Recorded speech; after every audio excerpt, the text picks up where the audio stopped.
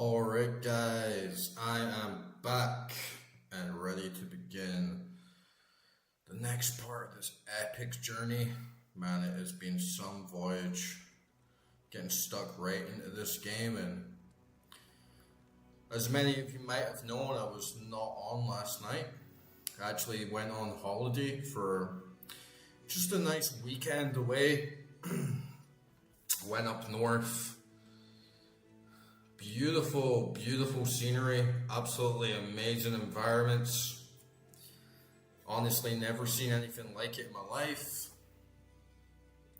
Really nice hotel, really nice rooms. It's been hot as hell. Hotter than hell. And I'm honestly starting to feel it. Already kind of missing sipping margaritas next to the pool. But yeah, it is what it is. We're back now. And man, I'm looking forward to getting stuck into this game again because it's been pretty much just a week since I played it.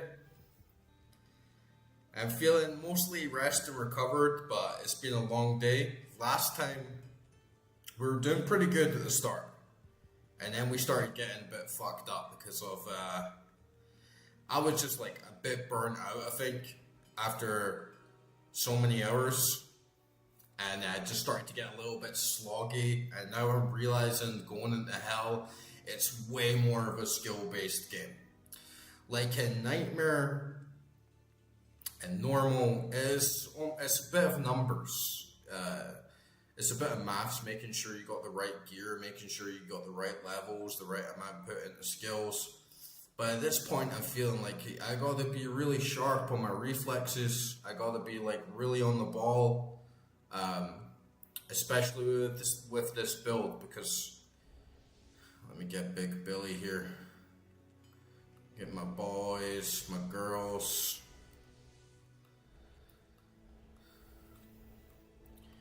And I've been doing a little bit of tweaking to my hotkeys as well. I've had everything before was on like the function keys, and then I had like my skills on like the numbers. But I just started to have like too many skills with this class. So I've kind of rearranged everything to just help me be a little bit more fast. We also got this wind armor here. That was a great shout out from the chat. Let me get my vine out a lot easier and faster without having to click in here and then click out there. Like have to stretch my fingers across. I got it like QWERTY and then ASD on that row as well. But yeah, it might take me a little bit just to get used to.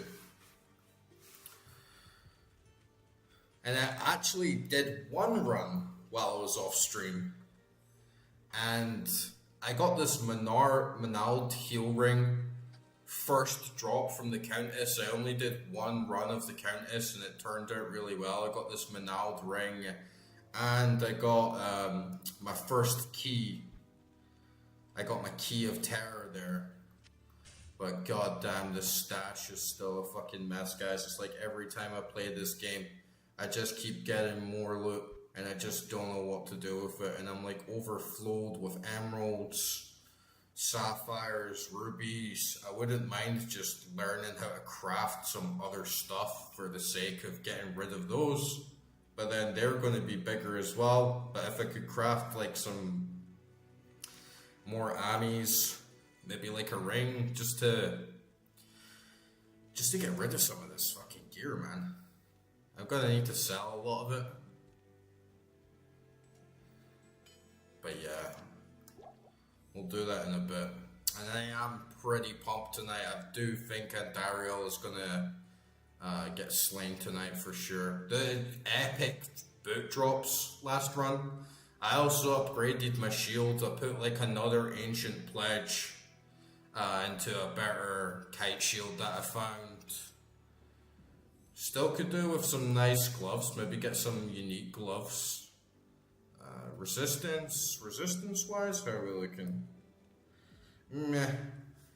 So like, still pretty shitty cold resistance, but we're fine for poison, which will come in handy in Dario. And I do have a couple of things on standby. I can switch out one of my rings here to just get that extra boost of resistance if we need it, and take away some of this magic find, because magic find is looking pretty good right now, and I'm pretty sure we're gonna do okay as long as I don't fall asleep. Hello, sexy Kasia. I can hear in her tone of voice, she's getting back into me. We're at the friend zone again. And yeah, last time we were just messing around too much. It was getting too hard to even just like find the area. See, I'm already pressing 1 when it should be Q now.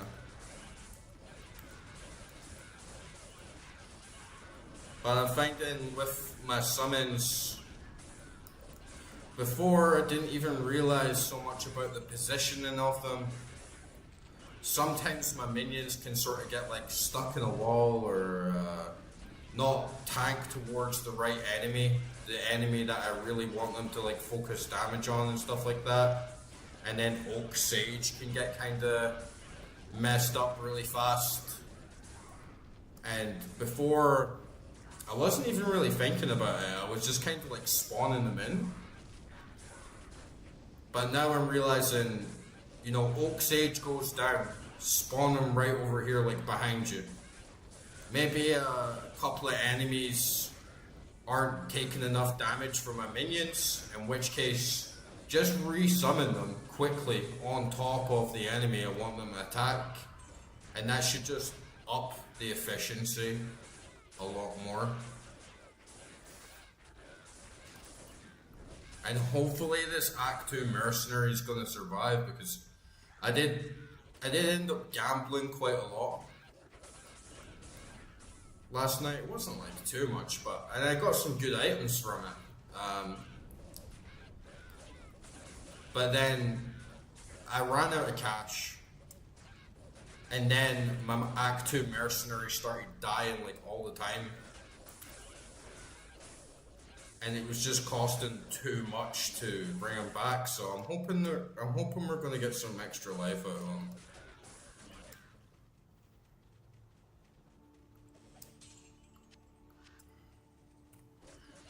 Still gotta learn what half of these items are, man. So many new words sometimes.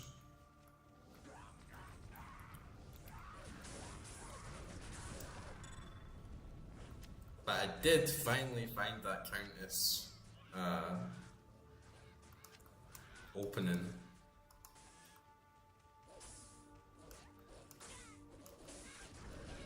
Let me just get warmed up again. So the plan is, I'm gonna do a couple runs of the Countess just to get warmed up. Just to get all my bearings back. And then once I do that, I really don't have much to do. I have like the Smith to defeat and get the Heraldric Malice. And then after that, it's just straight to Andario, big dungeon, and then big boss. And if I pushed for it now, I reckon I could get it done in an hour or two. So we'll see how it goes. We might get a little bit into Act 2 tonight as well.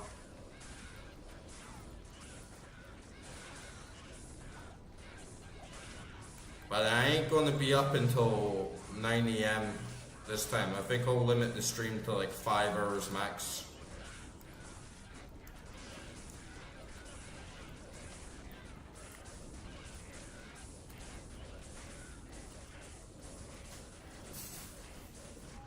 And this Menaldring is already coming in so handy, because I just don't want to be micromanaging the shit out of my inventory.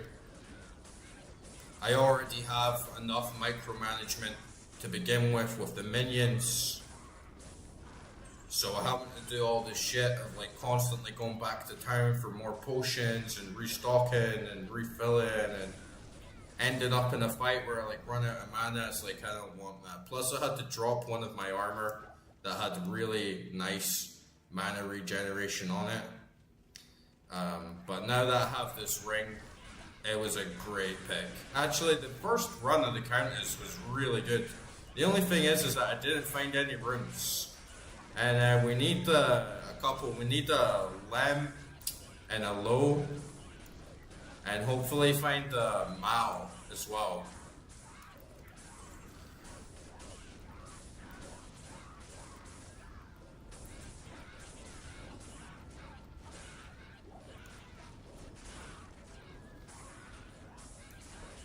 Stay on top.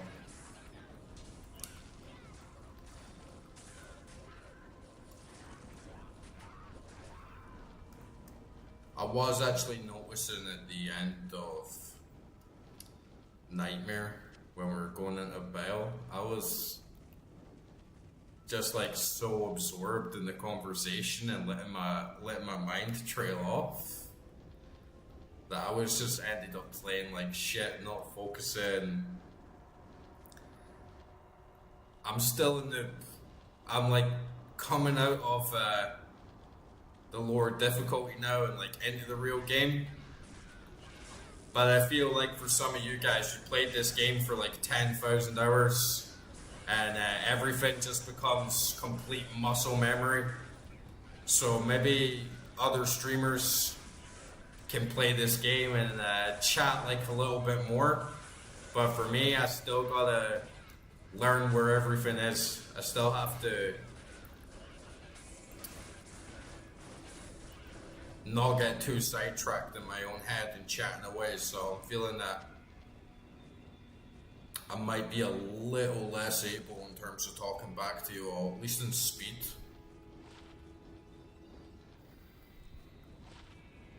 Oh, we got some shitty charms and a shitty amulet. And I feel with all these rares, they're kind of useless now, right? The only reason I really want them is money. And I think I am also going to have to just get into that swing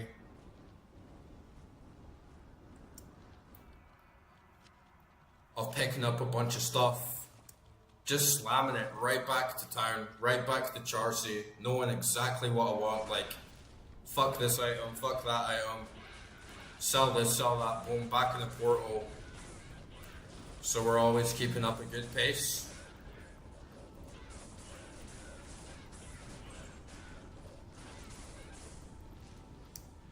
But still, though, like we're running P3, like everything's scaled up. And we're doing pretty good.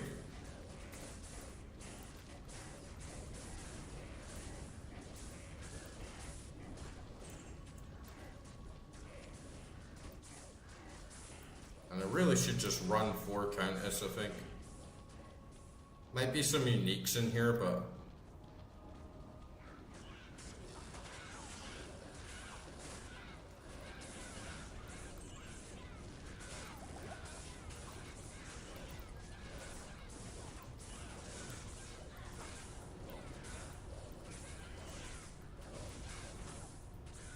yo man, how you doing?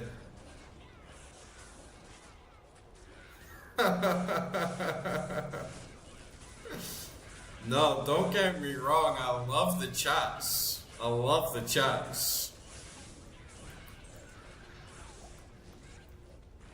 But when I gotta play the game, sometimes it gets a bit distracting and then the Zionists win, you know? I feel that was like the moral of the story of that run was, you know, you get like a little bit too introspected. You start thinking too much, right? When it's not thought, it's action that we need. But I'll still be able to chat. It's just I might have a bit of delayed reactions because I gotta get my priorities straight. I can't be like staying up 9 a.m. when I could have got it done like 3 hours faster if I was just like focused, you know. But yeah, got a little bit too much navel gazing, I think, you know. And then those demon fucks, those satanic Zionist bastards, they're just soaking it up, you know, because they're getting no challenge.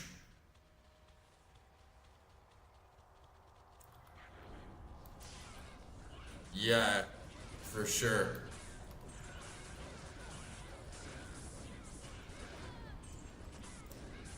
And you're maybe in real life, some parts of inaction, a little bit of you know, refining your philosophy, thinking more deeply is going to get you further. But Diablo demons is like, no, you need to kill them. You need to be on your. This is a war. This is a literal war.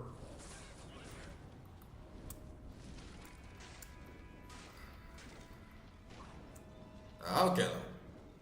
Last time on Nightmare as well, especially on that Bale fight, I proved it. We were getting absolutely creamed. And then I locked in, pushed myself to like completely focus on nothing else, and then boom, we got it done. So I know it's going to be the same thing here. I have like zero doubt that we're going to be able to do this on Hell.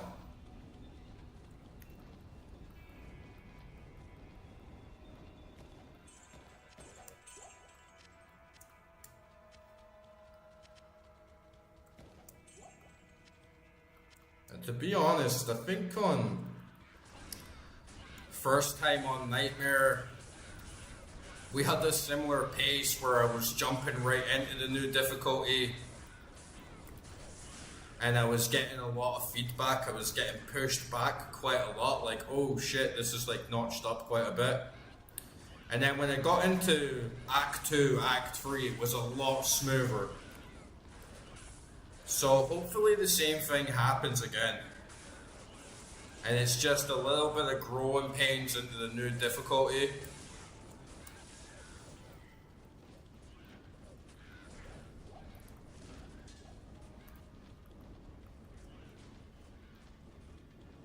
But I can see what I was talking about already, you know, like Oak Sage. I summon Oak Sage, he goes down very fast. If I'm too distracted, I'm like looking away, I just don't even res him. Whilst in Hell, it's like Oak Sage down, res him. Minions blocked, get them like right in the center. And this Menard ring that I got is so fucking good. Cause now I'm just not stressing at all. Oh fuck. Spoke too soon. Not stressing at all in mana. And then that lets me just focus on healing.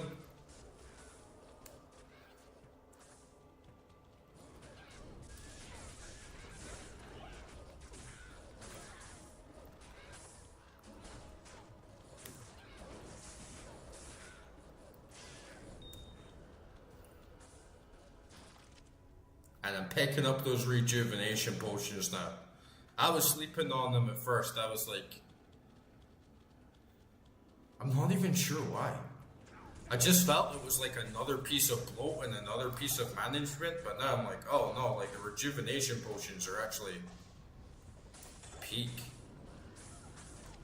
If I could just get a belt full of healing potions and rejuvenation potions whilst my mana takes care of itself, that's going to save me so much cognitive energy to just not even have to look at my belt and decide like what potion I'm going to use.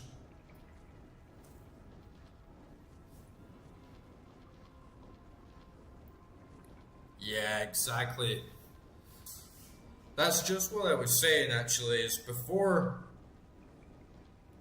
all I was doing was summoning my minions. Oh, my minions died. Just summon them. You know, I would just have my cursor here, like wherever it is, like summon them here, or like summon next to me. But really, like you want to be way more tactical. Enemies over here. Put Oak Sage in the back row.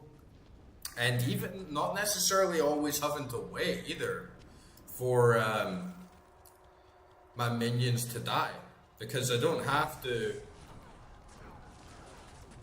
wait for them to die. I can just respawn them in a much better position. Maybe there's a unique on the back row, like here, you know, perfect example. There's a ranged unique, like right on the back row. Just spawn my minions right on top of her and save me the hassle of waiting to grind the rest of them down while she's dealing all the heavy damage. Yeah, I can't wait to get teleport, man. I was also thinking that my build, I was kind of stressing because I was like, I know how much I was struggling with Diablo and Bale. I was like, if they're just going to keep like amping up, I don't see how my build is actually going to be capable of scaling up in the same way. But if I get Enigma and it can teleport, it's actually going to be so much easier because I can just zoom right in and out very, very quickly.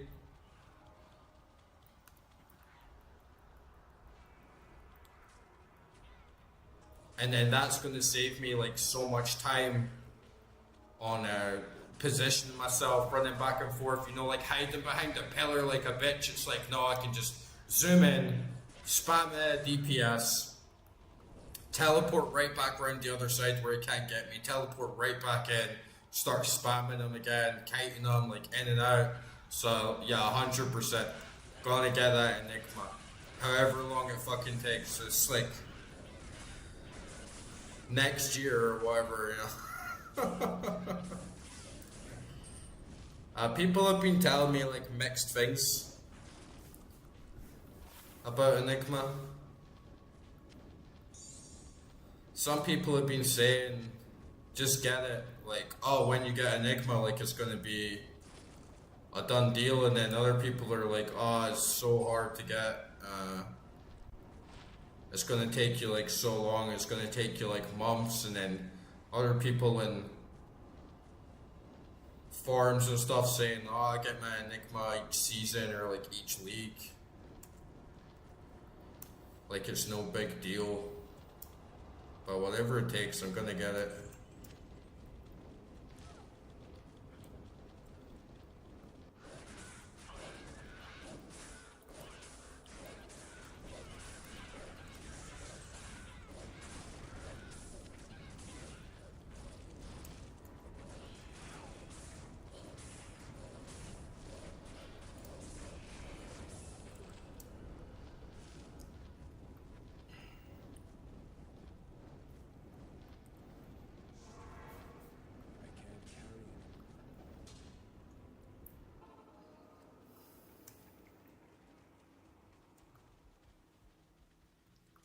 Fucking stash, man. Bane of my life is this fucking stash, man.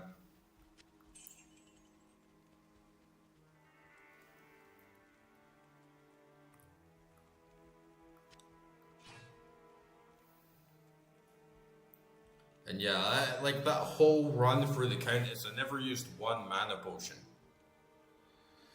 So that just lessens the load for me so much. If I could just fucking sell all of this, free up my inventory so much.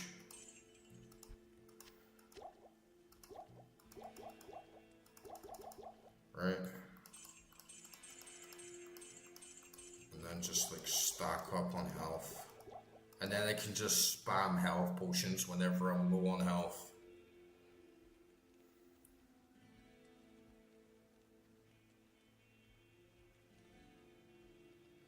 Yeah, that's true as well. Online play, if you can trade it,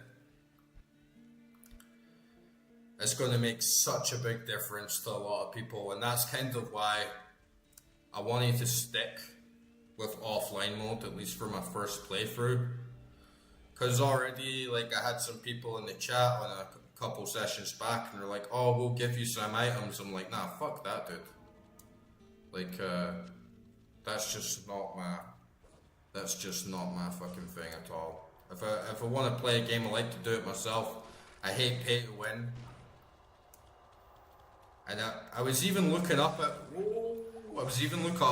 looking up out of curiosity, how much some of these items cost. And you could buy like fucking Enigma for like less than $10, which is expensive for a computer game item, right? But at the same time, like, it must take like so long to actually get one. Like, if I had a few of them, I wouldn't be fucking selling them for $10, right? That is just like,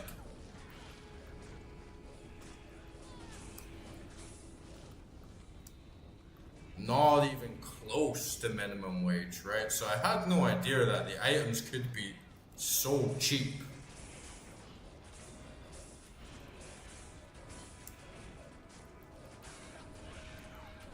But yeah, I'm really stubborn like that with games.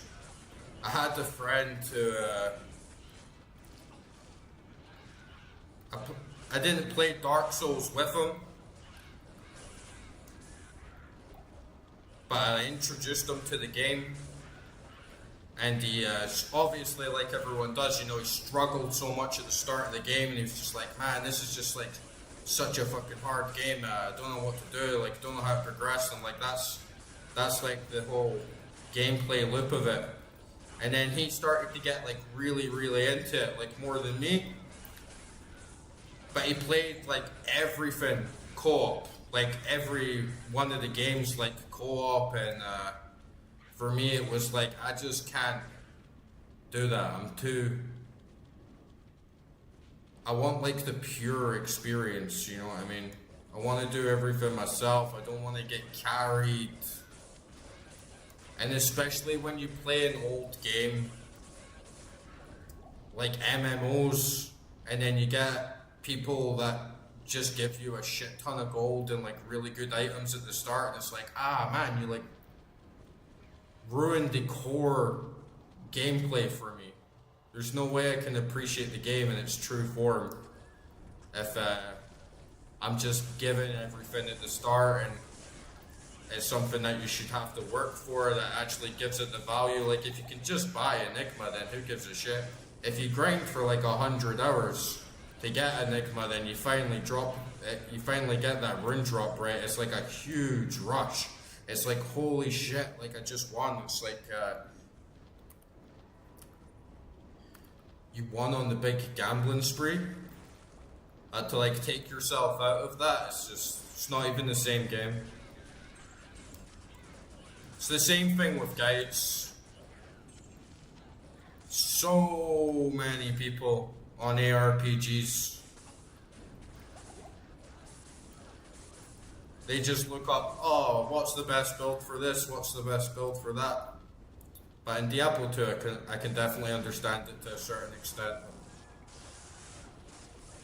I'm always way more interested in doing that stuff myself in an RPG. I always have it, like, I admit it's something that I had since I was a kid, and maybe it's something that you had more gamer rep back in the day. I think if you completed the game, it was like respect, and then if you had to look up a guide to do it, it's like a bad taste in your mouth, right? Sometimes it's acceptable. Sometimes games are just, you get this like moon logic shit and like point and click games. It's like, how the fuck are you supposed to figure that out? Or really tricky puzzles. It's like, yeah, cool. Like, we all used guides for that point. But to go through the whole game like handheld with a guide is not respectable behavior.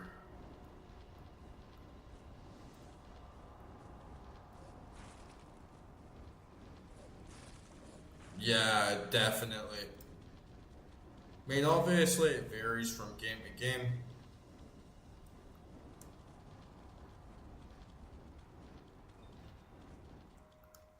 but overall, 100%. Don't get carried for the game, right? What's the point in playing it? It's a game, right? You play it for the challenge. You play it to actually, like, do something, be entertained, figure stuff out. If you just look up the solution for everything, or you just look up, like, what's, like, a broken way to play and how to cheese bosses and everything like that, it's like you're not even playing the game. You just put money down to, like, waste your fucking time, in my opinion, you know.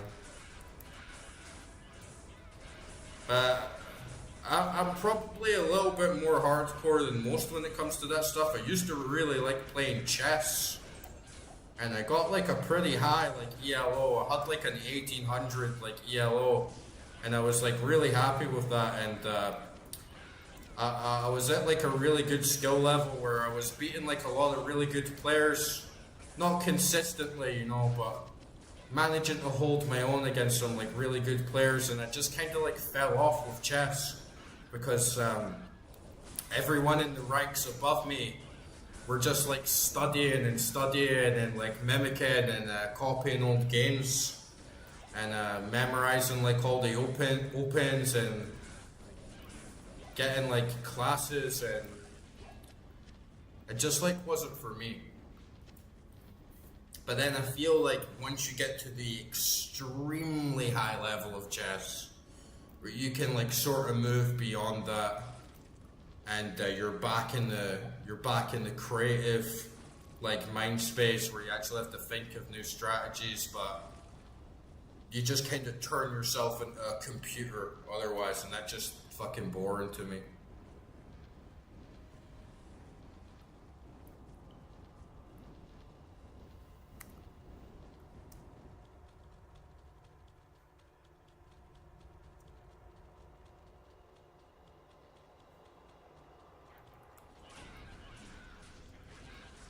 And I like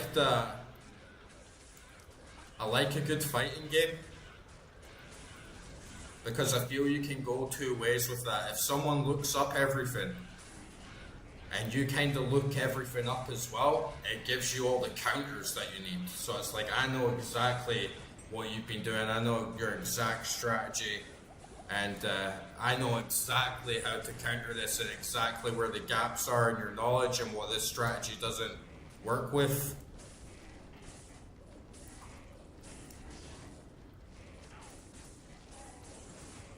But like we've been saying a lot, right? Like Diablo 2, like respect, 100% respect for completing the first two games by yourself. I feel that was so normalized back in the day. People wouldn't really expect anything else. But when you finish the first run through hell and everything else, like how the fuck are you gonna figure out all the rune words? How are you gonna figure out like all this complex builds and crafting recipes and all these like hidden mechanics and hidden like hotkeys and stuff? So like yeah, you definitely need a balance with it on Diablo 2. There's no way you're gonna play it at the highest level possible. I mean, probably most people, they wouldn't even know what an enigma was, right? Like, how would you even find out what an enigma was? It'd probably take you like thousands of hours. And then you'd have to experiment with the runes, so you could get a jar, you could get a bear, put them in the wrong fucking order. There's no way you're gonna be able to do it yourself, so.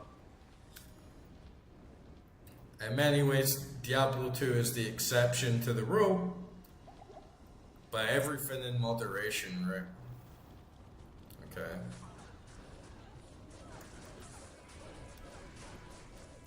Look at this Countess.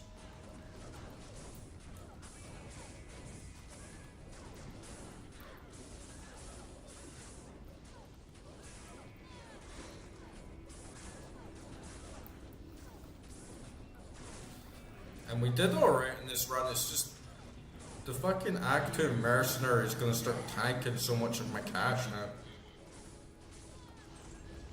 But to be honest, now that I'm healing, I have the mana regeneration, his contribution isn't as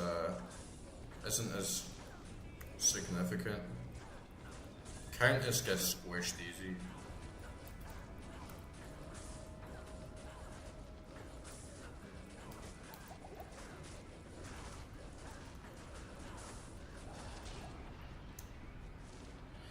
Shield.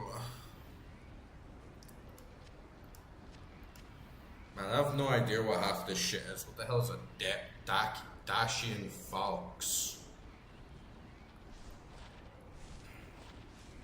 What do we get here?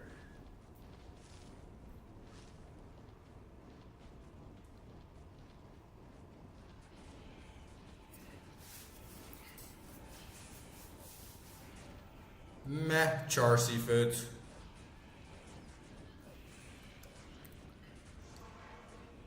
Got that level up as well.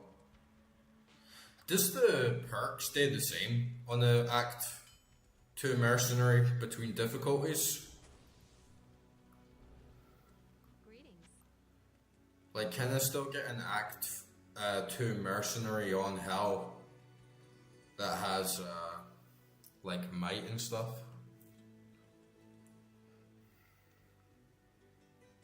Yeah, just sell this shit, man. I need to get in the habit of just selling everything. I hold on to stuff like this, I'm like, oh, my barbarian could have that, and it's just like, fuck it, man, there's always more loot.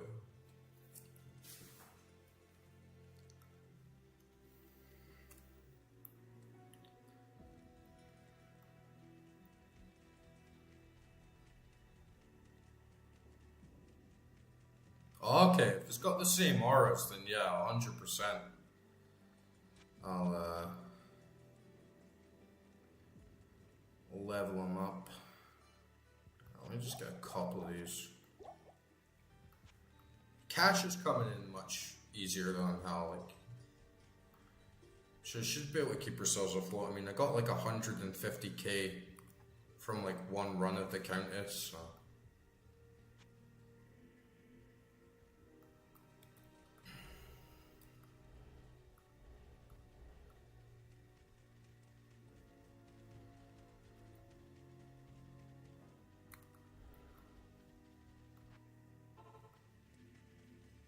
I'm gonna quickly run and get the waypoint for the outer cloister. And just see how we're doing with the enemies at the front of there, because if it all goes smoothly.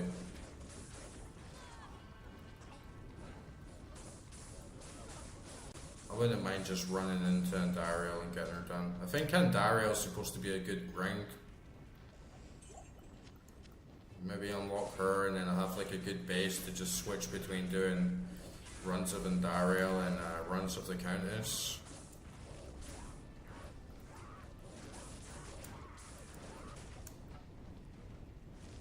But yeah, overall, I'm feeling like I'm back. Oh, that's exactly why I went to fucking get more of the identities. Yeah, I feel like we're back. Greetings.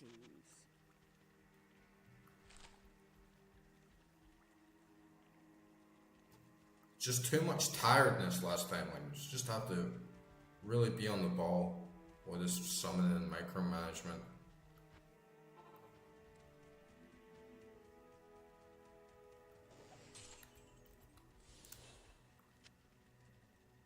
And I have to put this wind armor definitely in like my repertoire, like my muscle memory for skills. Like as soon as that goes down, use it. As soon as Oak Sage goes down, use it. Get the Vine, get Jimmy, Timmy, Steve.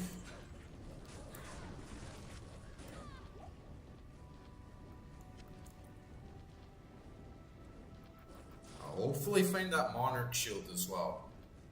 That is my big, that's like my big pull right now, is I really want the Monarch shield. getting Enigma or whatever is definitely going to be a little while away. But next big drop, I want that Monarch Shield. Like, how hard can it be? I might even be better actually, like taking all my magic find off, just so I can find like a grey shield with the 4 sockets. Cause magic find right now is like 100, but if I took some of my rings off, I could get my resistances up like an even like 15% on each, so that might be worth it honestly.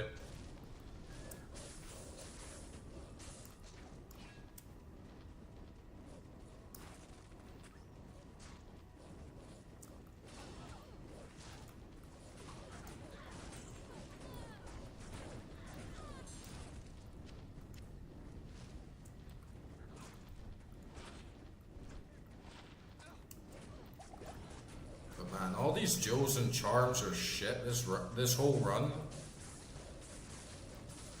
Constantly get shit jewels and shit charms especially.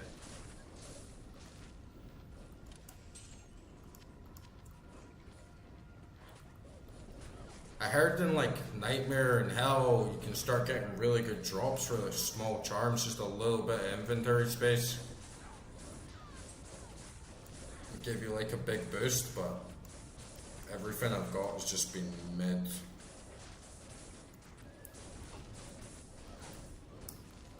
Yeah, Cow Hell. Still a little while away from that as well.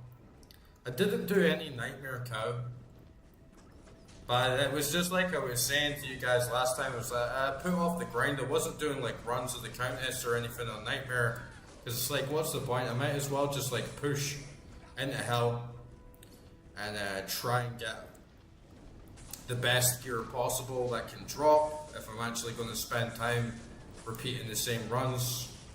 But now that we're in Hell, it's like the time to grind.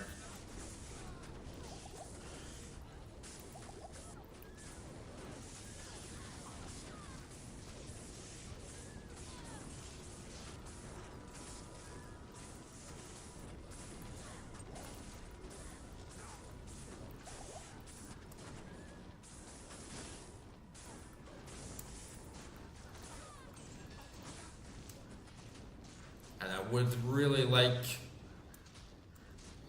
something that gives me missile protection. Ooh, getting a little bit aggro here. But I'm also feeling like there's so many buffs I would like. I was like, yeah, I would like some of this, I would like some of that. You have to kind of prioritize a little bit, right?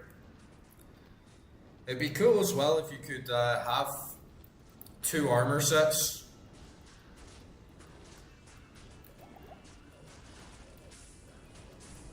And you could kind of like switch gear interchangeably. It'd save me like a bit of space.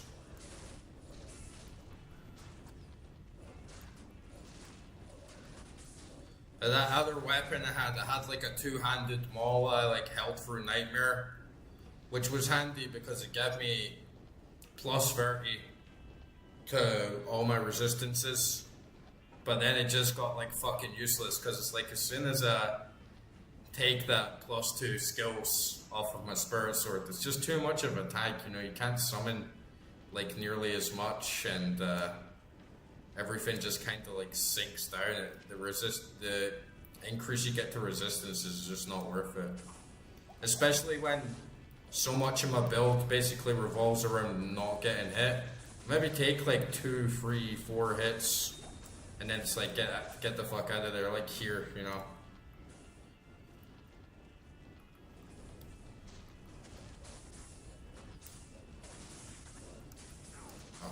Fucking missile damage, man. Oh no no no no no no no no no no no. Ooh.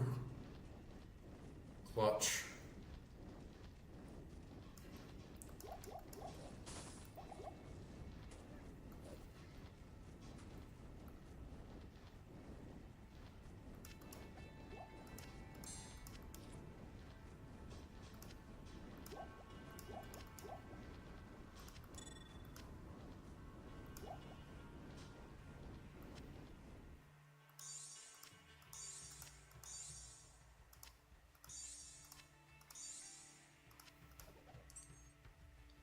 And the enemies drop like a good amount of potions and stuff. Let me boogie back to that. Gotta get in this room, man. Oh man, it's so fucking hot outside. Good morning. It's like over 30 degrees. But I'm like really glad to be back home. Even though my holiday was great, it was like such a nice time. It was like paradise, man. It was like so fucking good. Like just cocktails next to the fucking pool and taking like walks out in nature, up in the mountains. Like great food every night. Really nice room. Fucking great vibes, but it was getting too fucking hot, like. And back here it's like the same temperature. But because I'm like up in the mountains, you get that wind. And that wind just goes like such a long way. Oh! There was a green breastplate lying on the ground. I better not let that despawn. It plebbed out still, this hotkeys.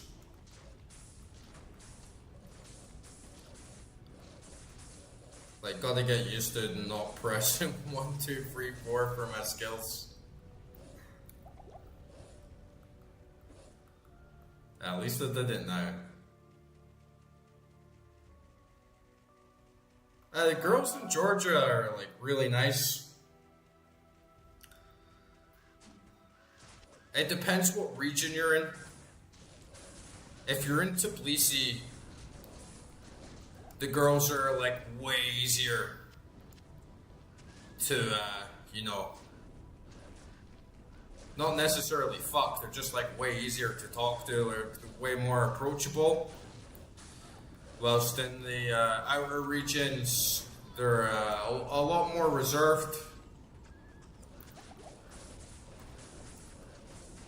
I think a lot of it's to do just because they have like huge family culture. And Georgia, like if I live in like a small village, I just feel if I like tried to flirt with one of the girls here, like I would have her dad and her uncles like at my door and her brother like coming to kick my fucking head in. Like, you know, it's kind of like old school like that. Like the women have got like a high degree of honor. It's very like close knit families. Tbilisi girls, they're like way more approachable. And I think Georgian women are like generally like really, really nice. It's kind of like this ethnic blend where you have like white girls, dark girls, small girls, tall girls, like big chunky ones, like, you know, like Georgian, like aggressive girls, like little shy, like timid girls. Like you've got the more like traditional girls, you've got like the bookish types. And I don't think Georgian girls are necessarily my type. I like blondes. I like Slavic women. But the one thing I'll say about Georgian girls is they're built good, man. Like Georgian girls they generally have like very big tits and a nice big ass. And yeah, the Georgian girls got like really nice bodies. See, now I'm getting distracted talking about pussy, man. Look what you've done to me.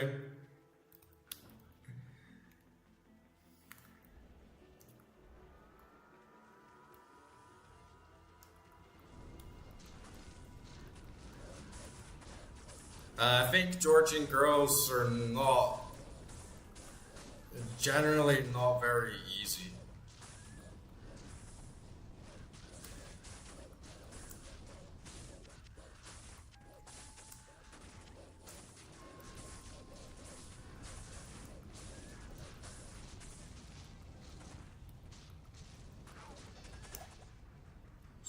it's a much slower burn. You know, it's not like going to Croatia or like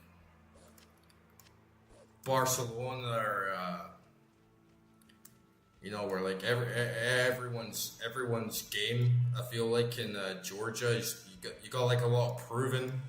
You got like a lot of proving to do it yourself, and I wouldn't say Georgian women are the most interesting.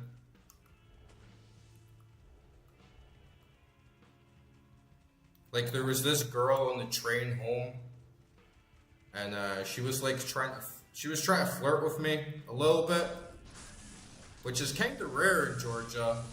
You do get them being, you can get them being slightly forward, but not like too much, you know. And she just kept like asking me questions and saying like, oh, what do you do? And oh wow, that's like so cool. And where are you from? And blah blah blah. And to me, I was just like, just like stop talking to me because she like sat on her phone on TikTok on loudspeaker like the whole way through, and I'm just like, fuck that. Like fuck that. Completely. I want like nothing to do with people like that. But it's really, really common. It's really common in Georgia. It's one of my least favorite things is people play their phone on loudspeaker fucking everywhere. And when you're on the bus, you be in a 5-star restaurant. You be in a 5-star restaurant, man. And some girl sitting next to you with TikTok on her phone, it's like, oh my god, man, shut the fuck up. And it's completely normalized.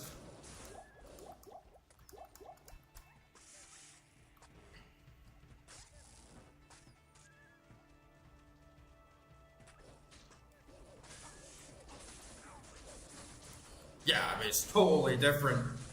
It's totally different to America, 100%. But you do get really, like, it's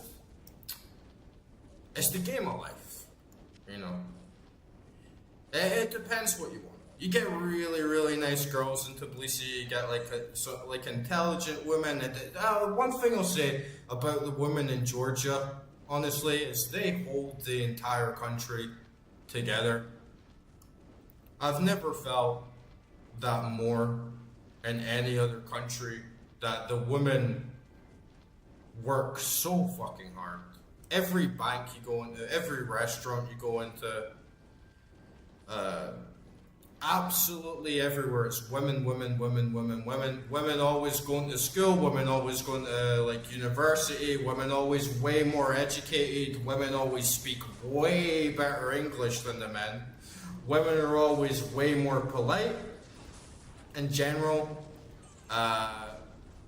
way more courteous, way better like sensibilities to European culture and like European life. The young ones anyway, you got a lot of old like grumpy babushkas and stuff, but that's like a different generation, you know. I don't think Georgian women are gold diggers at all.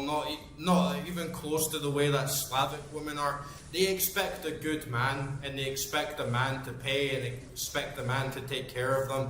But they're not like Slavic women, where it's like, I just exist, and you will pay for absolutely every single thing in my life. It's not quite that bad. It's a lot more. It's a lot more loving, I would say. But Georgian women as well, they're like feisty, a lot of them. But it depends where you are. Yeah, I mean, if you're in America, you got to be careful with the women over there.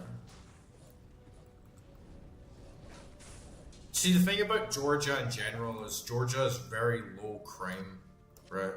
Like Georgia is a very decent society. It might be very rough around the edges in a lot of places. And, you know, it has some areas for improvement, like in infrastructure and like everything else. But Georgia is like the safest place in the world, man. Like you can leave your phone on a train, just sitting on the table, just sitting on a cafe table, on a train table, leave your laptop there, leave your fucking front door open all night, nothing's gonna happen. You're never gonna have that same fear culture that you get in the West, like UK women, Canadian women, American women. You gotta fucking be safe, right? Because some of these women are fucking insane.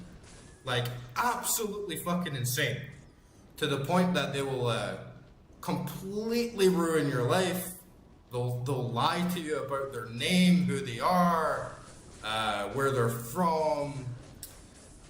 They could kill you. You know, they could like psychologically kill you, destroy your life. That's not a thing in Georgia. Just because the crime and the culture is like so low and like open.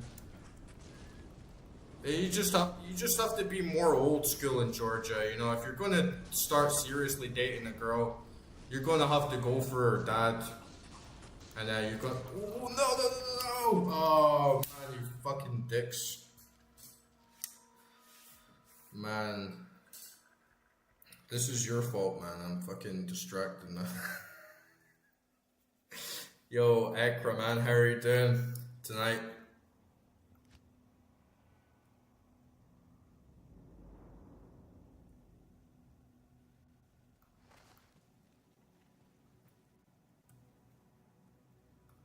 Fuck, I got that breastplate. Oh, stupid eyes and hearts, fucking breastplate. How many times is this fucking game gonna drop the exact same fucking green, man? Jesus Christ. Fucking eyes and hearts breastplate. It's like the fucking 10th one that I've had, man.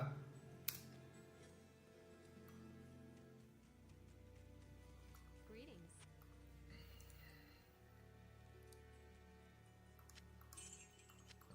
Fucking eyes and heart. Shove it up your fucking ass, game.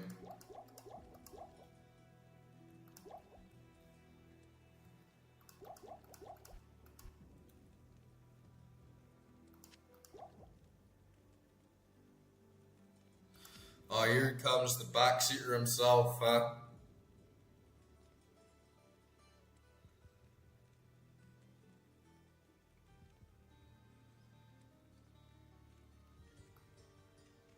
Yeah, the magic find is good, man. The magic find's like nearly 100.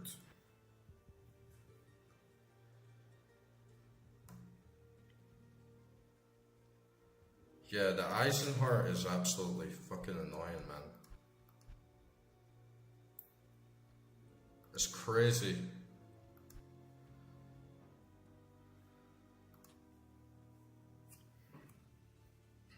It's absolutely crazy.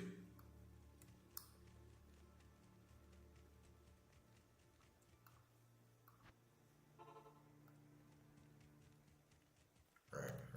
I need to lock in.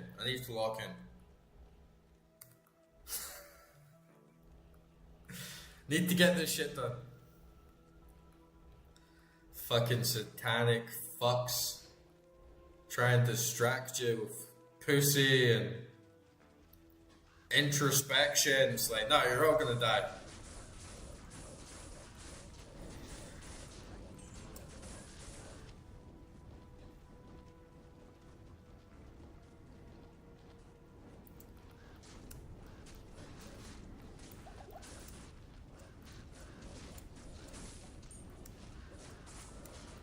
So guaranteed this charm will be shit.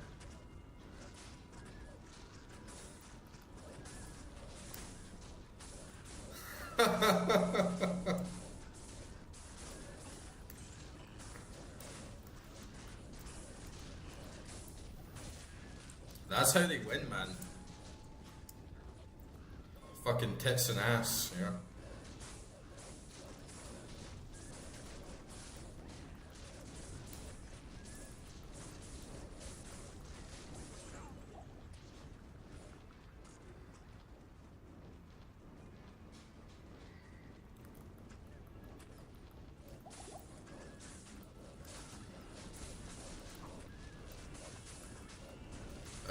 had enough of women for now.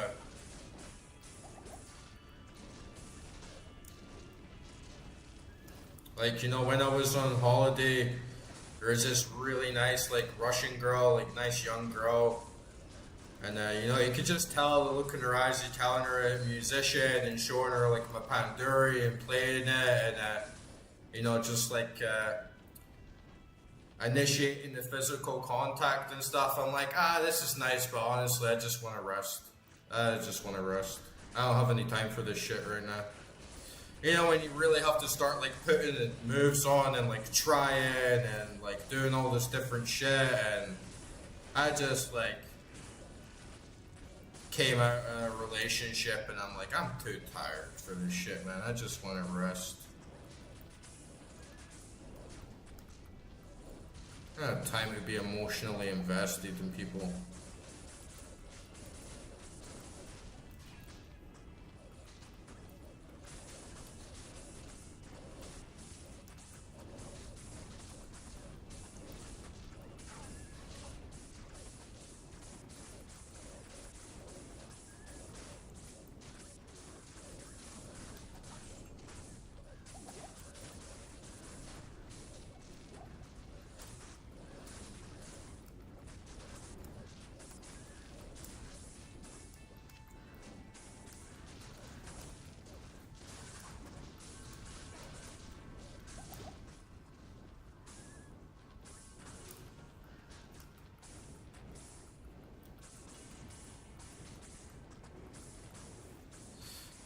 See, I should have summoned them like way closer instead of all around me, and then see, like, I'm eating my fucking potions because I switched my hotkeys still.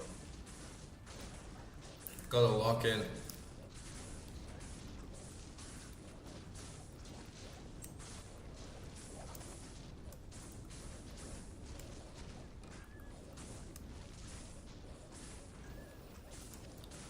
One thing, like, you know how I was saying you don't get that stuff of women just, you don't get those, like, psycho women in Georgia that's literally gonna try and fuck up your entire life and, like,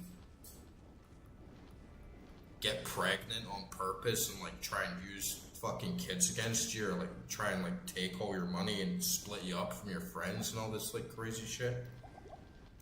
And then you were saying that that happened to someone, like a Georgian guy in Miami. One thing I'll say about Georgian dudes, they have no idea. They have no idea about game in the West, like, at all.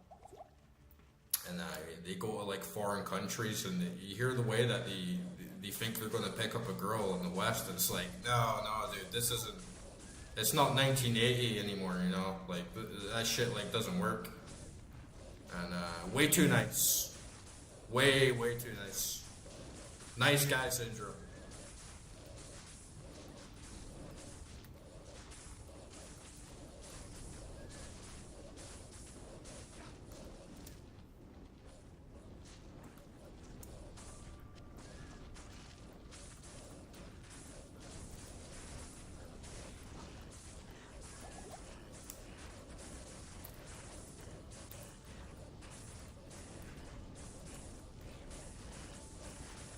Oh man.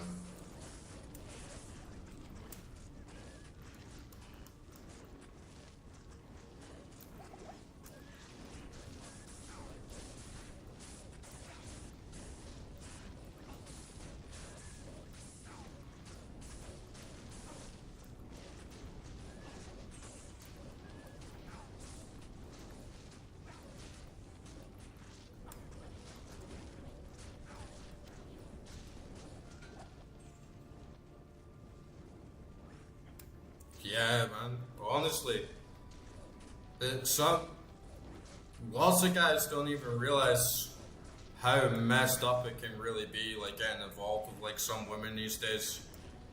It can just completely destroy your life, like, completely. And they'll get fucking away with it. They'll get completely away with it. So you gotta be really careful. You have to, like, protect yourself. You have to be aware of predators. And don't give too much. Don't get sucked into love, because it's easy for inexperienced guys, and they maybe don't have as much experience with women, and they can get like easily blindsided, right? They think she's the one, and they have no idea how deep in the water they actually are. You always have to be willing to walk away. Always have to be willing to walk away. If you're not willing to walk away, you're fucked.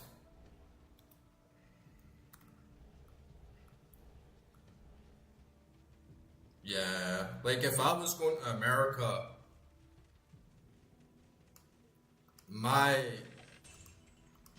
I'm sure,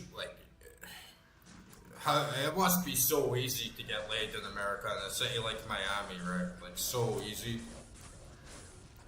But if I was in America, any girl I met in America, I would be extremely cautious, like way more cautious for a much longer time, and I wouldn't trust her until I had like solid proof of like many different things. Not to say I wouldn't enjoy time with someone, but there's just certain things, you know. The amount of fucking girls I've had that just straight up lie to me about their name, their family, I can't get pregnant, fucking phoning you up at like 4 a.m. threatening to fucking kill themselves. One day you're like God's gift to the world, the next day they're like phoning the fucking police on you about some fucking shit that never happened. It's like, no, fuck that.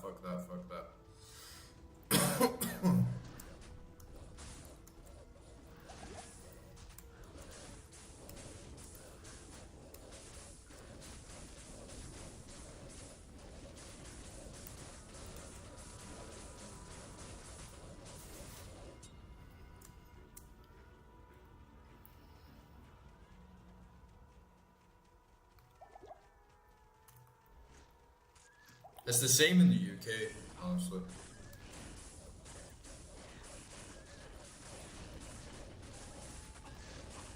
I remember one time in Latvia, I went to Latvia. It's really nice, one of the best countries in the world for beautiful women. Like Slavic women,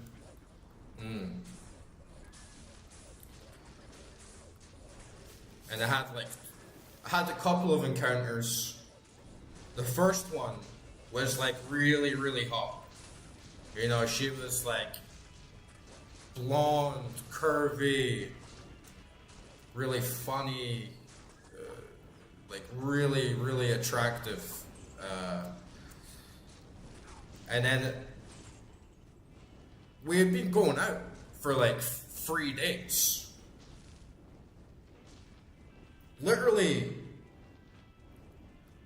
after the third date, she started like pressing me, like pushing me, like, what do you want out of a relationship? And starting talking about all this shit, like, I'm looking for a real man, and I don't know if you're gonna cut it. I'm looking for someone to provide for me. I'm looking for someone to do like all this shit and pay the bills and like blah blah blah. And I'm just like, what? Like, you haven't even given me a fucking blowjob yet, and you're like expecting like life and limb from me. And no shit, she wanted me to pay 40,000 euros in her debt. She was like, I'm 40,000 euros in debt, and I'm looking for a man that's going to pay all this money off for me because I want to buy a new car. I have like mortgage payments to pay off, and she was like, if you're not going to be that man, then you're not good enough for me. You're not big enough for me. I was like, this is fucking peak Delulu. This is fucking absolutely nuts. We weren't even like invested in her. Just like, yeah, we got on a few dates, had a good time, and then all of a sudden it's like this. But you notice this with Slavic girls, they want everything. these girls, they might work full-time jobs, be earning like really good money on their own job, and then they want the guy to buy everything. Food, clothes, nights out, holidays, buy all the plane tickets, buy rooms, buy her a separate room if she wants it, buy her like fucking everything. And a lot of these girls, they go to Dubai, like a lot of Slavic girls in Eastern Europe, they go to Dubai to try and find like some like Arab like fucking millionaire to like drive a Lambo about and shit. And then when you start hearing about that, like if a Slavic girl tells you that she goes to Dubai a lot, it's like a huge red flag, like just get the fuck out.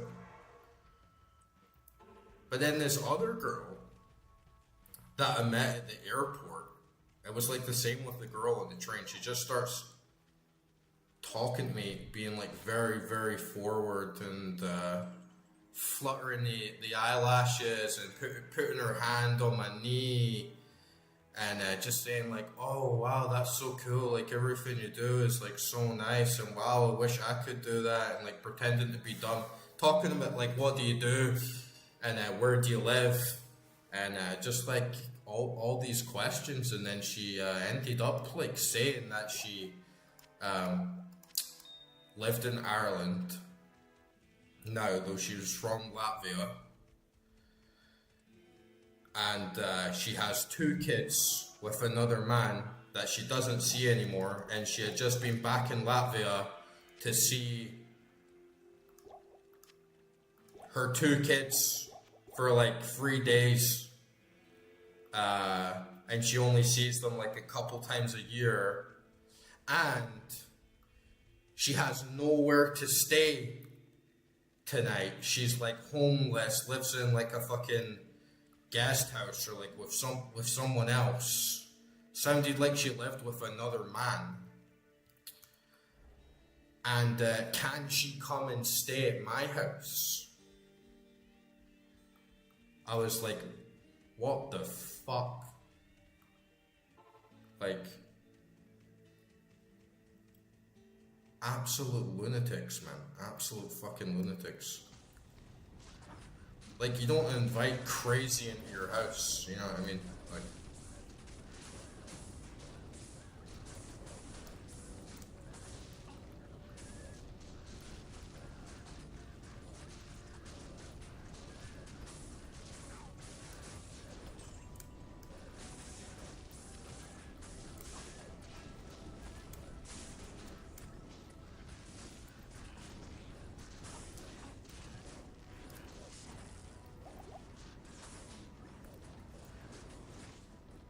so yeah, you gotta be real careful out there. There's sharks everywhere. And then sometimes it's not even sharks, man. Like, sometimes I feel so fucking sorry for a lot of these women that I've dated, because it's like, Jesus Christ, man, like, your life's an absolute fucking state.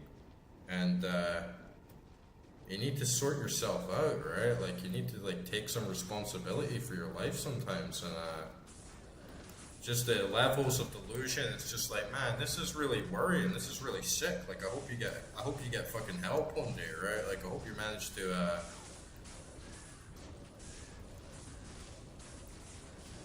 actually understand what love or like a nice relationship should be like, instead of just like transactional or like mind games and like manipulation and like weird like narcissistic shit. And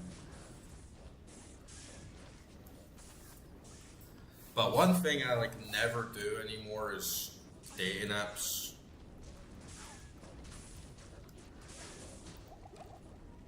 Because it feels like a prime spot, and if a woman is on a dating app, it kind of means that she can't get a guy offline. Which is like a huge fucking red flag to me. Or she can get, because you know a lot of them can, right? It's just like, if you can get a guy offline, why the fuck are you on Tinder and all this shit, right? It's like, nah. Plastic relationships.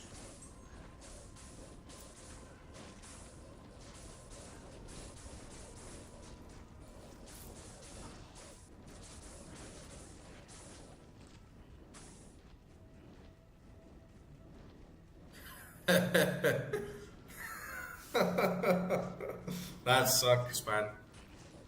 But you did the right thing. You did the right thing for sure. And it takes a strong man to walk away. And I honestly believe like once a man cultivates the ability to walk away,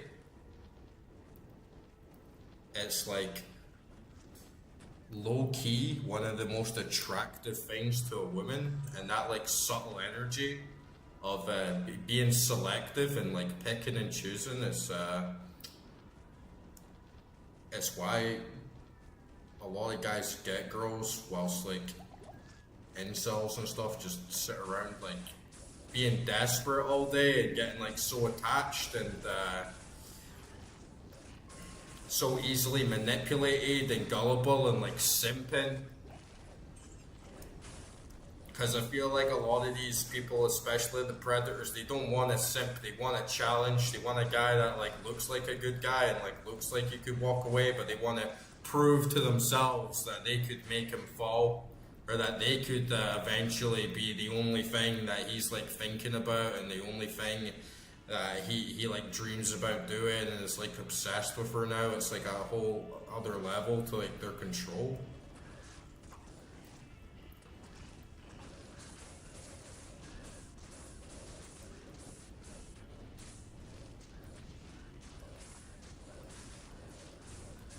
But in the UK, there's a lot of fucking ugly bitches. Sad but true. Especially if you live in a smaller area. And so you get this like really pretty girl that comes along. And it kind of tricks you like, oh my god, she's so beautiful, or like she's so hot, or like we had something so good together. And we hit it off so well, and like now she's gone, or now she's doing all this shit. And it makes you think, oh, this is my only chance. This is the only girl I get to be with. It's like, man, see, what if you go to Latvia, or like Lithuania, or like Belarus, or like even like Georgia, or like Croatia? It's like there is literally pussy like hanging off the fucking walls, like beautiful girls absolutely everywhere. Like the whole world is full of them. There's always plenty more fish in the sea. You just gotta be mindful of who's doing the catching, you know, is it you or her?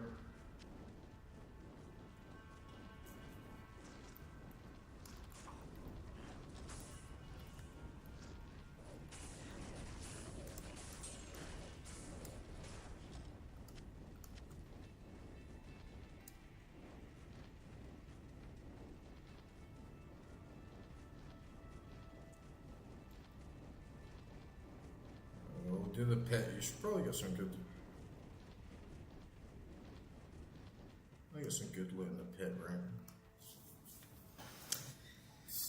Jimmy, Timmy, Steve, Oswald, attack! Man, you know what's fucked up about the younger generation as well? I don't know if it's more common in America, right? Like, you got all these like clavicular, weird like incel people, and they're like all like obsessed with like looks maxing and say girls just care about looks and they can't get women and stuff. And I'm just sitting here like, what are you talking about? Like, I'm a fat fucking bastard, man, and I'm having like zero issues with that. Like, you know, I can't keep girls off me, to be honest. And it just doesn't make much sense.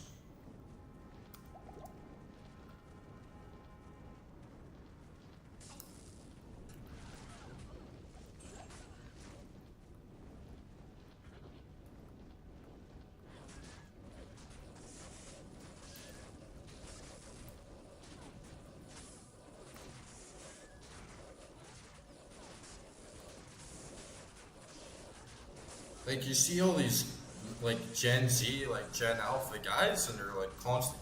They're getting like plastic surgery and doing all these weird like exercises, forcing themselves to get like a six pack, be like really lean, uh,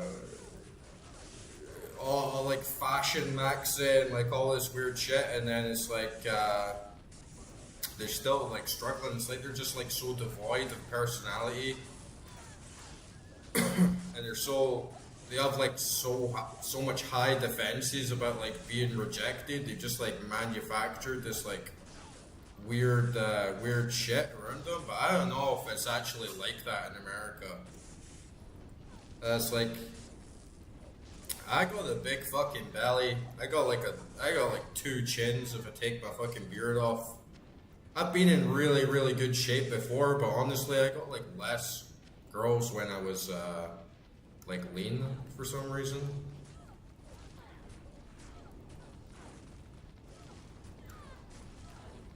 It's fucking weird.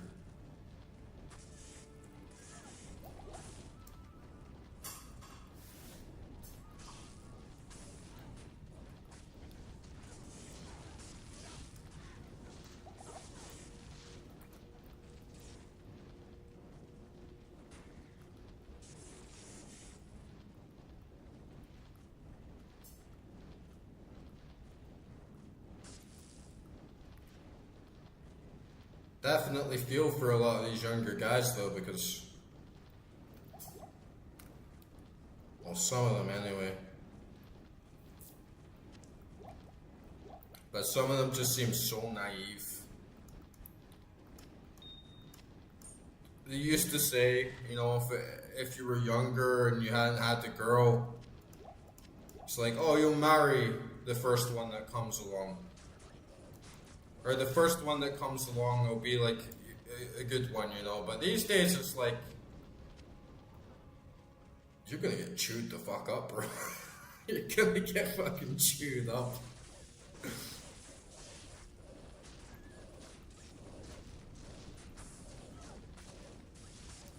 And so many dudes, I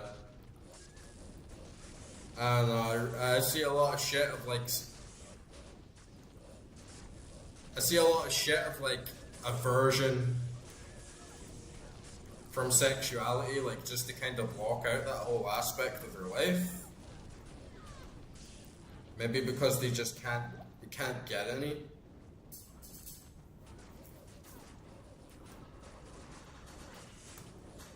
But they block out their whole like sexual sphere, and they refuse to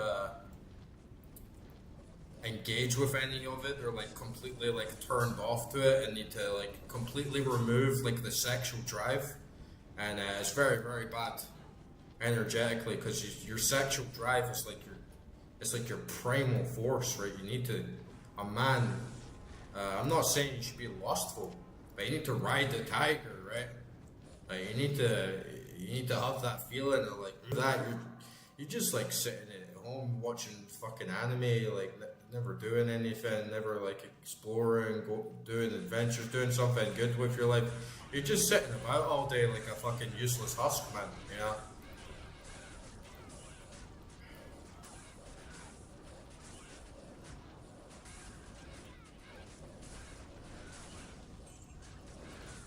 And then the next thing you know, you're probably like fucking transmaxing or something, you're like one of these Gen Z, Gen Alphas, and just sitting on an MMO all day talking about fucking fanboys and shit. It's like,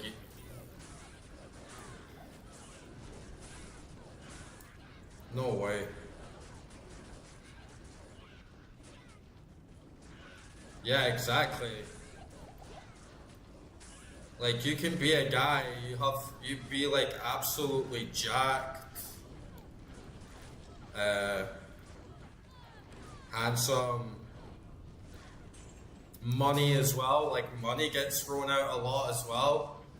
Oh, like you need money to get girls. It's like, man, I've had some really fucking hot girls in my life when I've been broke as fuck, and It just doesn't make sense to me at all.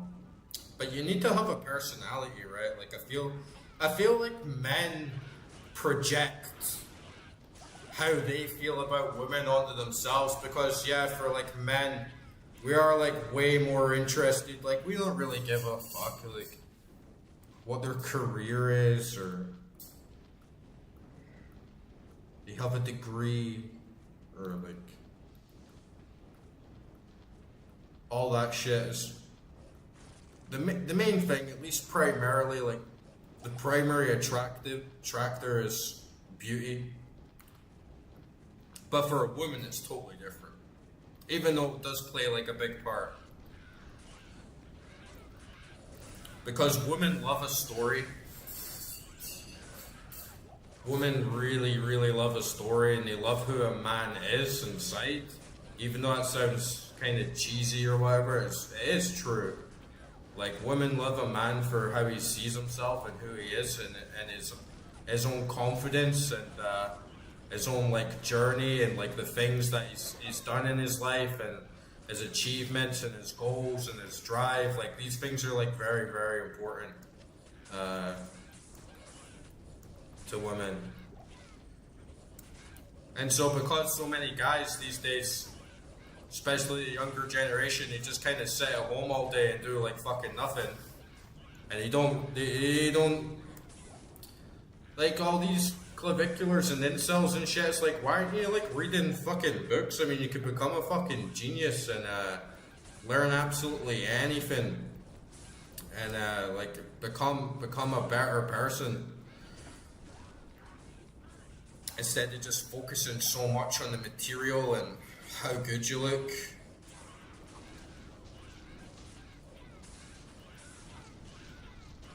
Because all they do is just like drag themselves down and drag their spirit down and become like hollow inside, and you don't even want to like mess around, you don't even want to like hang around with them, you know? It's like, what the fuck are you doing with your life? Bitches, a lot of them are. They don't feel like men. They have a coming of age saga to go through, the younger generation, I feel.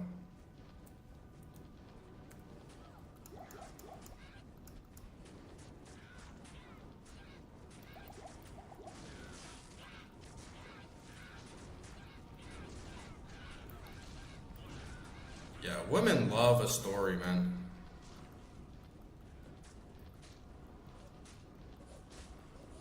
That's why women always go on about, oh, this is my truth, or like this is my story, this is part of my story. And if they're like breaking up with someone, it's always like, this is what I learned.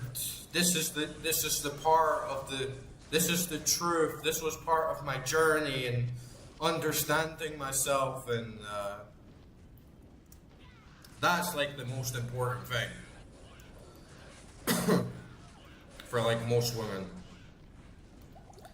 Guys are like way more simpler. It's like, oh, she was so beautiful, and that thing that she did with her tongue and her ass, and like, it's totally different.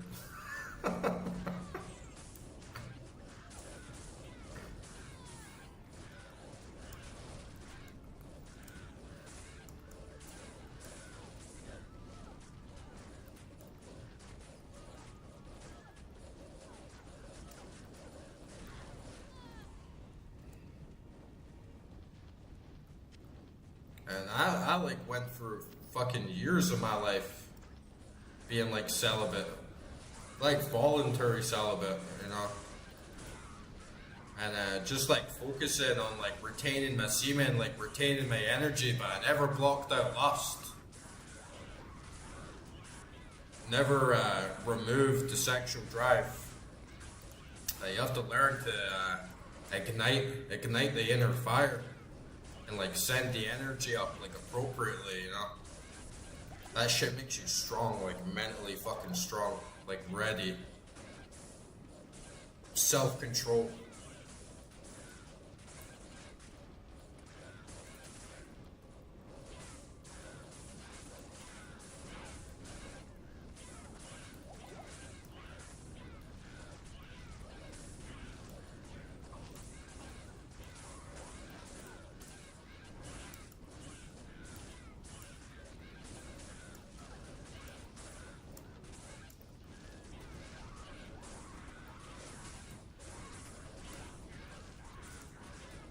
And I would spend years of my life, like fucking years, like maybe like 7 years, maybe a little bit less.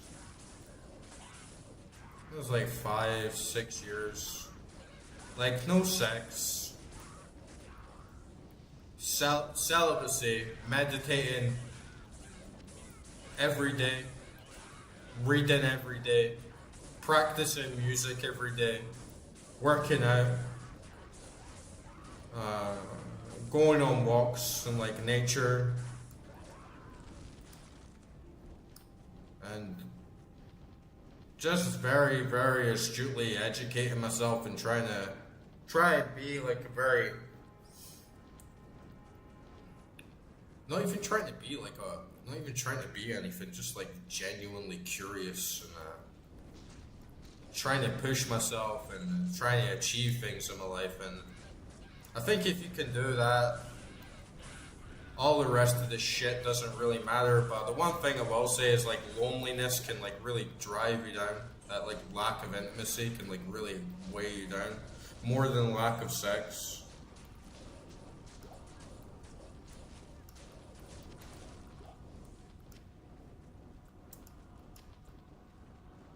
Yeah, it's like the ultimate conquest, right? Like every single thing in the universe is based on sex.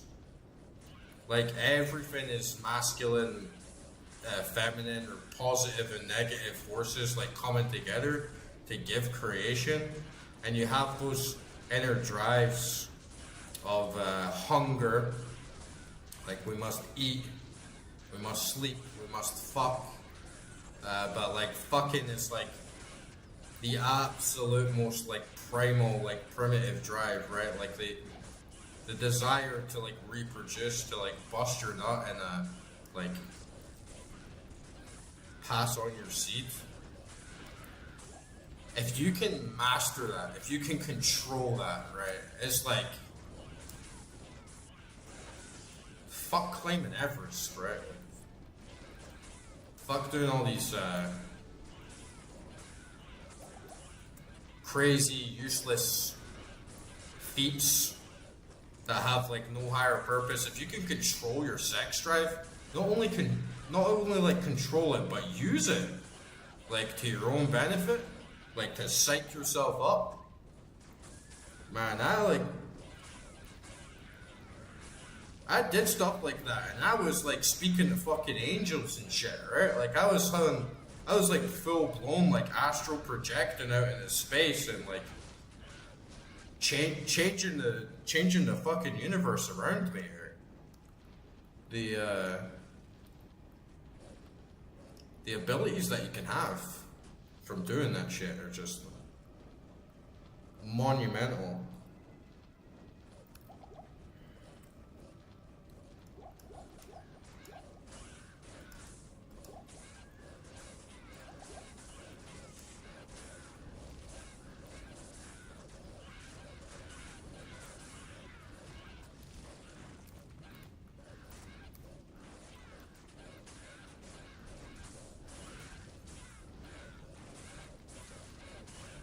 But I'm not like 100% like full on into all that, right? Like at least like right now. I do like try and maintain my energy as much as possible.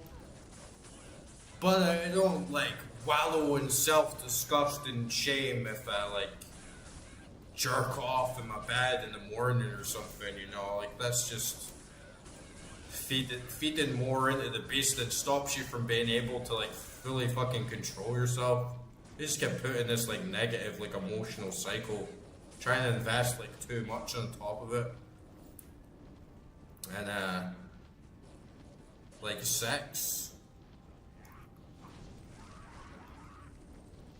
it's not, I really want to find a tantric partner. I've had some in the past,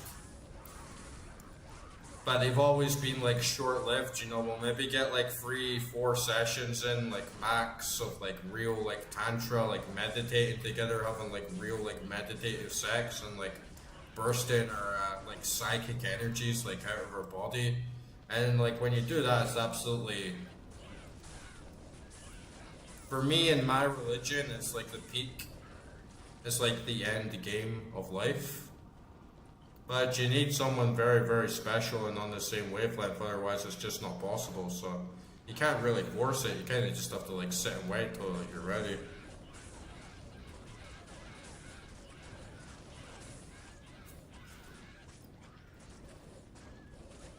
Yeah, man, it will always pay off.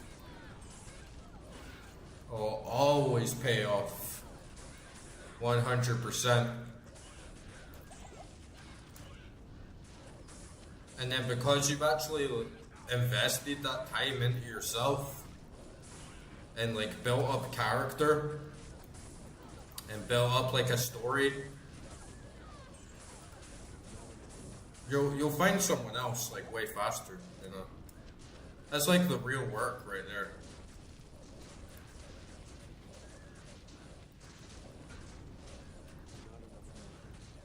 Yeah, I feel that as well. Like with loneliness, it kind of just fades away.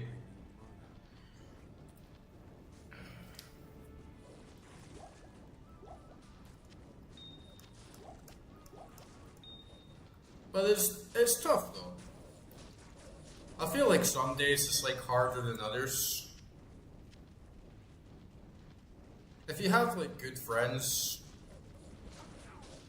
it's a lot easier. But yeah, I feel like in your 20s, it's harder to deal with because you sort of live in this dynamic of like gauging your self-worth through your like success or like your interactions with other people.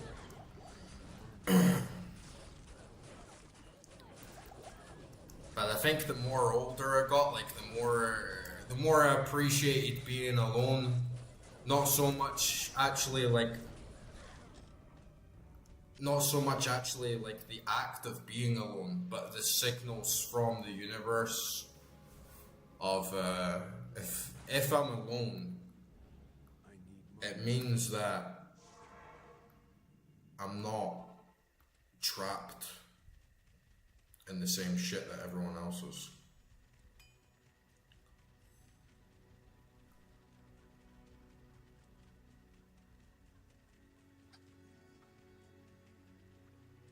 Yeah, exactly. Like you also come into the world with nothing, and then you'll leave with nothing as well. So there's no point, to a certain degree, holding on to all your possessions and like everything you've got. Everything's gonna fade away.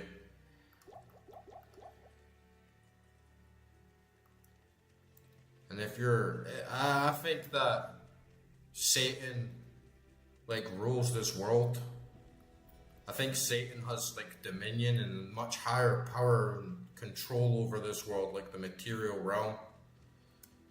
And I think that most people, like the reason that he has so much power is because so many people feed into the abyss through like ignorance. And so I think that, especially more like progressively as we come into this really peak time of the Kali Yuga, so much of what is wrong and immoral or contributes to that ignorance, contributes to that sense of suffering and hunger and thirst is popular, right? And that's why I think like so many games these days, so many popular games are shit. And so much music today that comes out that's really, really popular, like top of the charts is shit. Because it's all like, you know, if you're doing what everyone else does, then you're part of the world.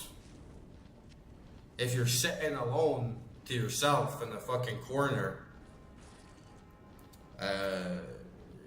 you have like rejected the world, and as a result, you've rejected the power of Satan. And I think that part of that is like semen retention.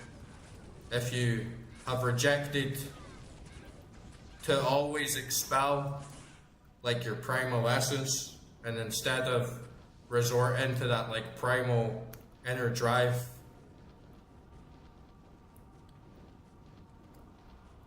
and instead of sending it out, you send it in and upward. Very, very high level transmutation.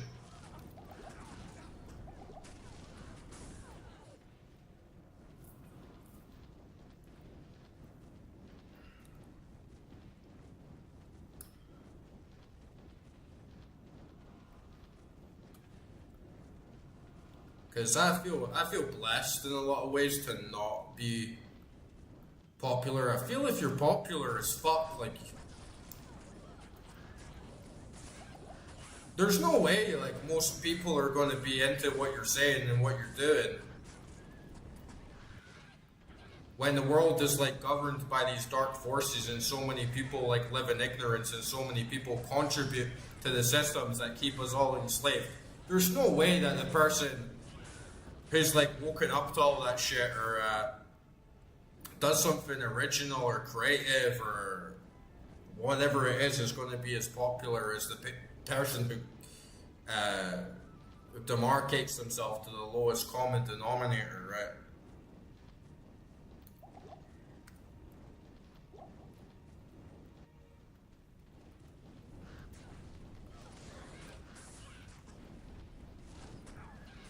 Oh shit, man, this is getting a bit spicy.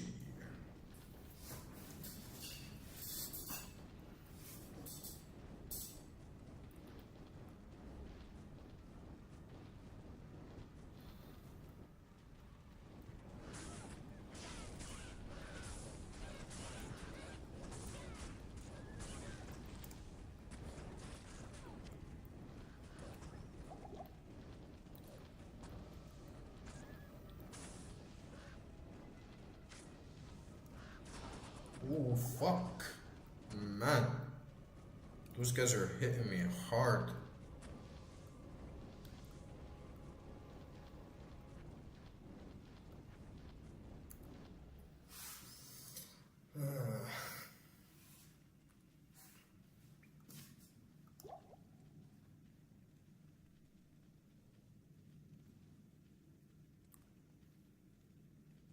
Yeah, good shot actually, good shot. That was an extremely good shot.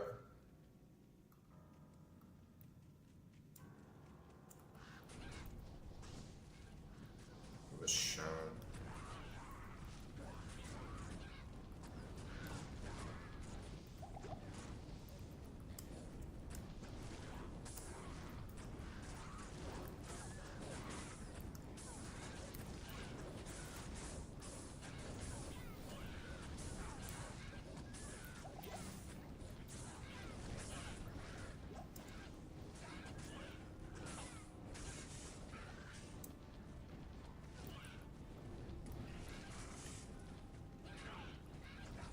Ooh. Like, man, I studied anthropology, like, really seriously because I was really, really interested in, like, how humanity works as a society, how culture works as a society. And the reality is that culture kind of works and functions by people mimicking and copying what everyone else is doing. That is kind of like the basis of culture. And it doesn't matter what society is, it doesn't matter like what part in time it is, the vast majority of people, like 95% of people, maybe even more, just do what everyone else does.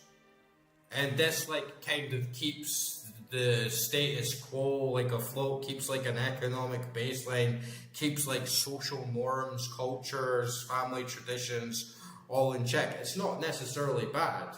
It's just a part of like the natural functions of conscious, like sentient organisms.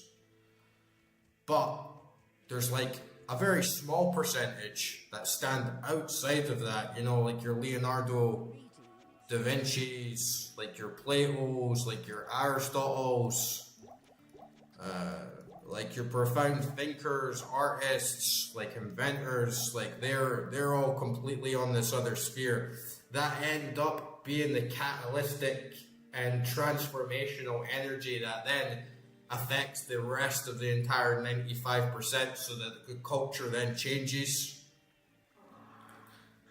So it's just like the basis of life. It's like everyone is an imitator, or everyone follows the horde, and then there's a few people that stand outside of it alone that do something different or think in a different way, that end up having more power and influence over the whole of humanity in the long run because of that. Because people come later and then find them, or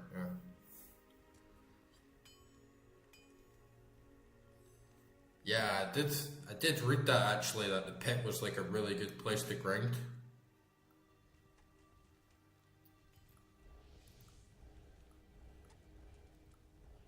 It happened in the cave as well. I had this shit where I was walking down the stairs and then there was just these like huge, like heavy hitting mobs.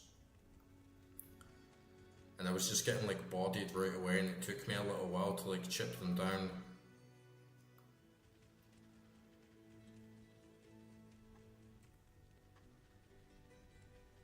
There hasn't really been that many good drops though. Like, it's been quite a while since I've had anything like that even kind of looks like it's worth picking up. Got like one rune. Was it a low rune? Like, am I tripping? Because I think I need a low rune. And might have actually had one this whole time, and because of the dumbass font in this game, I'm thinking that it's an IO rune.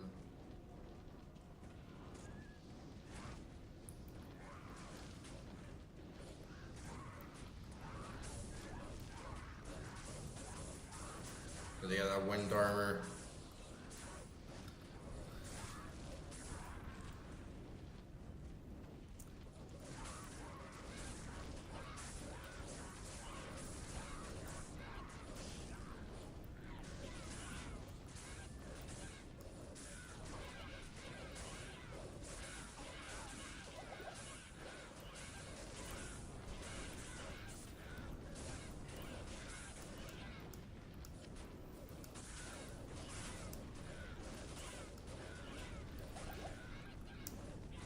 Die, little bitches. Okay, we're pushing for it now. But yeah, all those like heavy hitting uniques, never even dropped anything good.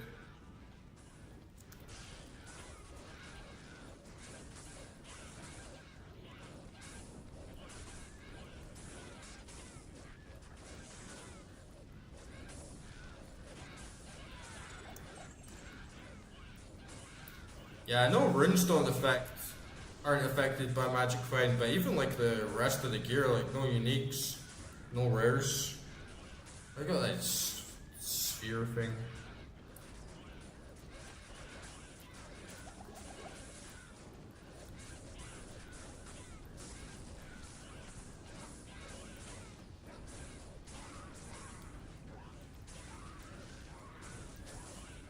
Definitely gets dragged out a lot more when you have these shamans like lurking in the back row on hell, because if you like run in and kite too many of them, it's quite easy to like get squished, but you like really need to take them out so they just stop spawning.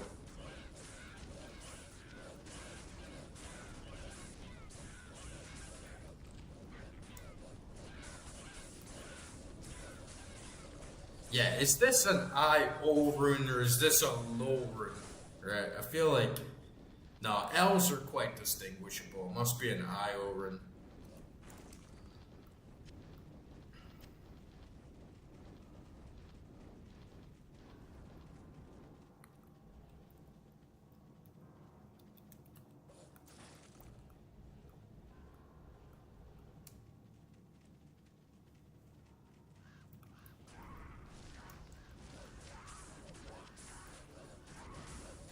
Yeah, that's what I thought.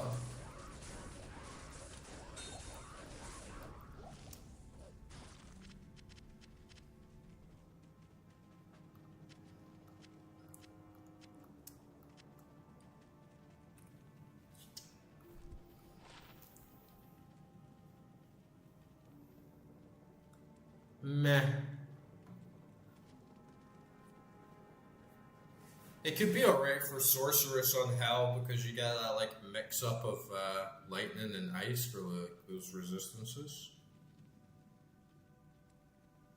Yeah, no, last time we got good bits, like those boots, then the tiara, like that was such a top pick. Yeah, the boots are like really, really good. And they got this Mallard ring as well, like first Manald ring, first run in the Countess. And I also got a key first run in the Countess. It was the only one I did, so I did get quite lucky on the first time. Plus, I got that amulet. So yeah, we're doing alright. To be honest, it's not even so much that there hasn't been some half decent drops. It's just that I feel like I have so much good gear already that most stuff is just getting thrown in the trash. Like I have no use for it. Like I'm not going to replace my sword with a rare. I kind of rock an ancient pledge. So I just need like a monarch shield. My tiara, I'm not going to replace that because it gives me +2 to druid skills. I'm not going to replace the boots. I have good rings. I have like resistance rings, I have magic find rings. Basically gloves. Find like a better piece of gloves, but then apart from that, right now it just kind of feels like everything's just going to get sold. I don't know if I save and exit the game if my Merc will like despawn as well. How much cash did I get? I only got like 30k.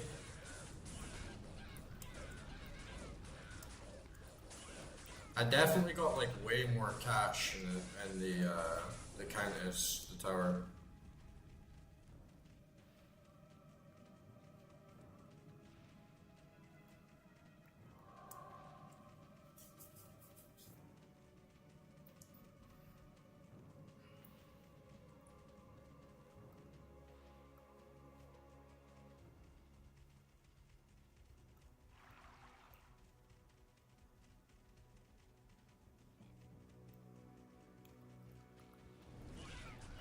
So at this point, I guess I would just kind of be grinding for runes.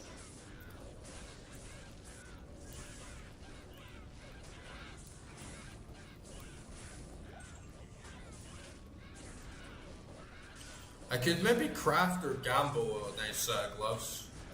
I'd rather craft them if I could get a decent set, because the gambling will like eat up too much of my cash again right now.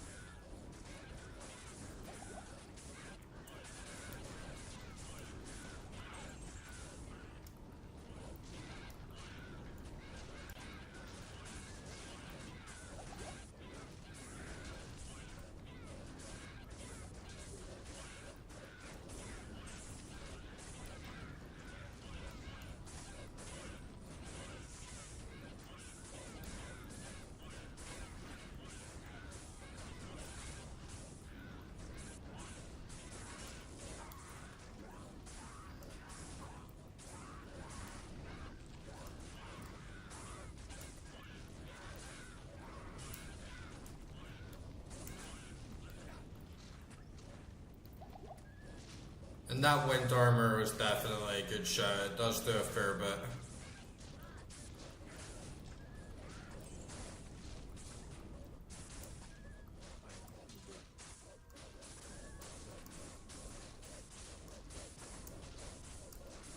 I think I have it.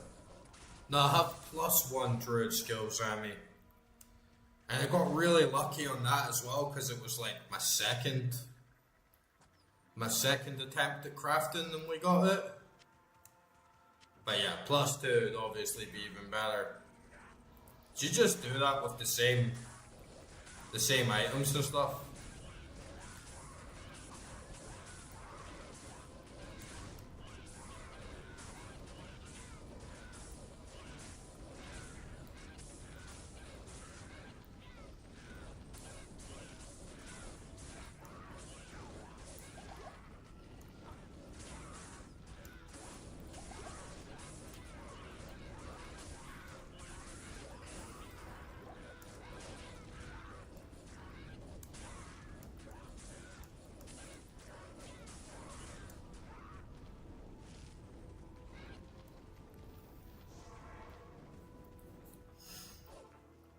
sell some of this junk. Good day.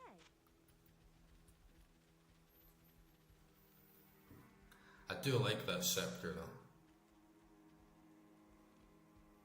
Sell this fucking gas potion.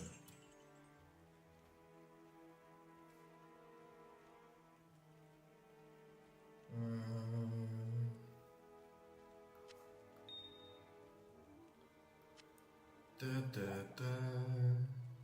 Sell this shit. Sell this shit. Sell this shit. Definitely keep the amethysts. See if I can craft some shit for a little gamble. Some like mid rings.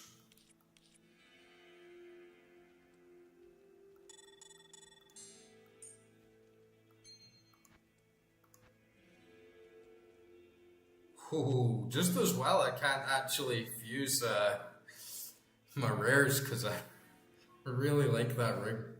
I definitely didn't want to get rid of that. Alright, try like some Amis.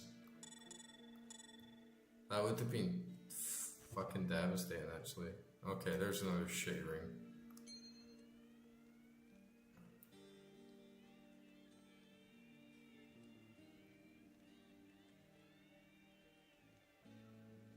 There was another ring, wasn't it?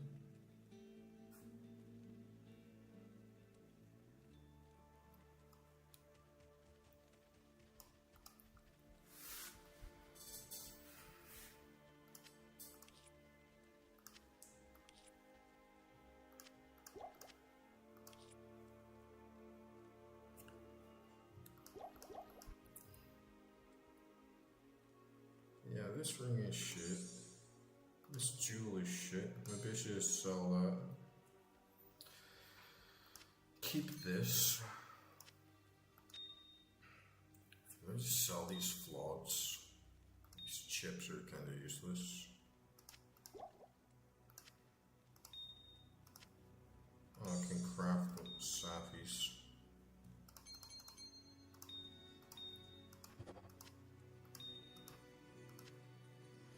These have like zero utility though. Like, what the hell am I even supposed to do with these emeralds and sapphires, man?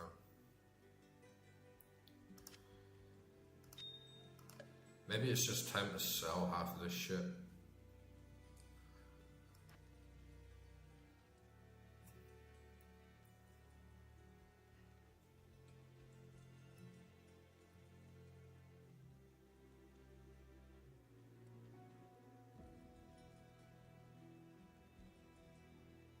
Could sell one of these because that's just shit. It's like a unique, but 6% life stolen damage just by 2. That's trash.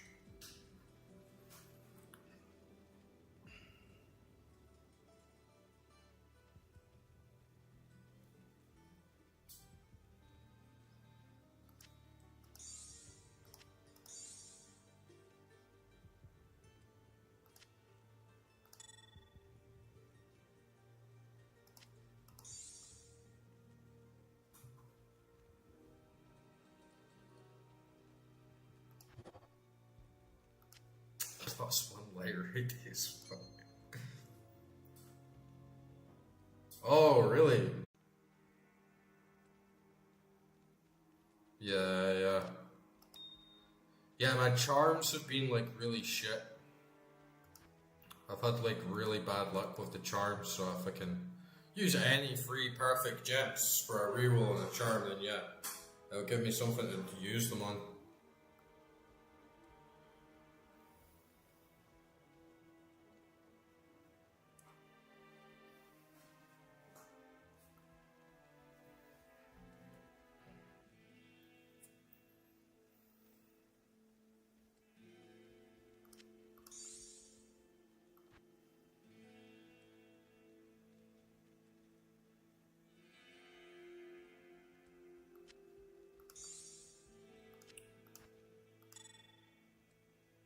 Might as well just start selling some of these Amis as well, because they're just like weighing me down.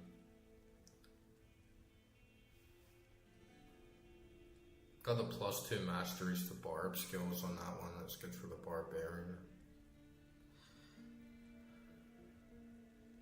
This game takes up like so much of your time though. If I wanted to max out a barbarian as well, and like Amazon and like sorceress,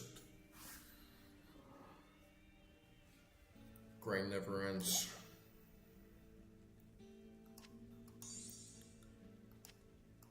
I'll stash these in here for now in case I find something good. Put those on.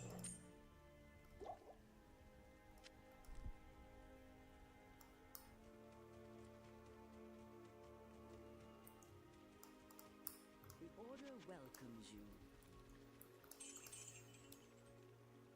Shitty gold though, right? Like 40k over that whole bump.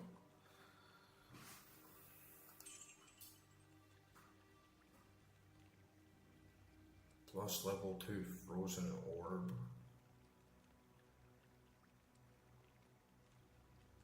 Meh. When you realize that you can just get a staff that'll give you like +2 all skills, it's like, what's the point?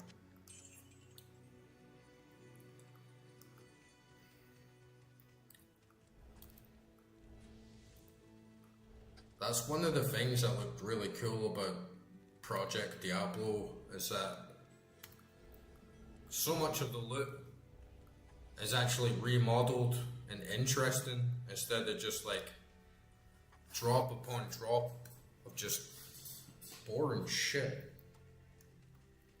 Or stuff that just doesn't even have much use if you already have like some fairly high level gear.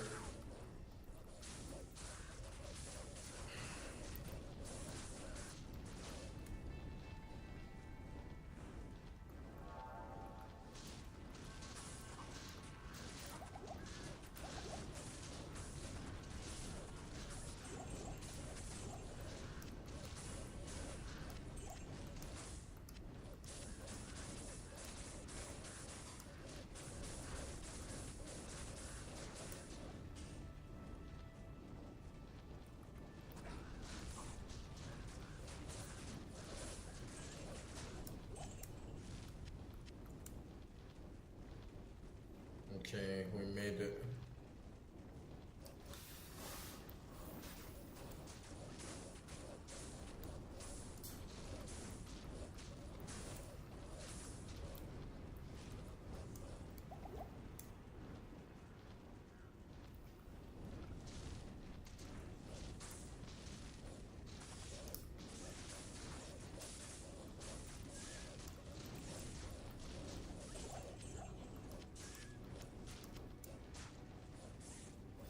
Eat their flesh, my minions.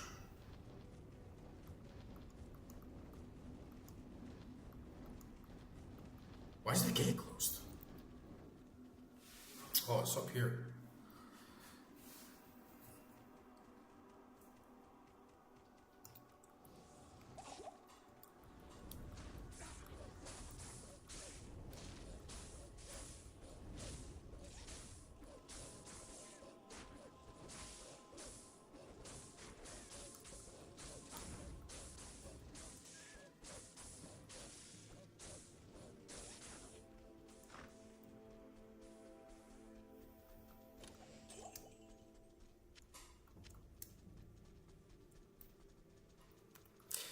Jimmy, Timmy, Steve, Oswald, attack! Oh, my wolves are like busting the doors down, man. Whoa! Oh, ho, ho. Bollocks, bollocks. Fuck. What the fuck even happened there? Oh. That's just a classic, like, hell 2-shot bullshit.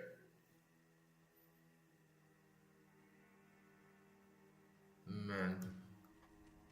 Wonder if I should make a run for it.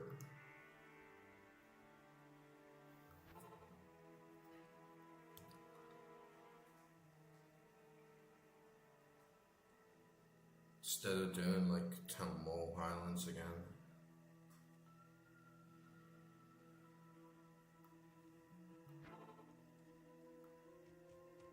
Probably not. Just because they tanked me so hard there. Yeah, screw it.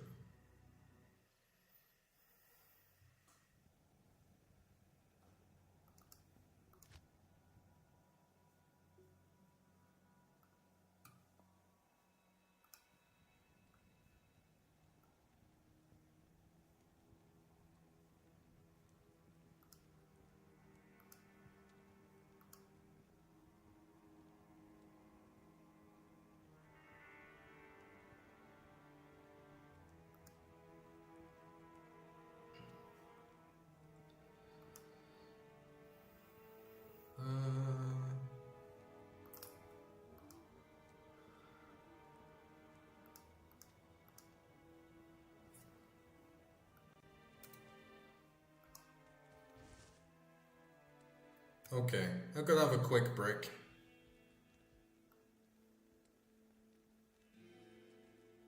Just take a piss and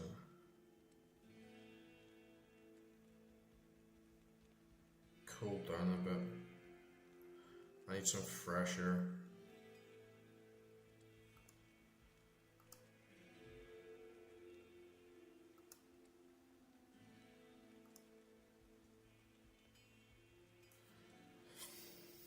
Be back in a sec, guys. Be back in a few minutes.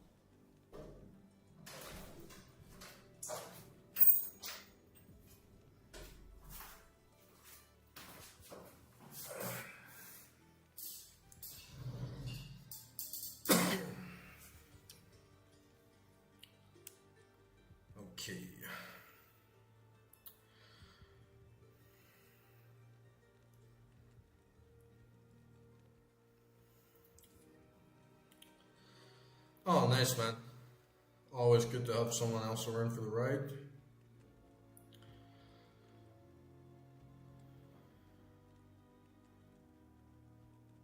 And yeah, you gotta do those chores. Man, I gotta do some shit like that soon as well. I left the house before I did many chores because it was kind of just like spur of a moment thing. I just booked like my train ticket in my hotel at like 1 a.m. the day before. And then I had some stuff, I had some cleaning to do. Got to do some laundry.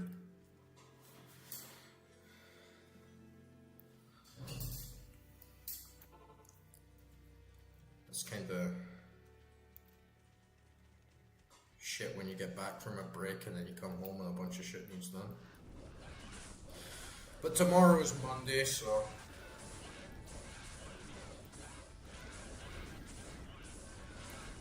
take it easy for the day.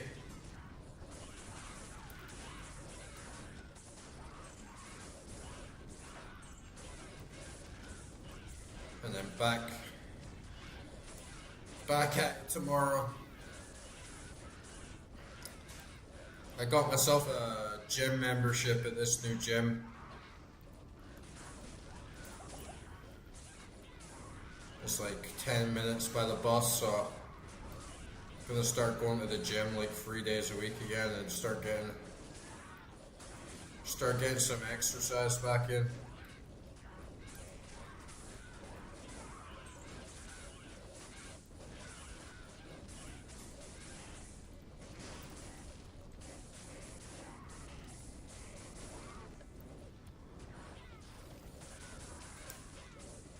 But yeah, we've had a lot of good people come into the chat.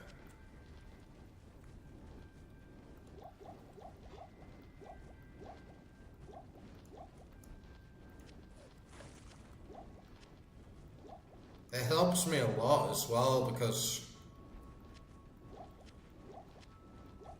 if I'm doing stuff on stream, it's not like the best opportunity to look stuff up all the time. It kind of like breaks my immersion, kind of like breaks my flow. But then on the other side, it's like you get into that stuff of like Path of Exile. It's not quite as bad, but you spend quite a lot of time just doing research and like adding things up, and sometimes you don't even know what to look for.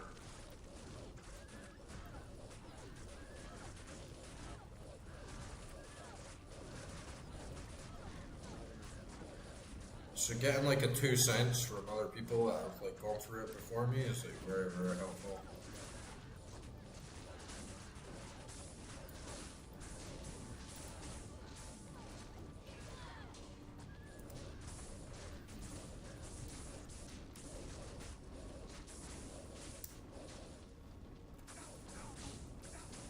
I'm feeling tired, like from a holiday, you know, you go to like a new place, you like have a good night's out like each night and doing new things. It kind of like wears you out like physically, but I know I'll be like refreshed in a couple of days. And I'm actually feeling really good. Like I'm feeling like really re-energized, like mentally. I'm feeling like really like chilled out and like fuck me.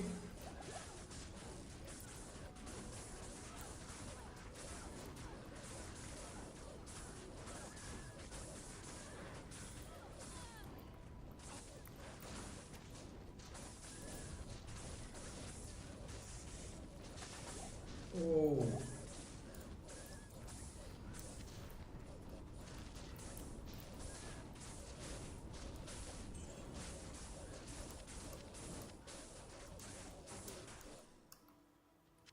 Damn.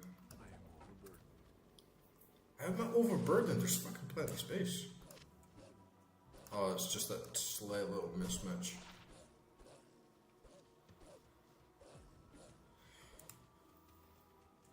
Let's run back and get the Merc and see how long he survives.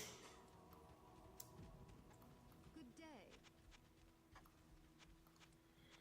Oh man, did I lose? Oh shit, it's because I lost all my gold. Shit, I had like 60k. Good to see you.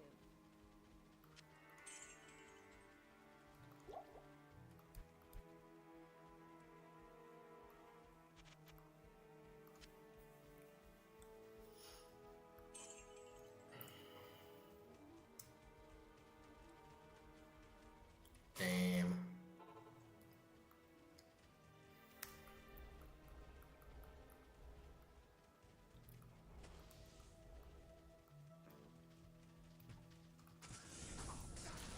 Oh, fuck. Need that wind armor.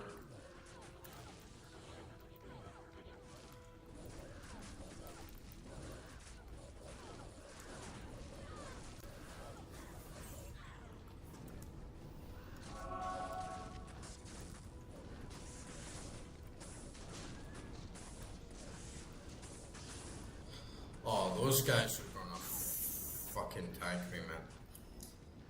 I hate the archers so much in this game, man.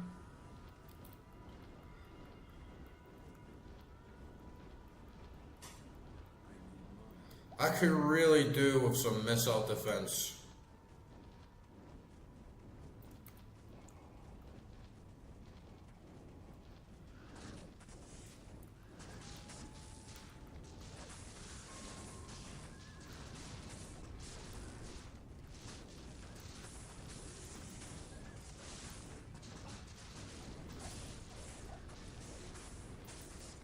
Oh man, see how fast it just...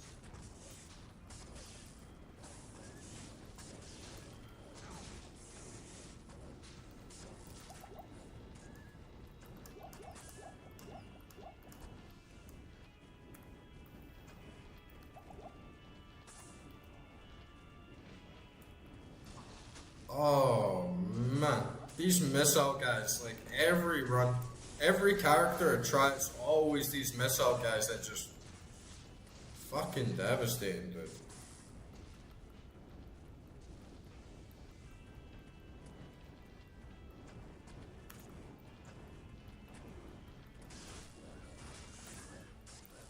Even Big Billy, man. Even Big Billy's getting tanked.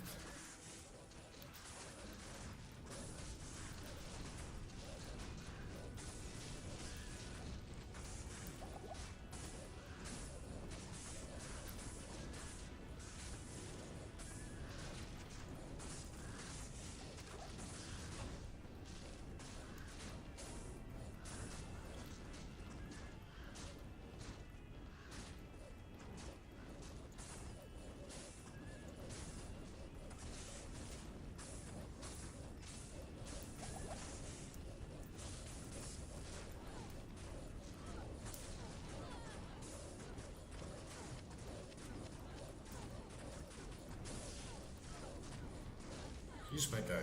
Get him. Nice.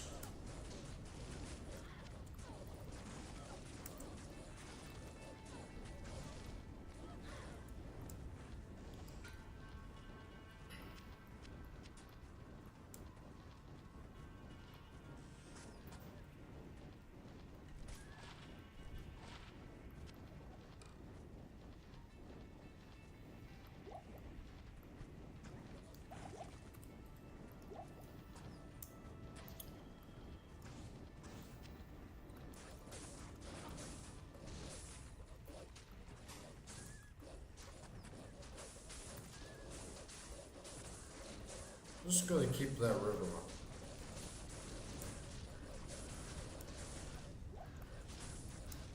Stay nice and relaxed up in the back.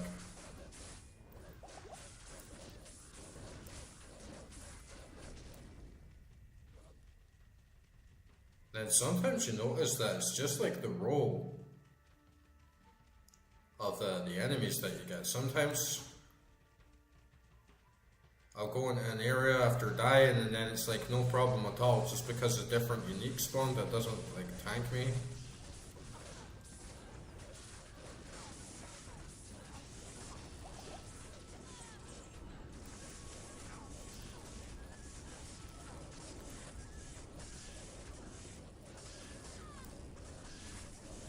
I gotta get back into the habit of depositing all my gold as well when I go back to town.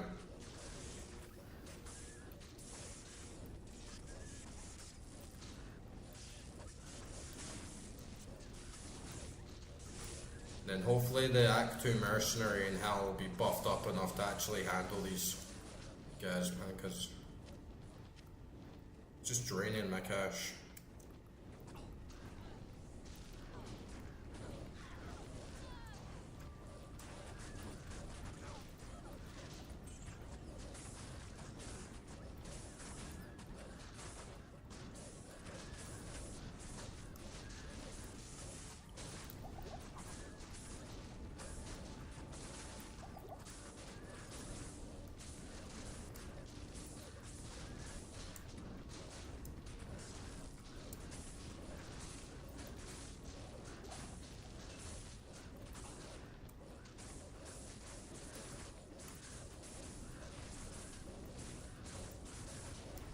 Nice.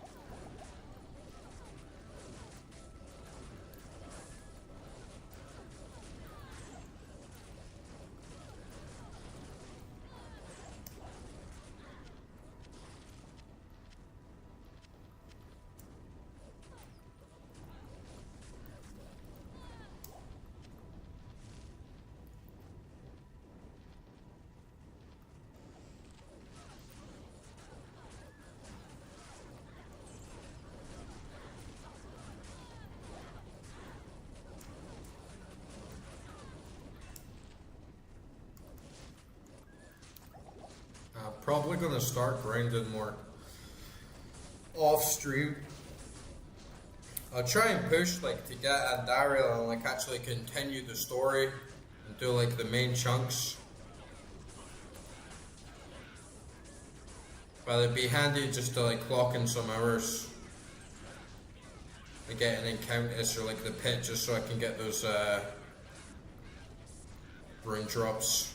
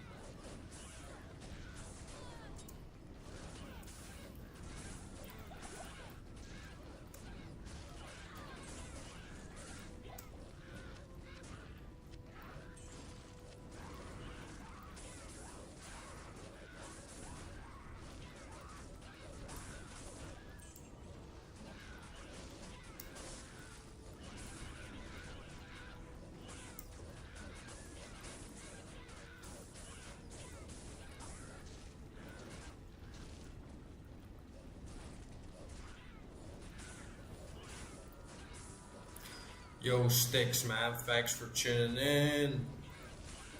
Yeah, to be honest, it's my first time playing this game. And I've been playing it for like a month now, and this is like my first time going into hell. But man, it's like sticking so hard. I haven't gotten into an RPG like this in so long.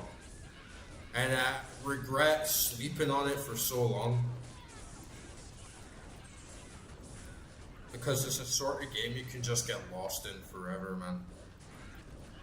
And yeah, I think it's becoming one of my favorites. Very, very fast.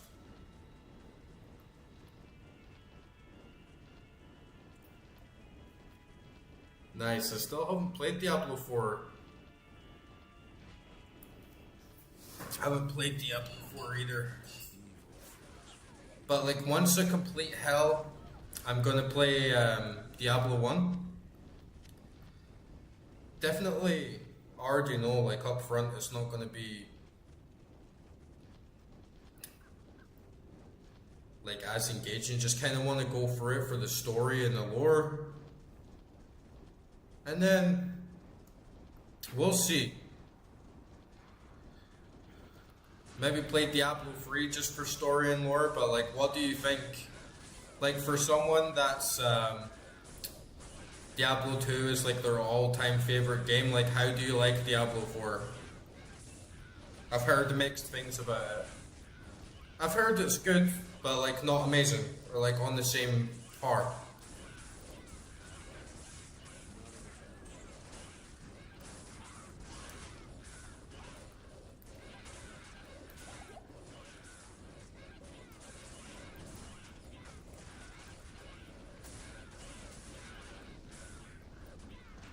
Yeah, I do. I have a sorceress, and that's exactly what they've been doing. Is just like maxing out fireball, got like teleport.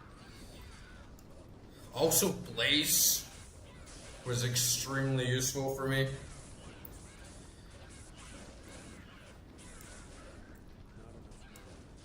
But I'm like sticking with my druid.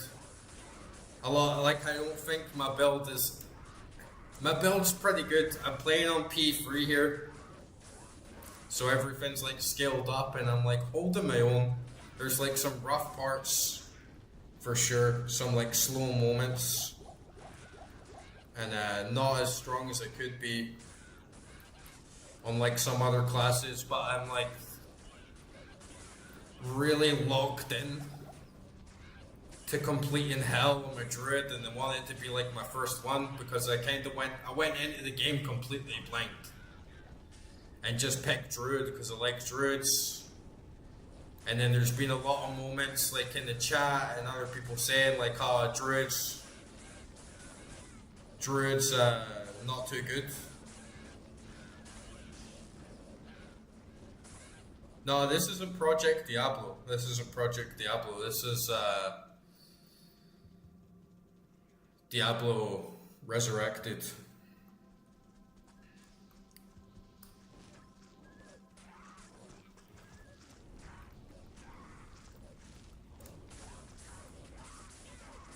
But yeah, like a lot of people have said, like along the way, like Summoner Druid, or like Elemental Druid is like no good.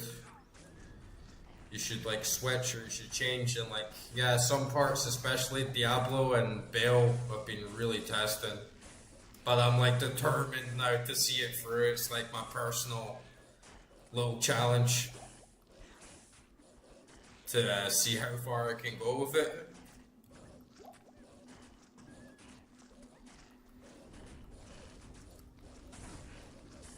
And I actually really want to try Project Diablo.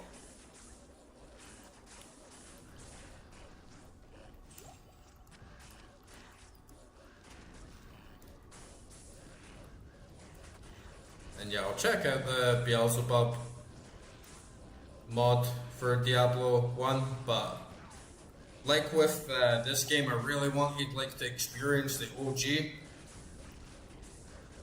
I'm like a big retro gamer,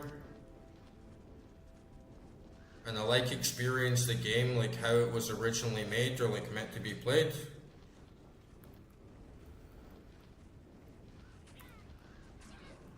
But yeah, I'll give it a shot. I'll see what it's all about. And there's just some things I already don't like about OG Diablo 2, and it's mostly stash related.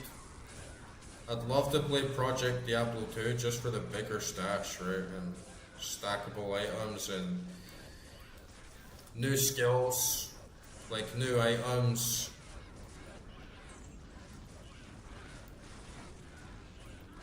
Just let me get more engaged. But I'm going to push on with this as well. I really want to get like Enigma I wanna like I'm still really loving like the OG like raw Diablo experience. Yeah, no way would I play hardcore first time.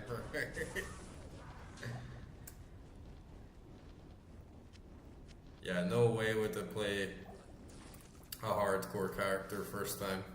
It looks fun though. It seems like a really strong like ultimate roguelike experience. But you definitely don't want to play without knowing what's coming around every corner in the game. You don't know, like imagine doing hardcore and then you get to Duriel first time, it's just like GG.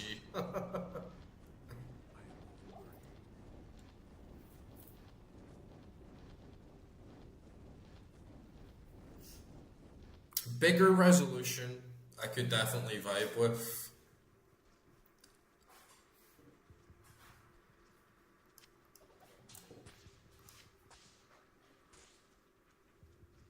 Thanks a lot, man. And yeah, have a good night. I'll maybe see you around. I stream on weekends, Saturday, Sunday. So yeah, if you're around similar time, then like come in. It's always good to have someone else along for the ride.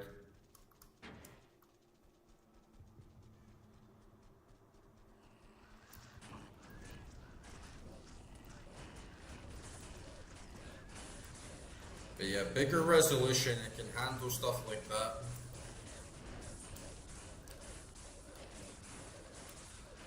More items and like changed graphics and features like that I'm not really as interested in on my first playthrough.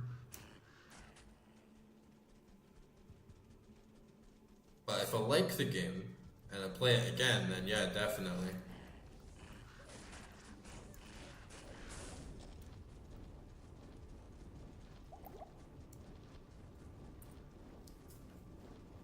Let me get something good. Fire resistant, yeah. Guess we can stack though. The resistance charms are actually not bad. If I can hold a couple of them on the side and they give me a good amount. Go back and sell this shit.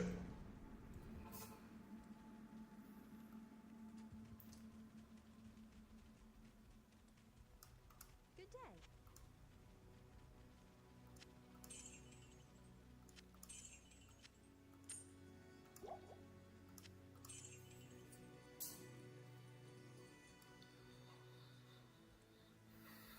Buy some more mana.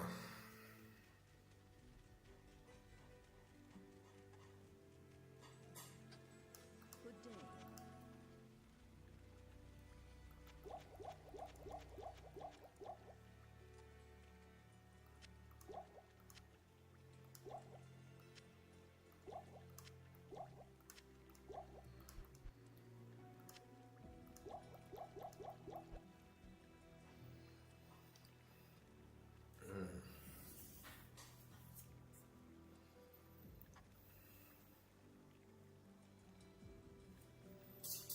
Gotta get some water, man.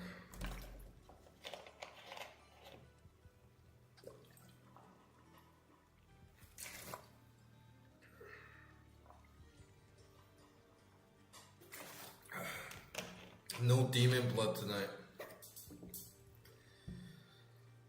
Had my fun in the sun and now it's time to stop drinking. Or at least I'll wait until next weekend until I have another bottle of wine.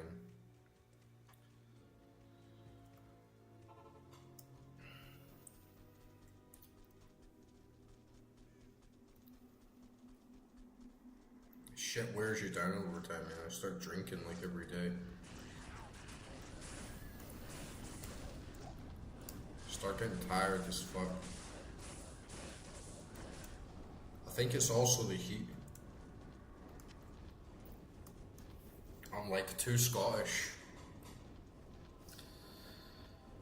for consistent 30-degree weather. I feel like my body spends so much time just trying to cool itself down.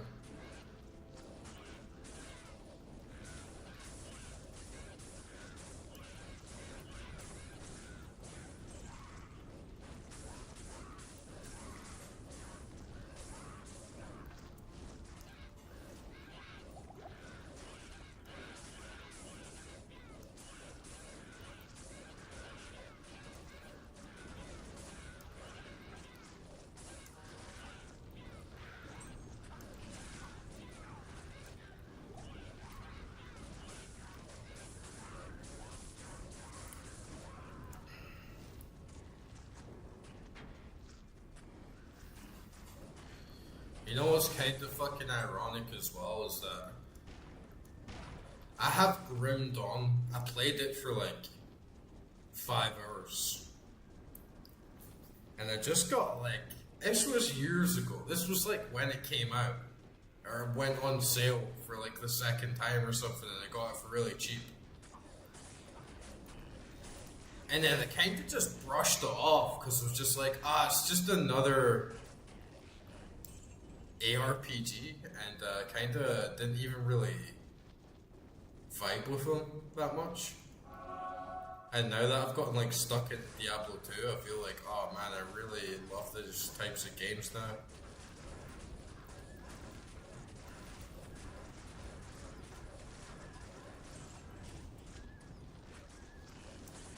And I'm really like,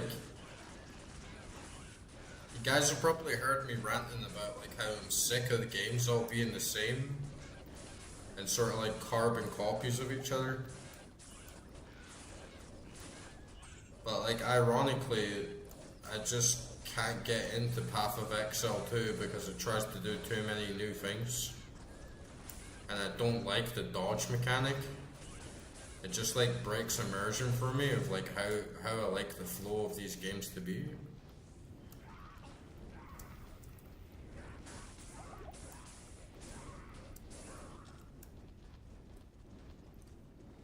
But yeah, it's funny how you can just sleep on a game for like so long. Even like knowing it exists, like you know what's out there. And then you really push on and like give it a chance and you're like, oh man, this is fucking great.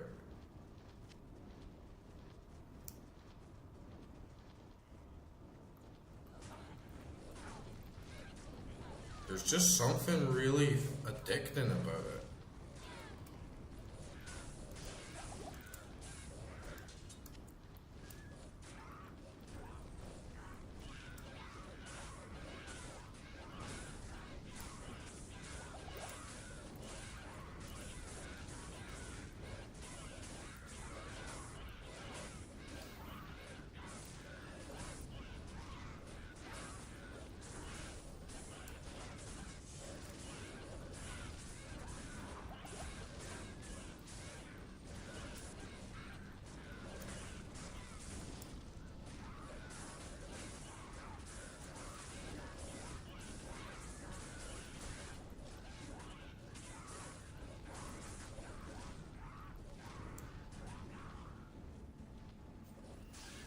And it's so accessible. If I can't sleep or something, if I'm like struggling to go to bed or I'm just like, oh, I just want to play a game for a bit. I'm like, oh, Diablo 2, I'll just play more Diablo 2. Plus, I've been stuck in a lot of moments where I'm like, what am I going to play? And start like browsing like my Steam library and like all my like retro games and end up spending more time like looking at them trying to decide like what I'm going to play tonight than actually playing. Well, it's like since I got into Diablo 2, it's like, oh, Diablo 2, Diablo 2, Diablo 2.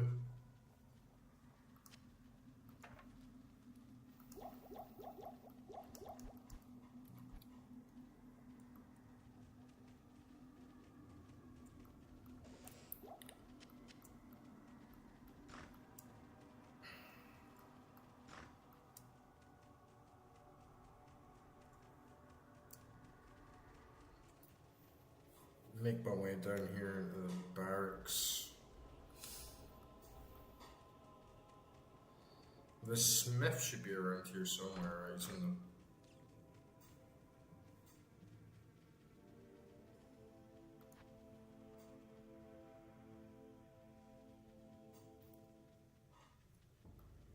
He's in here.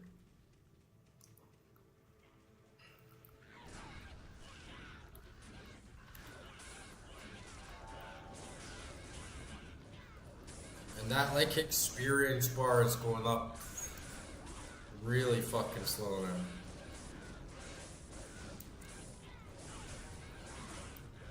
I can feel the whole dynamic of the game changing for sure.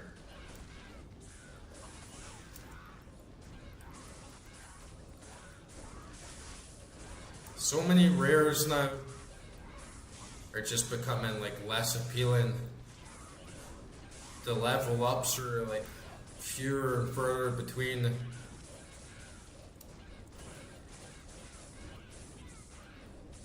So I'm feeling that instead of like more wider grind, just like keep on playing and keep on picking up stuff. Now I'm kind of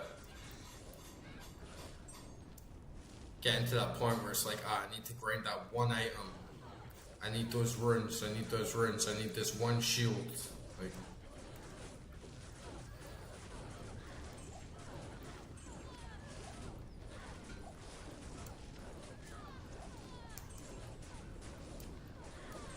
oh, they got squished.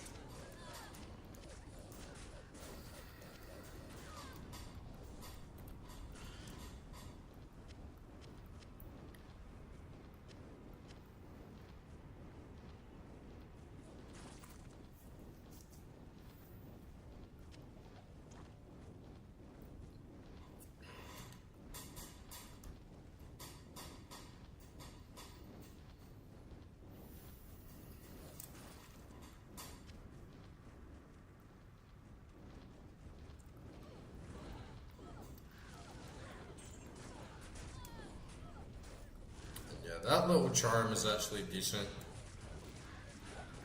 Since a lot of the gear is not as appealing,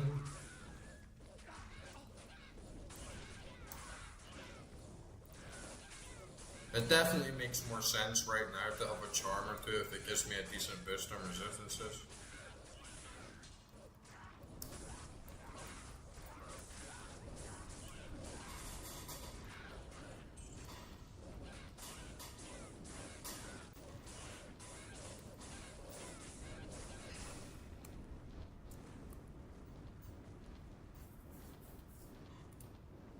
Yeah, cold resistance is shit, but there's nothing really here that does cold resistance.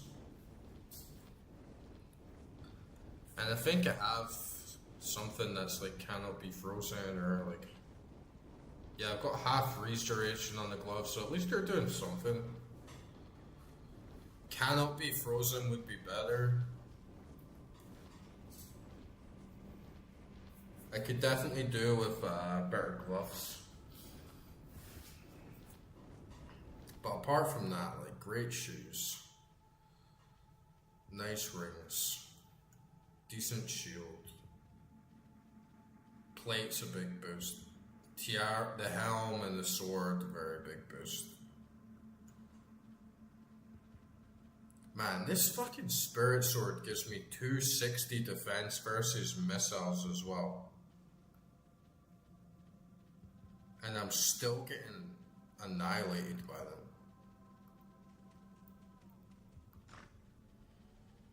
You know what, maybe it's because of my run. Like, because I'm always on run.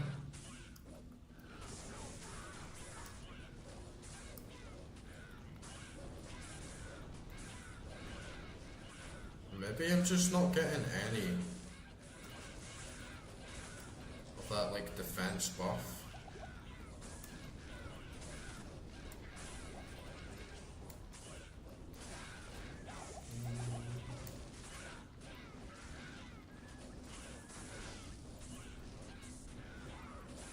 Okay, this guy's actually doing freeze damage.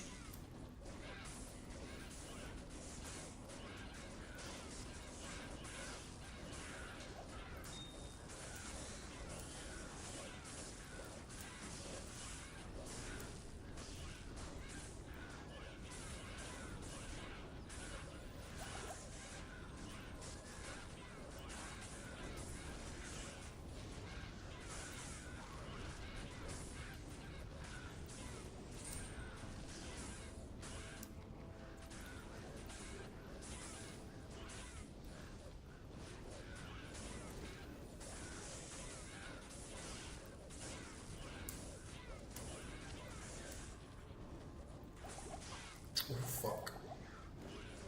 Yeah, it's definitely handy to have it on though.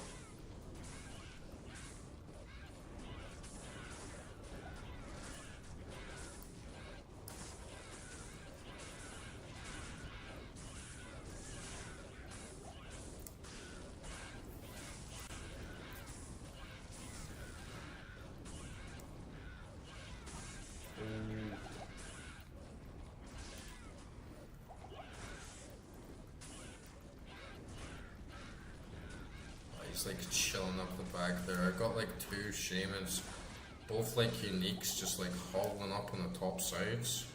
I need to like regroup.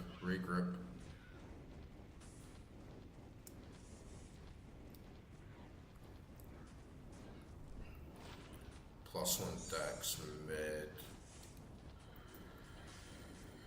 Okay.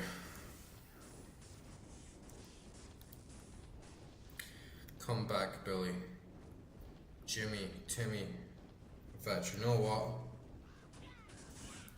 Kite him out here.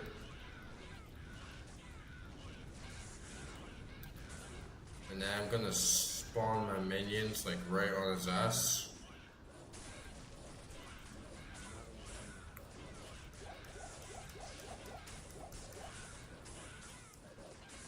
Oh, this is not good. I need to be in there. Alright. Get him, Jimmy. Get him, Timmy. Get him, Steve. Get him, Oswald. Attack.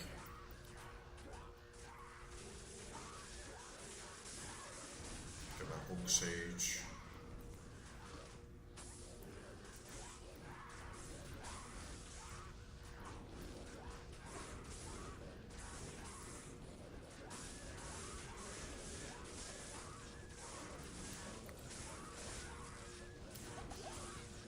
There we go, that's how you do it.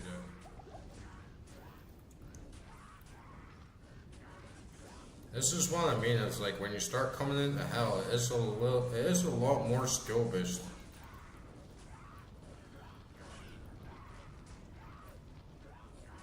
I feel like normal is kind of like too easy, right? Like it makes you soft.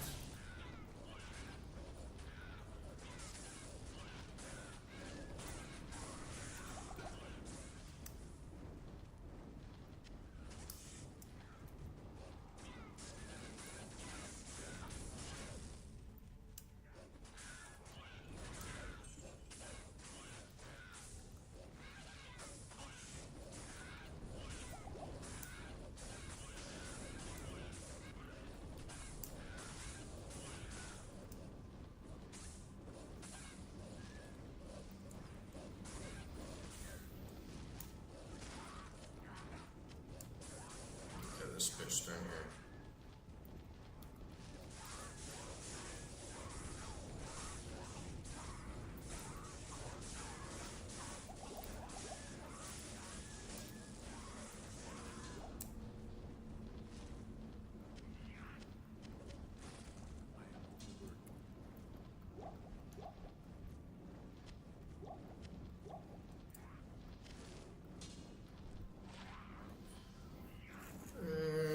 Food.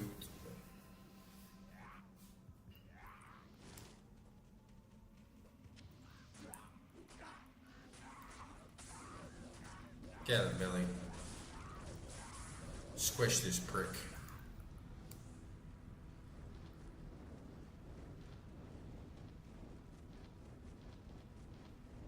Okay, quick dash back, sell, and then get the mercenary.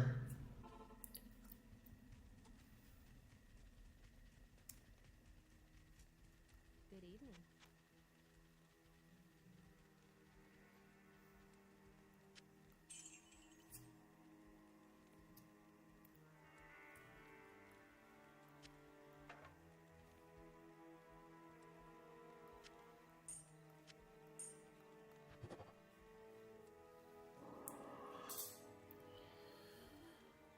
Sell these shitty charms.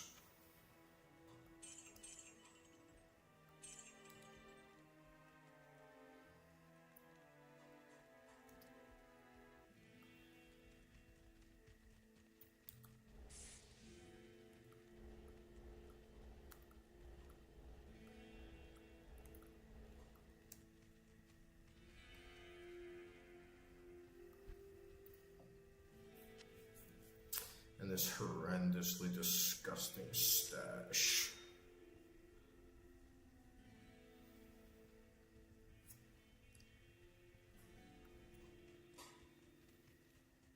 It's hard for me to find this balance of like what I actually need in terms of potions. Because I'm constantly flip-flopping between needing more health and more mana. Welcomes you.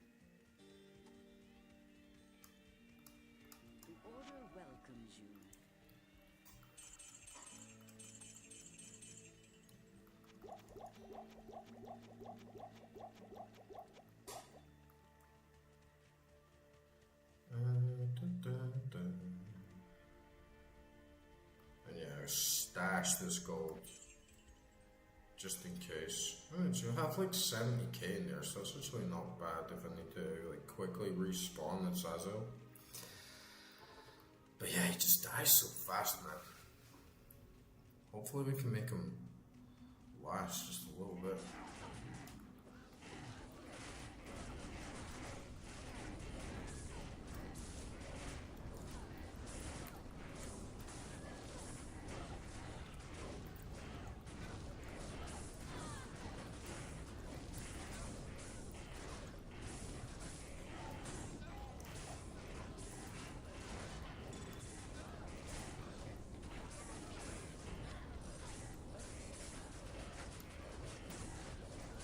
He's just like, thanks.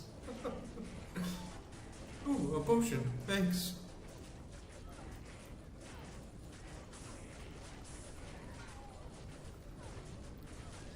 Definitely need like some sort of hotkey to just like give the merc a potion, right?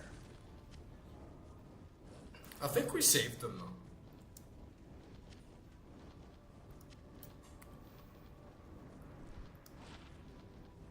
Just another thing to keep my eye on.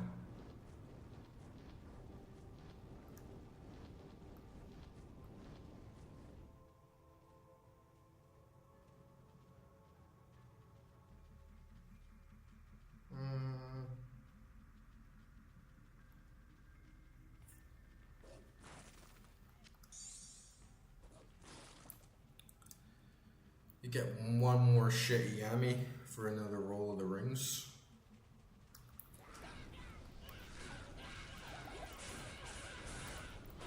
Jimmy, Timmy, Steve, Oswald, attack!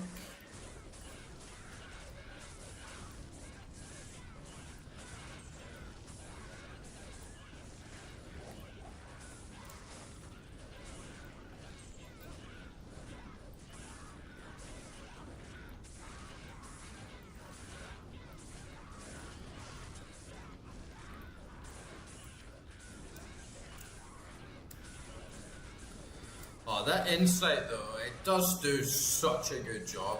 Like, it's so useful having the merc there. It just completely boosts and buffs like the whole party for having that mana regeneration.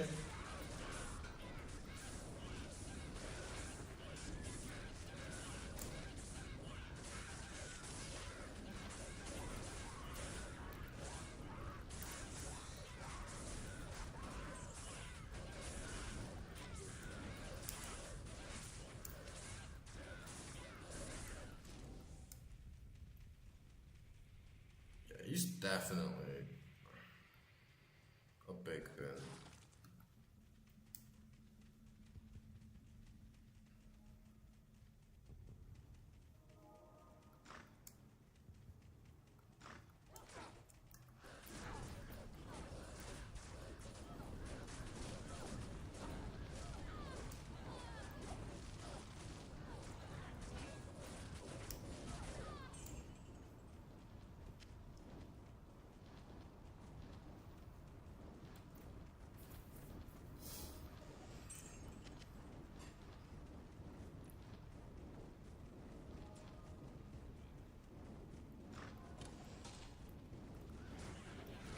Big squidgy pile in here. I just felt angry for a second. I opened that door and just saw all those enemies, and I just saw them. I was like, fucking kill you, little bastard. Oh man, there's cheeky little shamans. They're coming the back here. Kill the fucking shamans, man.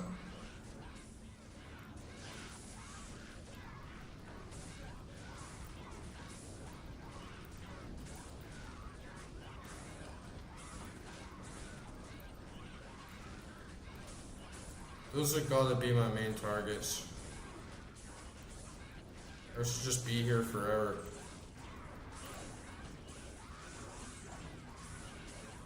Man, this is a war now though, right? Like,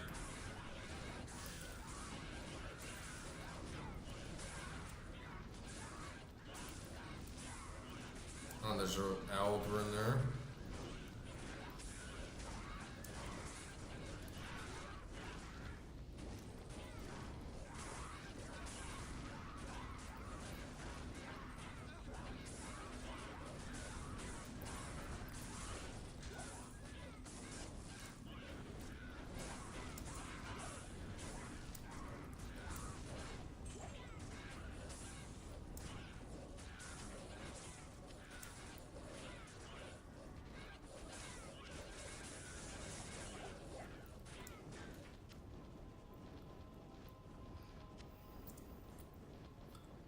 Look at this fucking inventory. I need mana. I'm hoarding mana like a fucking skooma addict, man.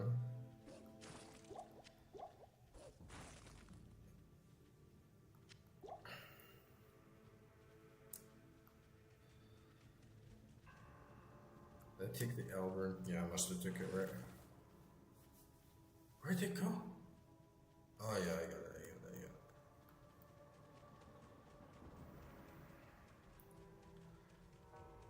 Okay, we don't need mana right now.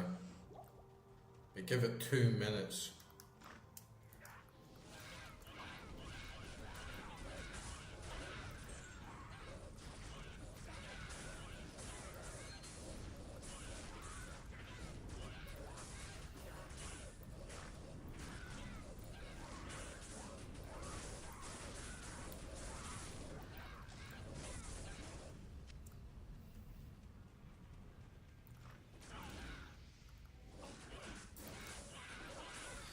Gotta remember that wind armor, keep forgetting.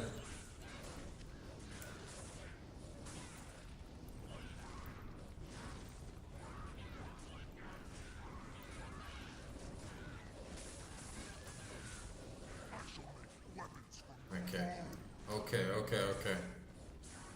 I'll make weapons from your fucking bones, you fucking prick.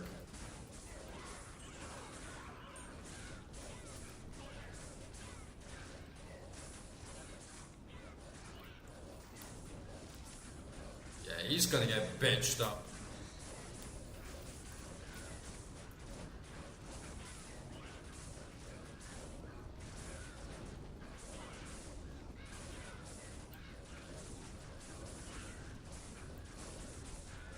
Big Merc's got my back. You see that?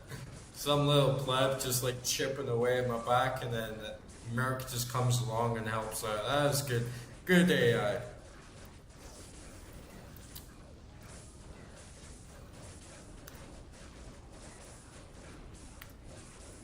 he's just a big sponge. He can't do shit.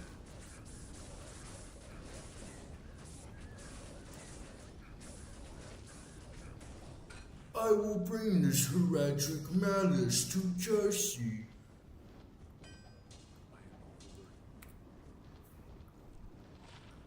Shitty.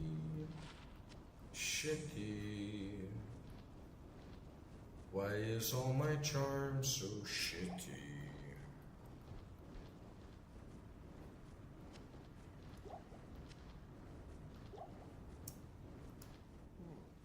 Jersey will be thankful to get this malice.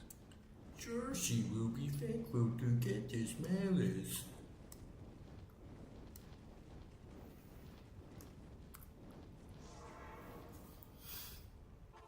I got the malice here for you, honey. Oh, thanks so much. Oh, thanks so much for returning my heroic malice. What can I do for you?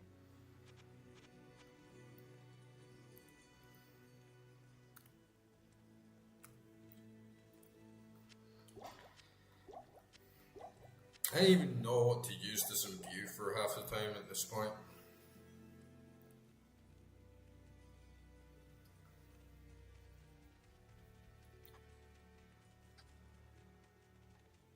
Good day.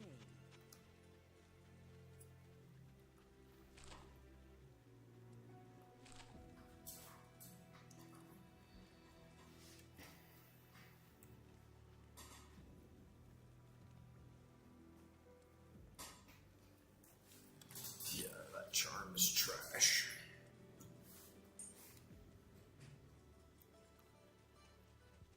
He even gives me us Mr. Deckard Kane. Greetings, Face the demon queen and Dario. has corrupted the rogue sisterhood and defiled their ancestral monastery. This does not bode well for us, my friend. Ancient heraldic texts record that Andariel and the other lesser evils once overthrew the three prime evils, Diablo, Mephisto, and Belial, banishing them from hell to our world. Be nice. Good to see to see Deckard Cain do something.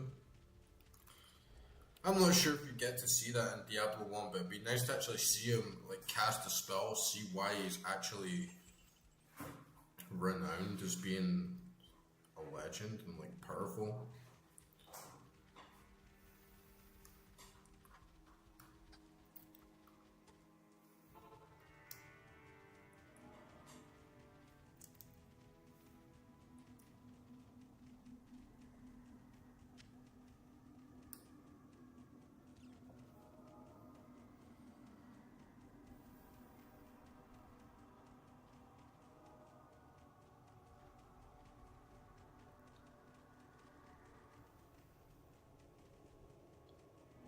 But yeah, we should do this tonight, right? We only got like one more dungeon to do in Dariel, and that's on Act 2. So it's pretty good progress.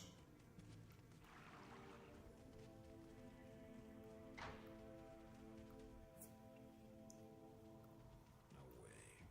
Bars can't hold a force of nature.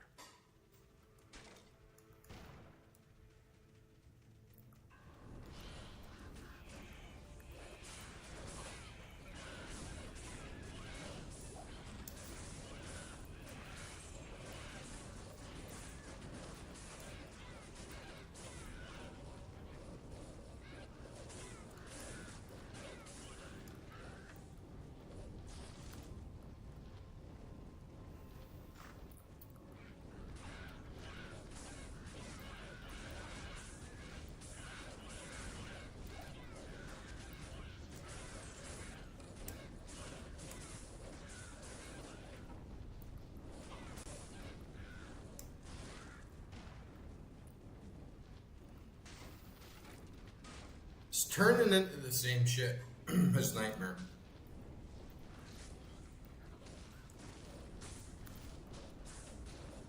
I feel like once again all my deaths have just been either like blindsided and like bum rushed in a blink of an eye, or I've just like lost my focus and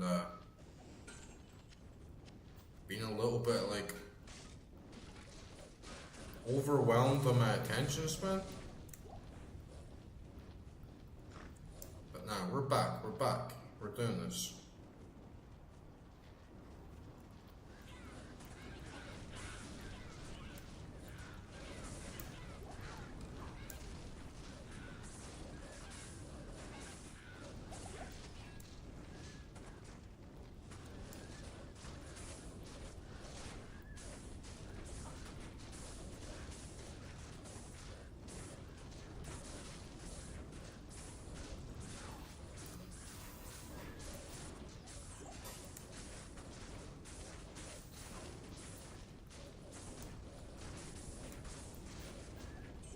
Yeah, man.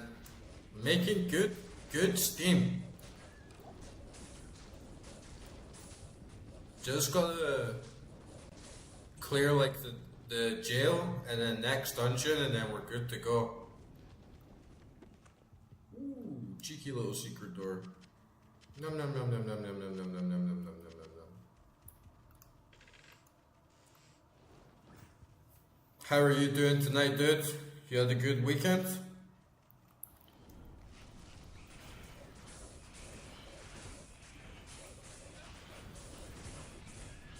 Had a couple slip-ups tonight on Diablo 2, but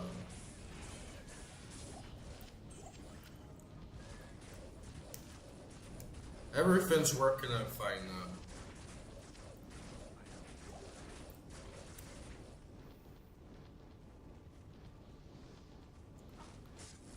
Oh, those stupid totems.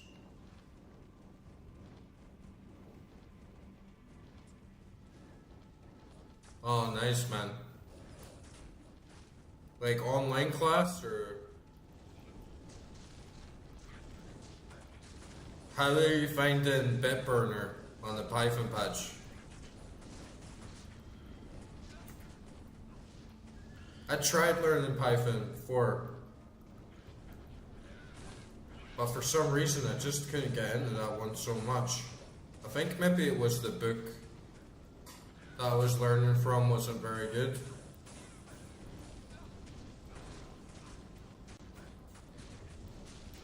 But they use it for so much shit, right?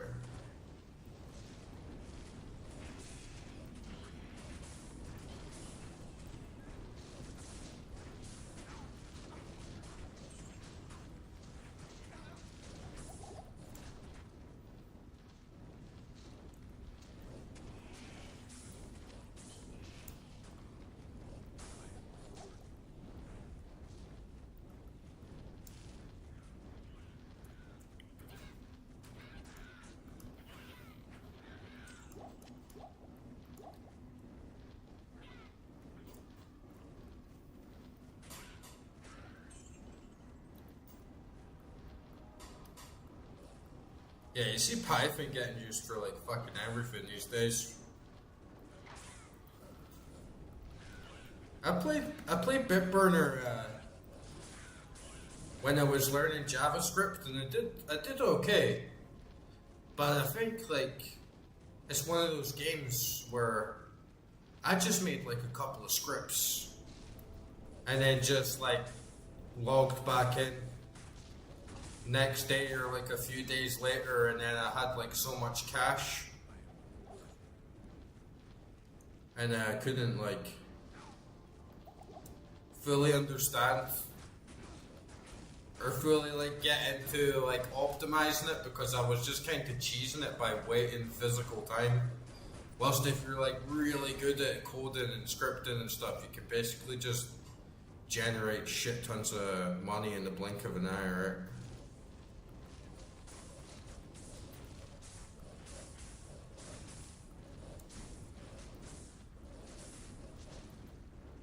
For some reason, I found it easier to learn C++ than I did Python, which seems like nobody would think that, because C and C++ is so fucking clunky, right? Having to put like C in, C out like every line.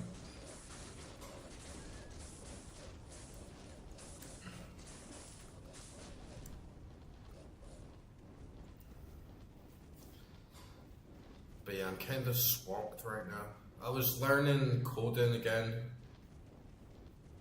like JavaScript, HTML. I have still been working on it, like basics, and starting like work on some websites, which I'm really happy about.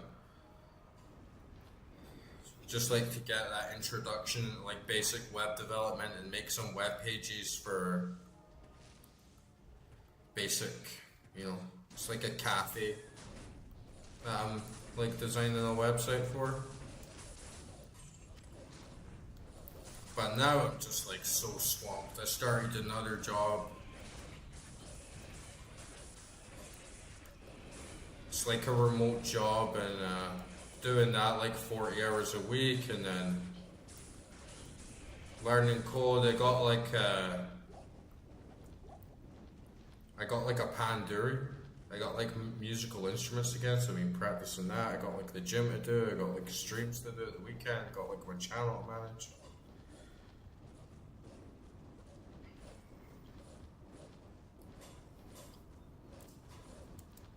Yeah, I should try it again for sure.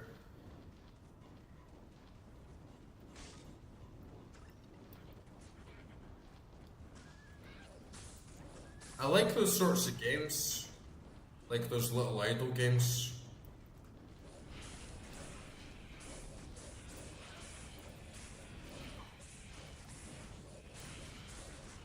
Yeah, I can appreciate that.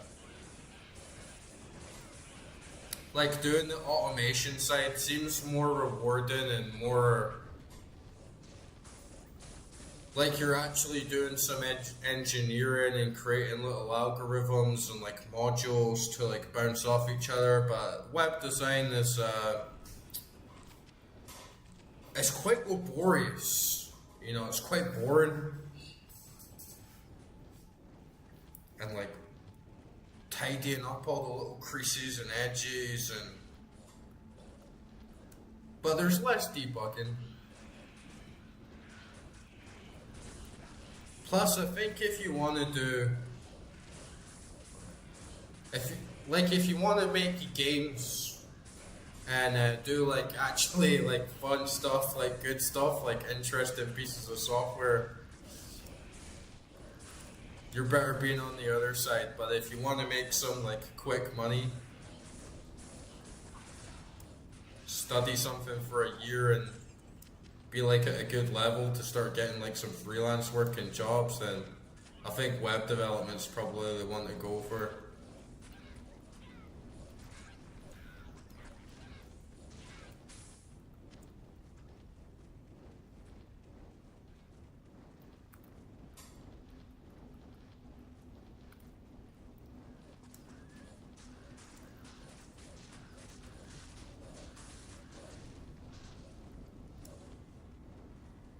How is your game coming along? You said you were making your own game, right? And you like use scripts.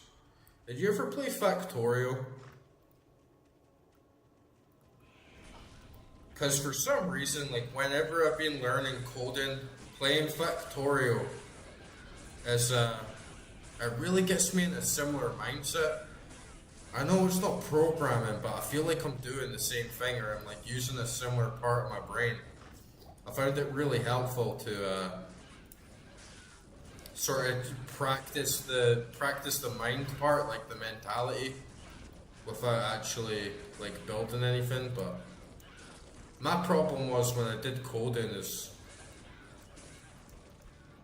I knew lots of little tricks and little things, but when it came to just like sitting with a blank page and like what am I going to write, my vocabulary, like my tools were like very limited of actually like I want to make something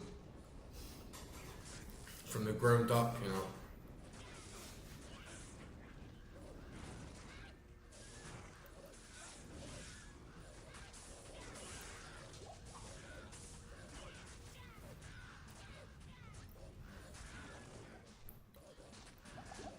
Yeah, I don't know much about like the education scene, honestly, in coding, but it's very, very good resources you have today, especially for web development. You can take like a online course, or you can just do little like online lessons and like take things at like your own pace, and there's plenty of resources out there. I just like searching stuff up to find out what you need to know. What's the Incredible Machine? I've never heard of that.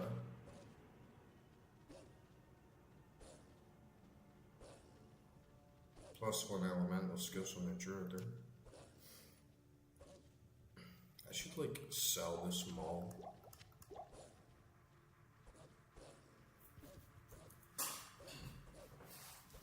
It is good, I guess, for those like resistances.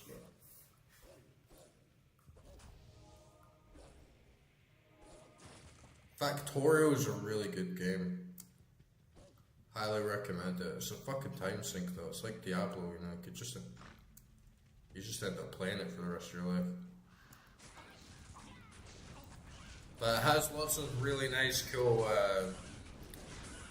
features where you can like, you can program like logic gates, and you have like switches, like binary switches, and you make little modules and like blueprints and try and like optimize efficiency and stuff like that. Oh, really? I never heard of it. It's like an old game?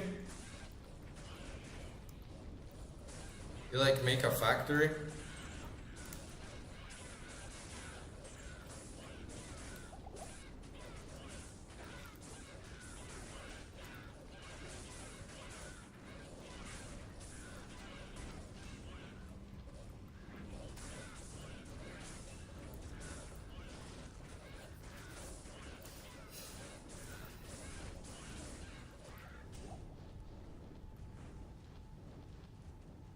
Oh, nice. Yeah, I'll check that out.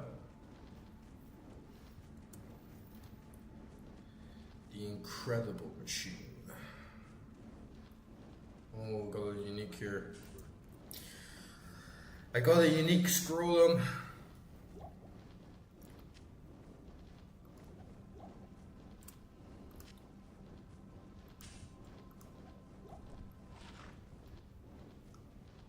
Storm Chaser. 4% chance to cast Tornado, 4% chance to cast Blizzard, 10% faster block, 60 lightning resistance, half freeze duration. That's not bad. I don't think it'll beat my Ancient Pledge, but it's pretty good. Especially if you're doing like close combat and you're getting hit a lot like a paladin or something.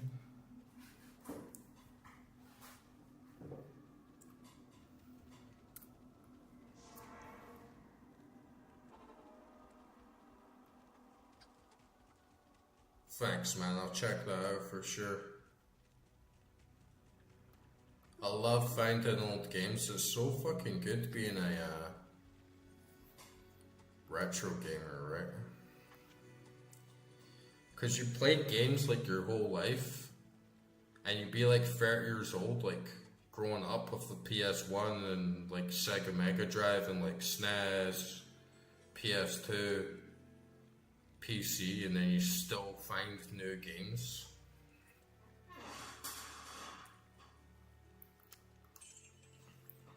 It's fucking great.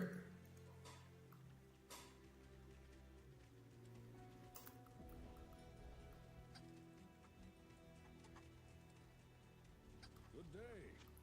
Retro gamers? Good day. Yeah, I guess we are. Bunch of old fucks. There's always still some that trickle through though.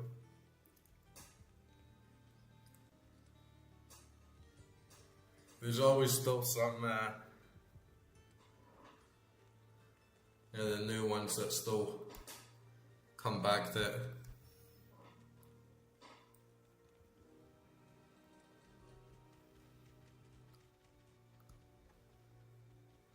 Being a kid these days though is just trash compared, like if you're a gamer kid compared to how it was before. They have no idea.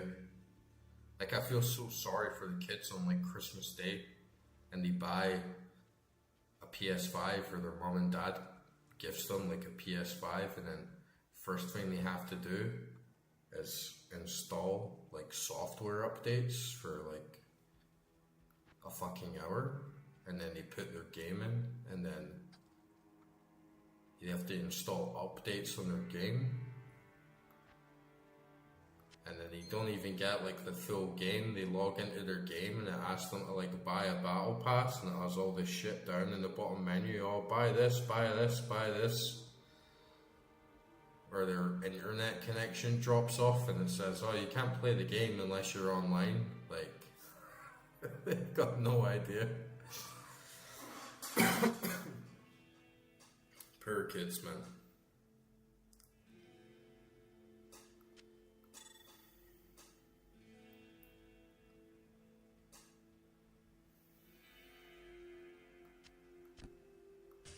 Playing fucking Fortnite and shit.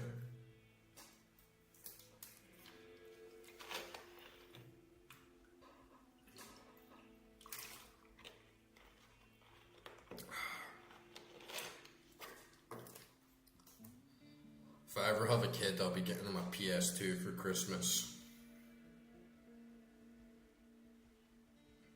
I will like shield my children from modern consoles. They'll be homeschooled and they won't even know what a PS5 is. until they're come of age, you know. But it's like the glory years. It's like, no, you gotta play like the SNES.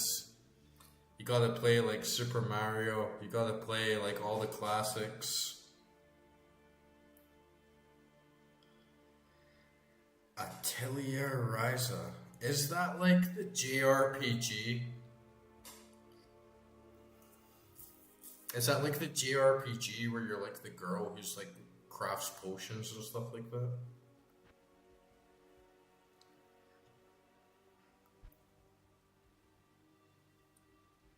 think I played one of those.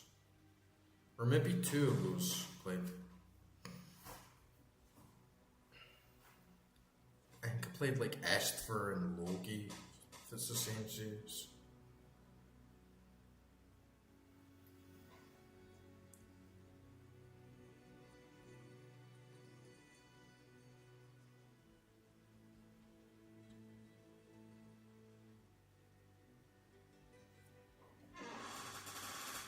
Ah, okay, nice.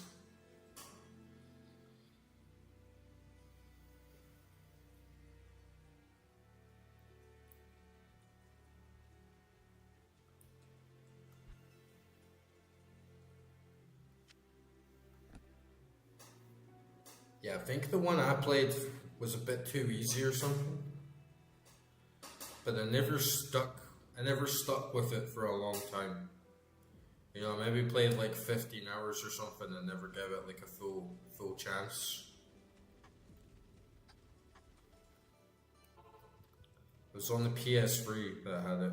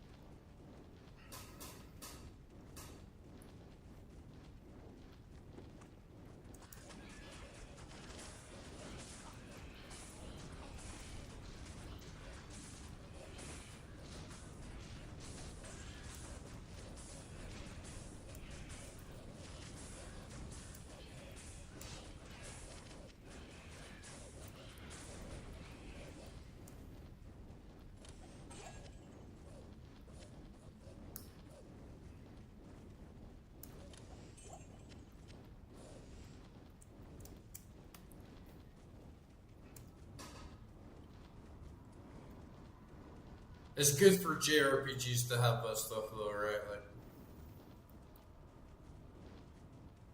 too many JRPGs these days are just so basic, and I just like cruise through them, and I think a lot of it is because of, you know, if you're like an old school gamer and you played JRPGs, you had some heavy hitters. I go back and play them now, it's not, oh, fuck, man. Fucking dick. Oh, hey, Ekra. Just some gamer rage moment.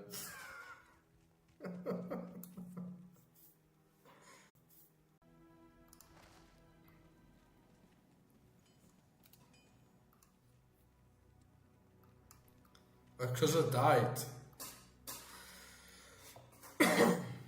Oh, I didn't even get a waypoint to jail level fucking 1, man.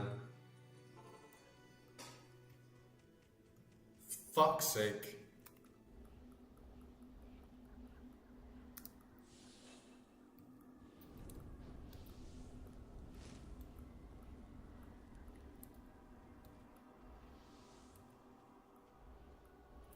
It's my own folly.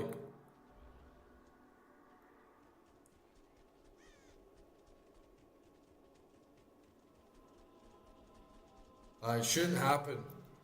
It shouldn't happen.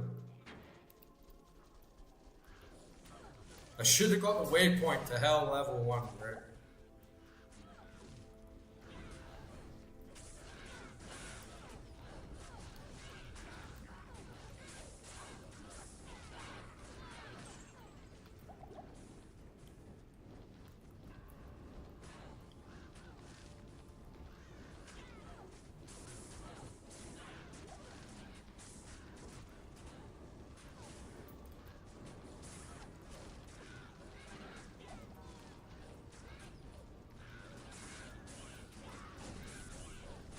Yeah, just I'm close to killing Andario. Oh man, fuck off, man.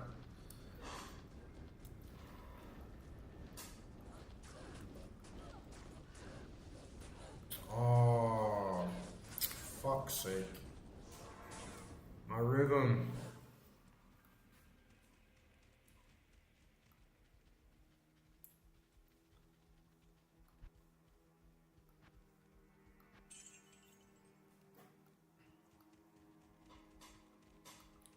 No, I was in jail level 2. Greetings.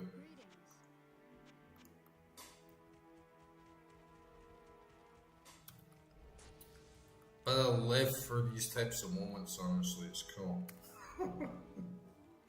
Like I was just saying, the issue. No, I don't have a fucking teleport staff. Fuck off.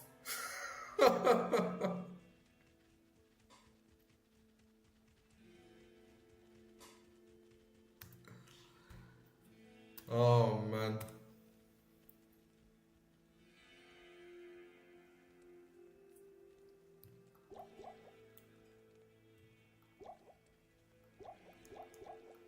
Bro, don't come in right now and start telling me what to do, right? Because it's just gonna fucking tilt me even more.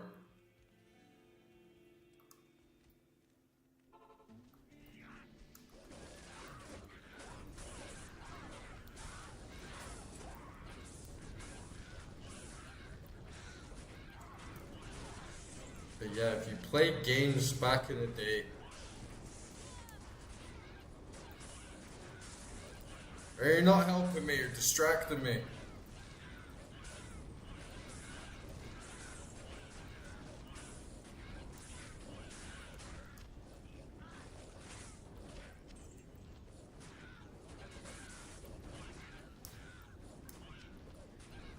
I appreciate the attempt, but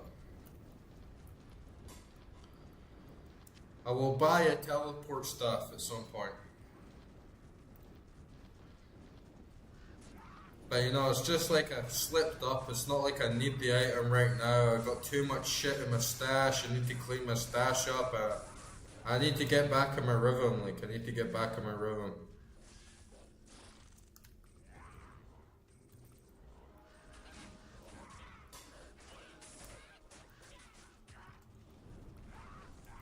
Had it going really good there.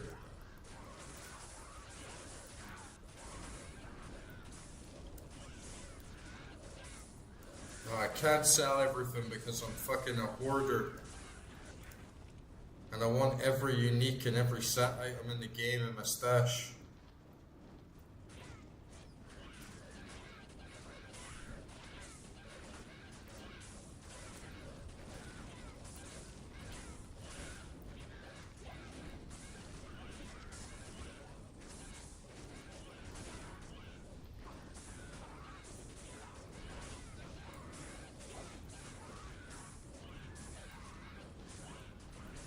But you know, that's what retro gaming is all about, man. Do you ever rage at games when you were a kid? I had fucking crazy gamer rage as a kid, man. I used to die on Sonic, and I'd start like having a fucking tantrum, and like screaming at the TV, and I'd fucking shout at my mom. I'd be like, Mom, this game's cheating! This game's cheating!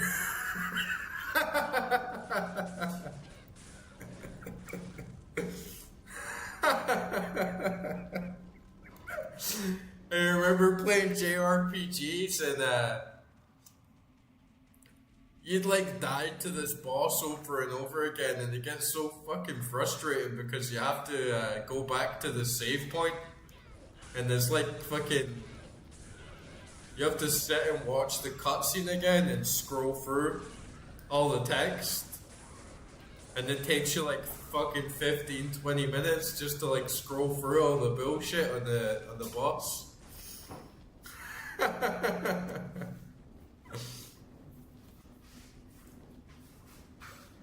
And I've played some of the Souls games, but I don't really like them, honestly. I was thinking of streaming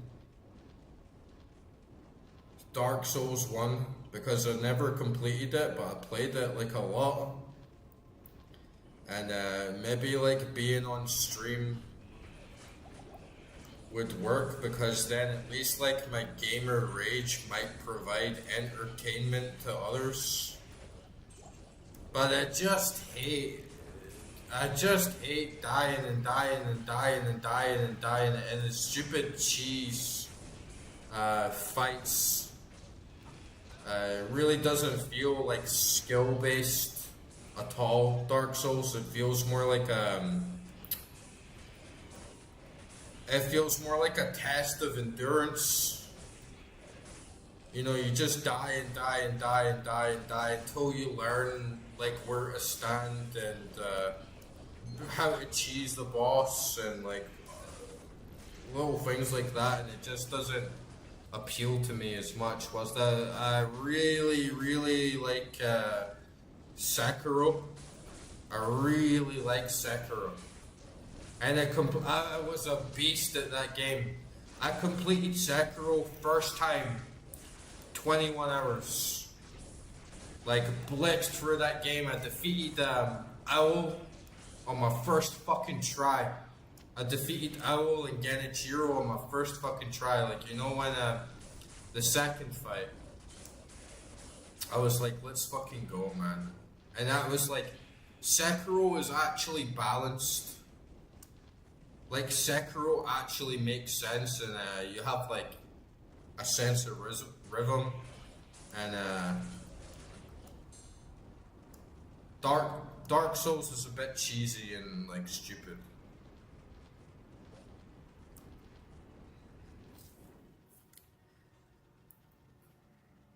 Yeah, like Dark Souls 2 is a joke. Like, the game is so badly designed, and there's so many bosses where it's like, just stand here and they can't hit you.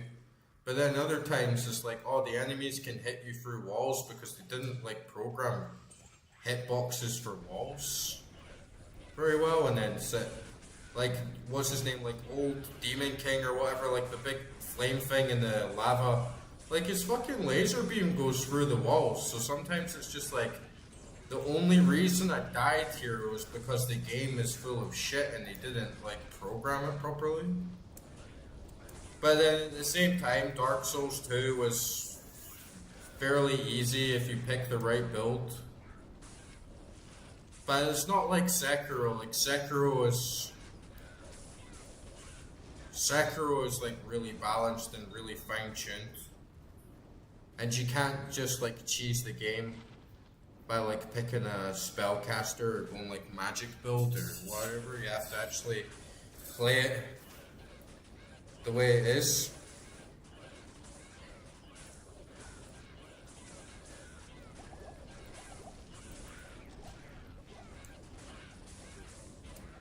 Yeah, I mean, Diablo 2 is more balanced than Dark Souls 2, at least.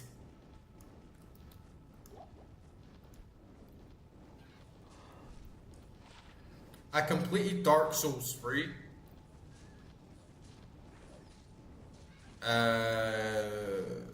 Completed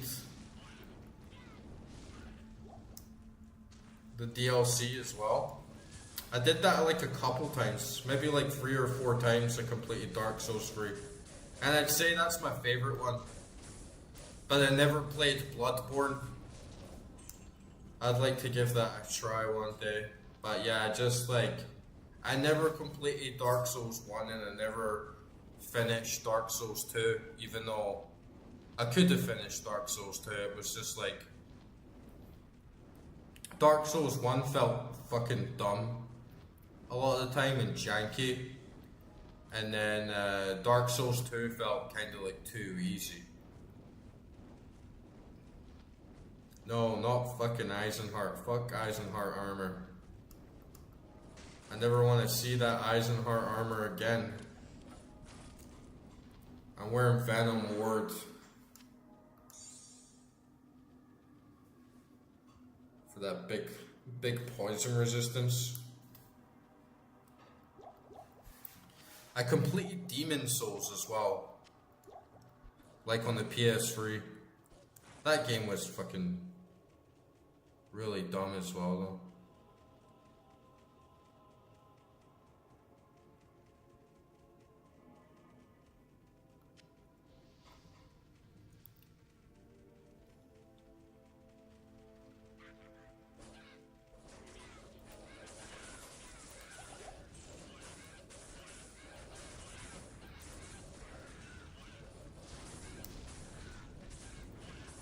It's not green, it's unique. It's gold.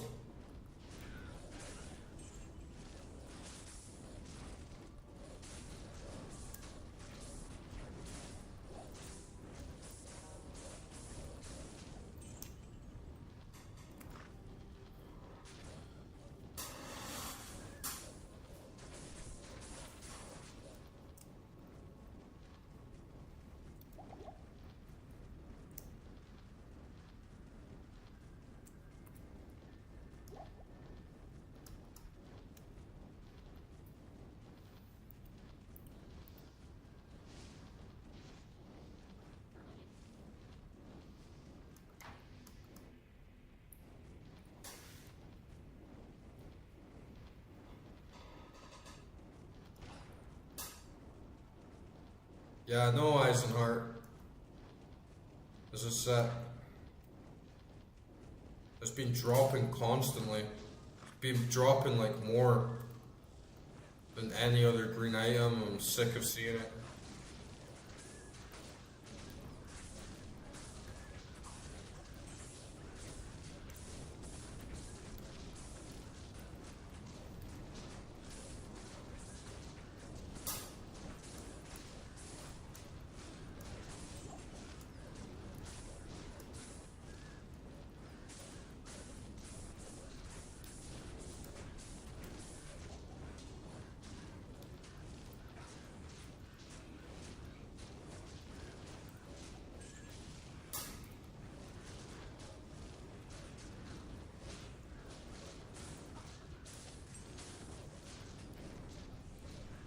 I still haven't got any full sets.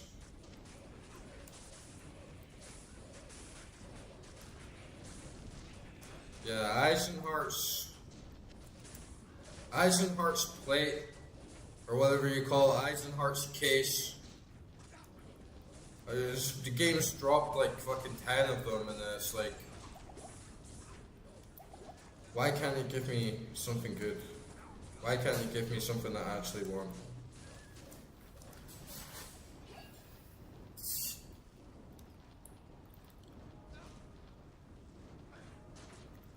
Jimmy, Timmy, Steve, Oswald, attack!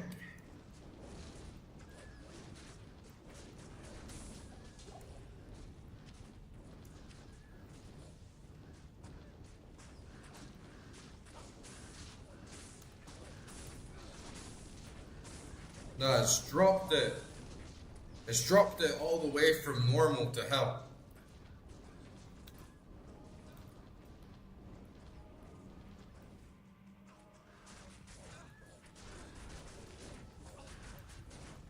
In every area. Like every act. Except Act 2, I think. From the start of the game to now.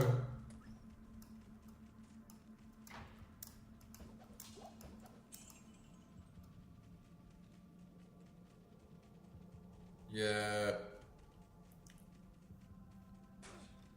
It's not even that I want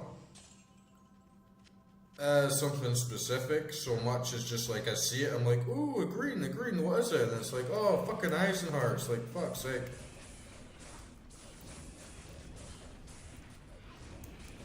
Oh, you know what? Actually, like before I forget, again.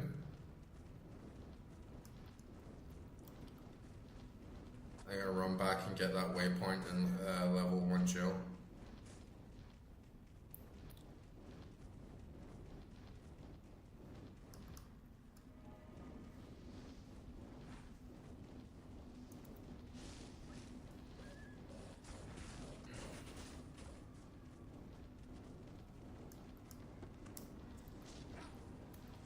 I really want the Monarch shield.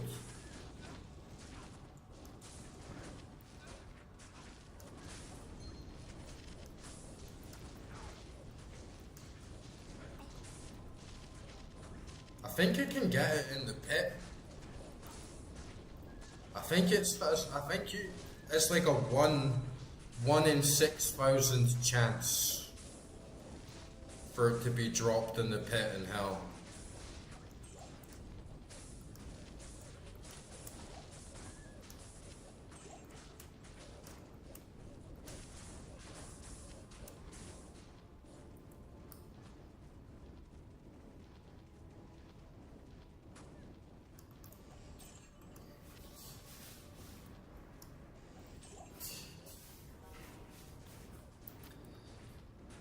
Yeah, you can get them from anywhere, but the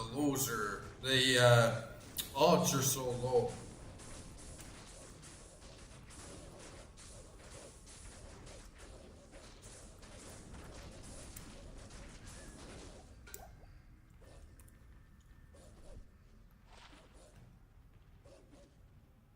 Yeah, probably.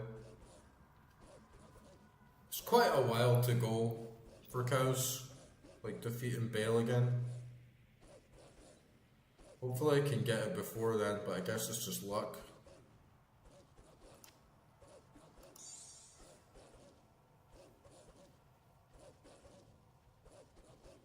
Yeah, it's only gonna drop in hell.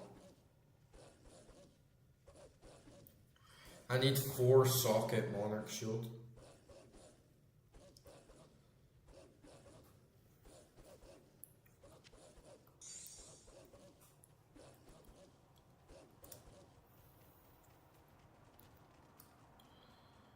And it's one of those things I could just find it now. Next drop. Or maybe I won't get it until I grind cows for like 10 hours or whatever.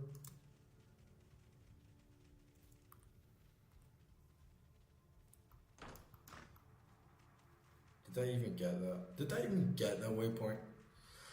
Oh man. Did I even get it? No. Dum dum.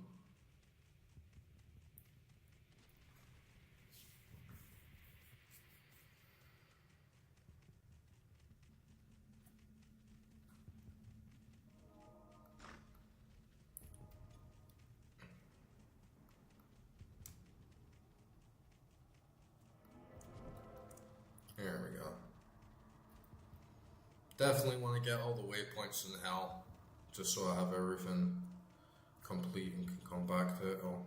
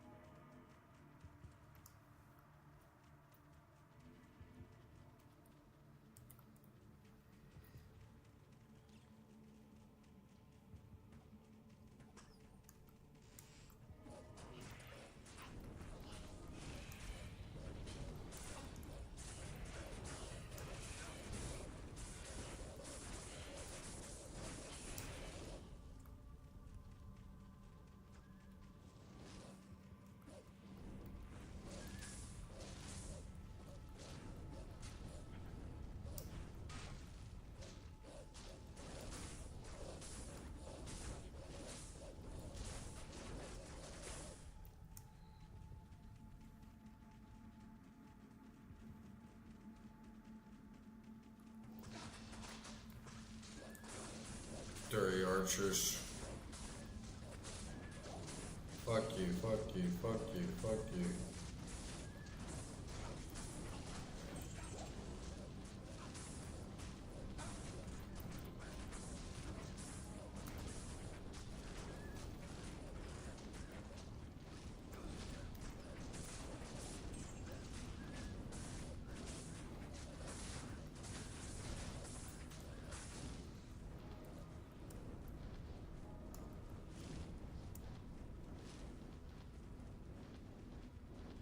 A1? What the hell are you talking about tonight, Diminished?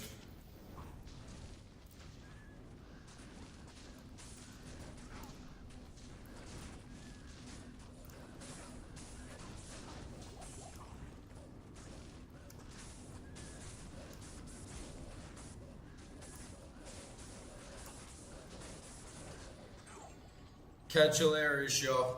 Thanks for tuning in. I'll speak to you later on.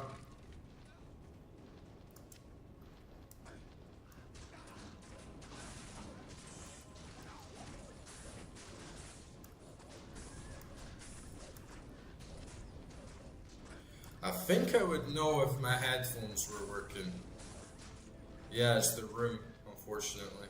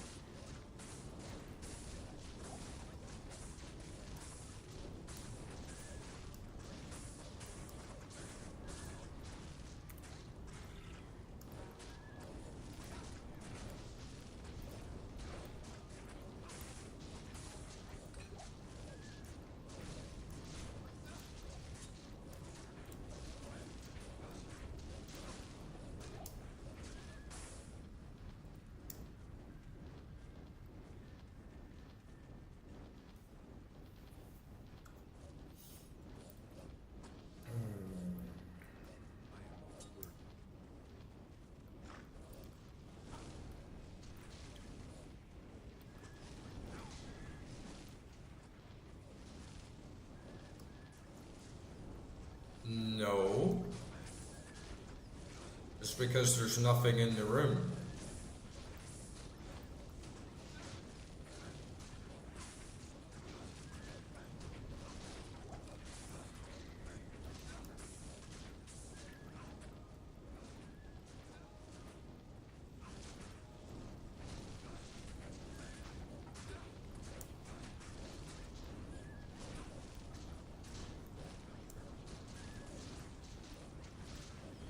I'm monitoring my output levels.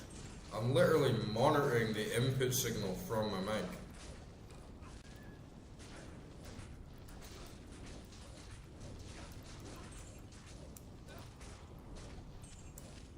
There's one output device.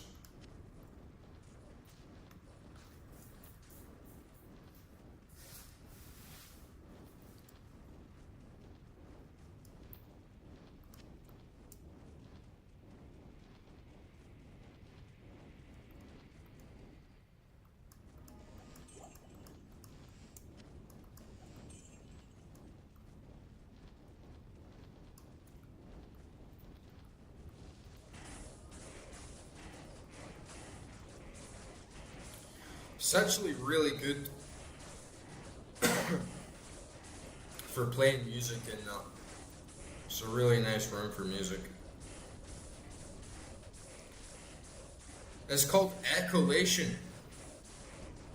It's called an echo. It's called reverb.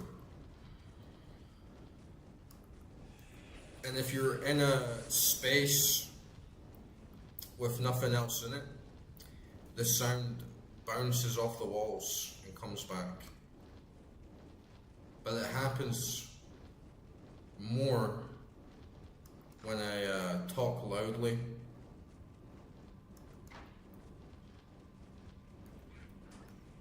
And I have a really, really nice mic.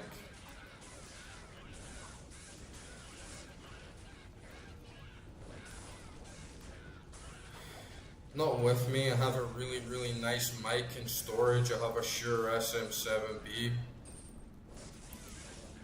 But it's 1,000 miles away.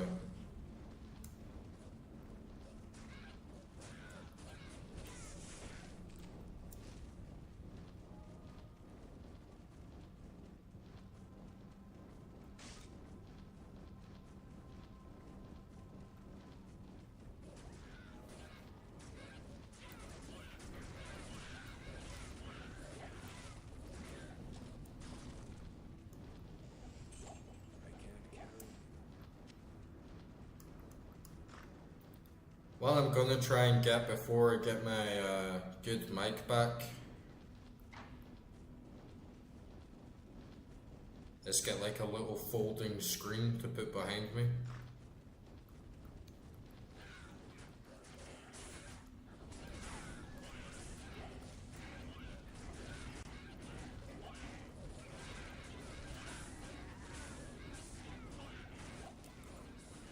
Because I can't afford a new mic right now, and it kinda doesn't make much sense when I already have a really good one in storage, so.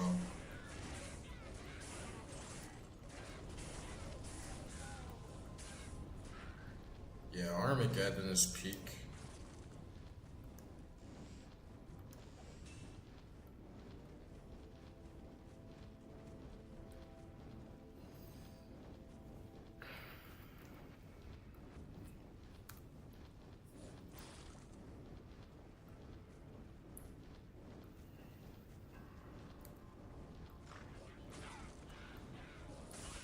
I've pretty much finished maxing out my elemental skills. I think it's just Volcano that I have left to do.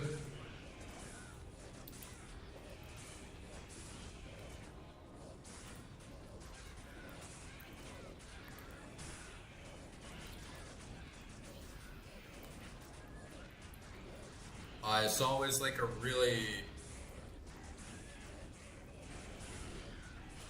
It's a pain in the ass when you get them all funneled at the door here. Then your minions can't get through. Oh, unique armor there.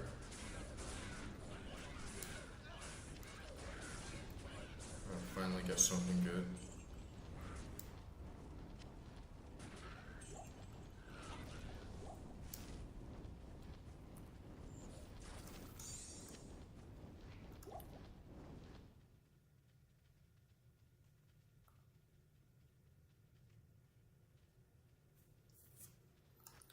I just throw this shit on the ground. What's this? Iron pelt.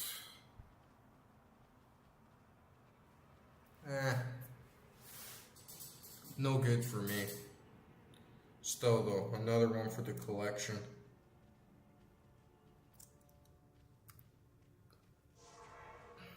I am overburdened.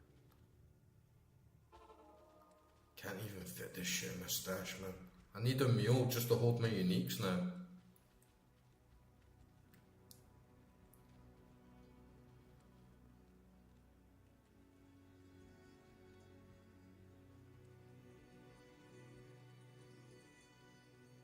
Too many axes for sure. So this.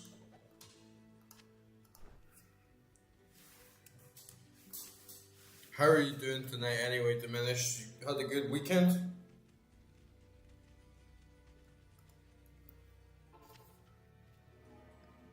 Nah, I'm not gonna mod it.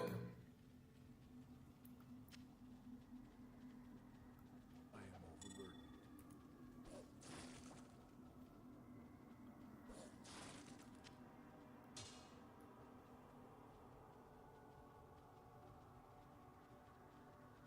I will maybe mod it once I'm finished with Hell.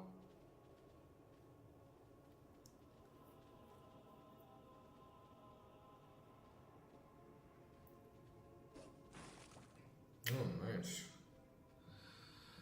Making some moolah.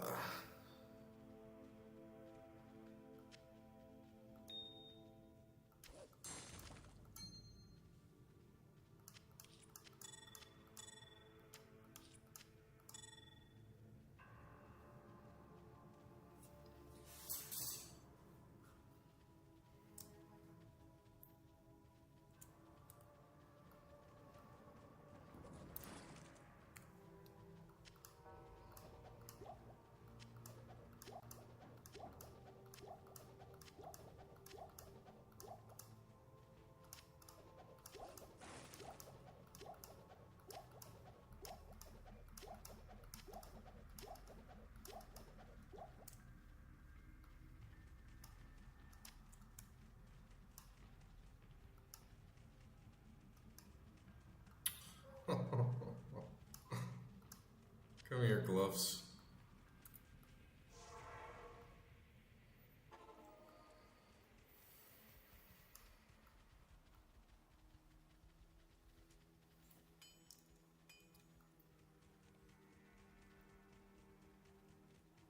Good day.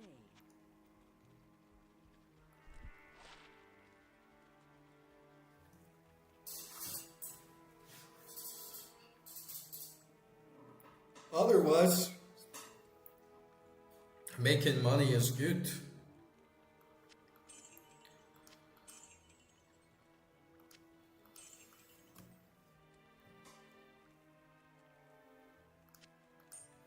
Yeah, that's good. You had a good weekend. What about you, Akra? Do you have a nice weekend? Mine was pretty good, thanks. I went on holiday to like a nice little spa turn resort.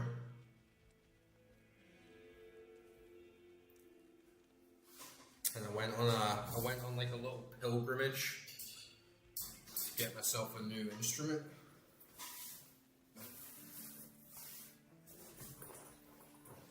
I got a Panduri from Kutaisi.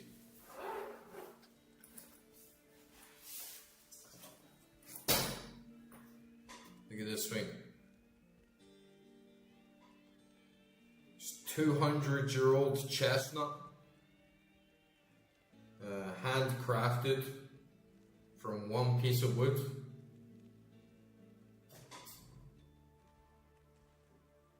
Hand designed, made by one guy in Georgia. And I'm like really happy with it.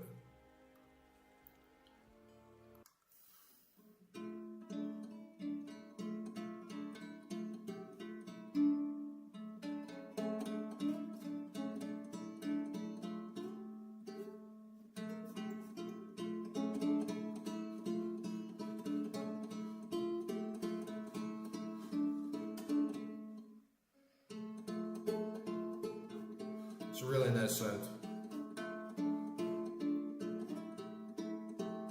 It's got some Diablo vibes to it.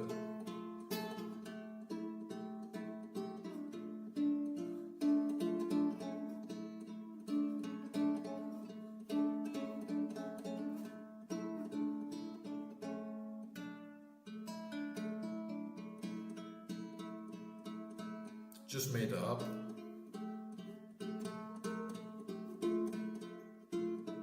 Just a bit of improvisation.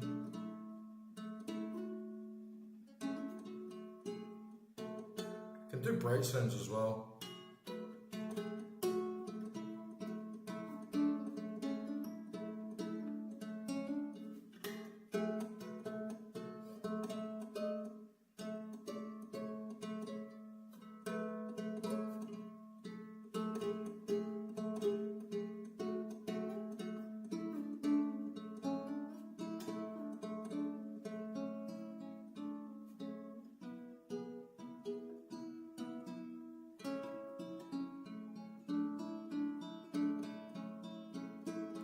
Really nice to like sit on the porch with like a nice glass of wine and just like vibe out.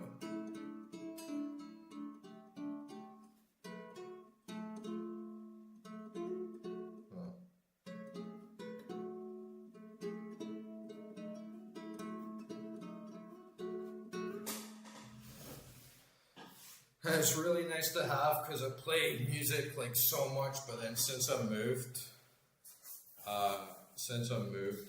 house and like moved country, most of my instruments were too heavy and like big to take with me.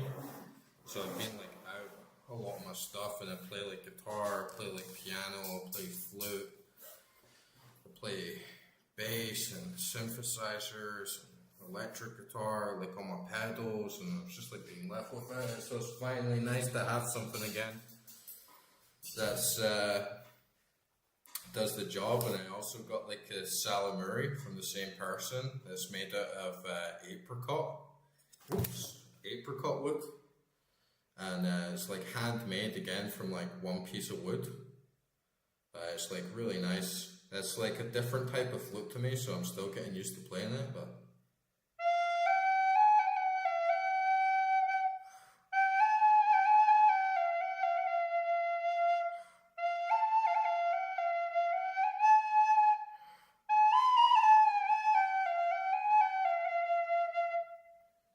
yeah, it's really nice. Smells fucking great as well. I love the smell of like fresh wood instrument. But yeah, it gives me something to practice. Gives me something to do. And those guys did me such a good deal and like such a good job. Like the craftsmanship is like unreal. It's like really like to find a luthier like that to do like such a unique like ethnic instrument like from this country, you know, it's very, very rare. So I'm very, very honored to have them actually. And yeah, I smoke, but I'm trying to quit. Not even trying, I'm just like not quit. I smoked like my last smoke in the pack. I was on holiday and I'd already quit, you know, like during the week.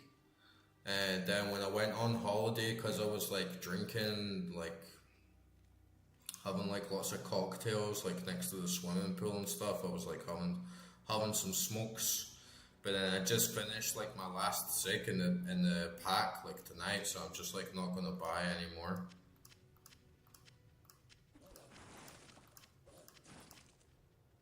But I like smoking cigars. So like next time I go into the city, I'm gonna buy like some nice like Cuban or like Dominican like cigars.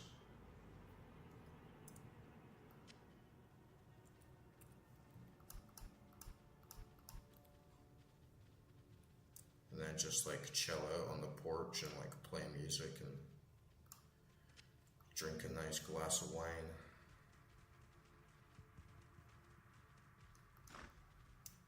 Yeah, I really like a nice cigar.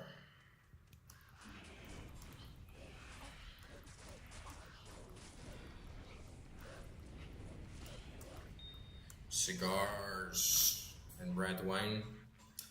Or the best is cigars and whiskey.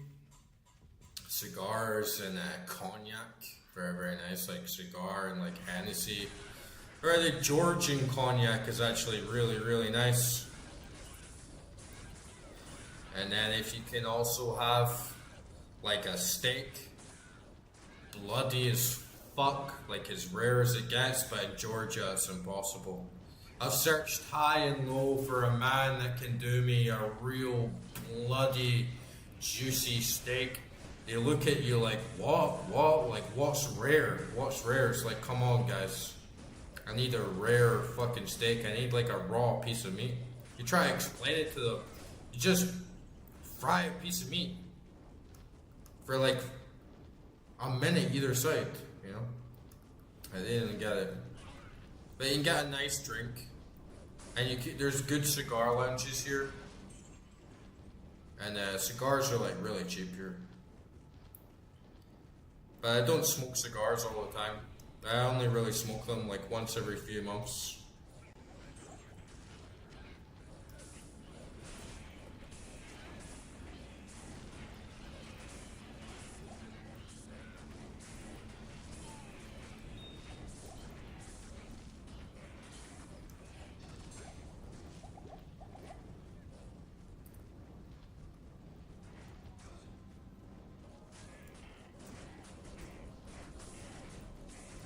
You should see the look on people's faces when you smoke a cigar in Georgia. You're like sitting on the side of the street with like a cognac and a fucking cigar, and people look at you like, wow, fucking big shot. And then it's like, it's not even that expensive, you know? And then,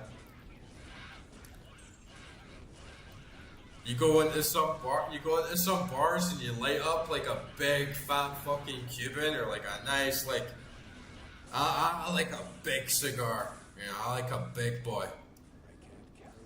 And it's funny that I swear so many people in Georgia get like intimidated by it, and it kind of like makes me not even want to smoke them so much in public. Because you just can't like enjoy your cigar in peace without people like judging you in some way.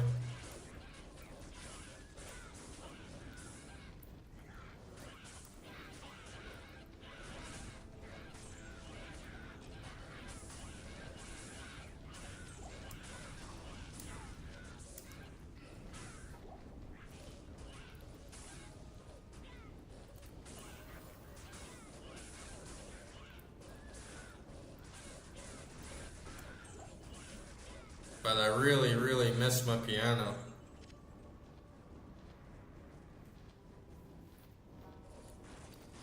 Yeah, it's not so much that I don't care about what they think, you know, it's just when you actually go out to a bar and you're like trying to socialize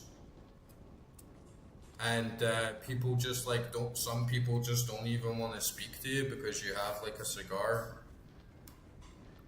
And everyone else is smoking like a little cigarette, and then you stroll up with like a fucking cognac and like a fucking huge cigar and like puffing the hell out of it, and I don't know, it's a different vibe.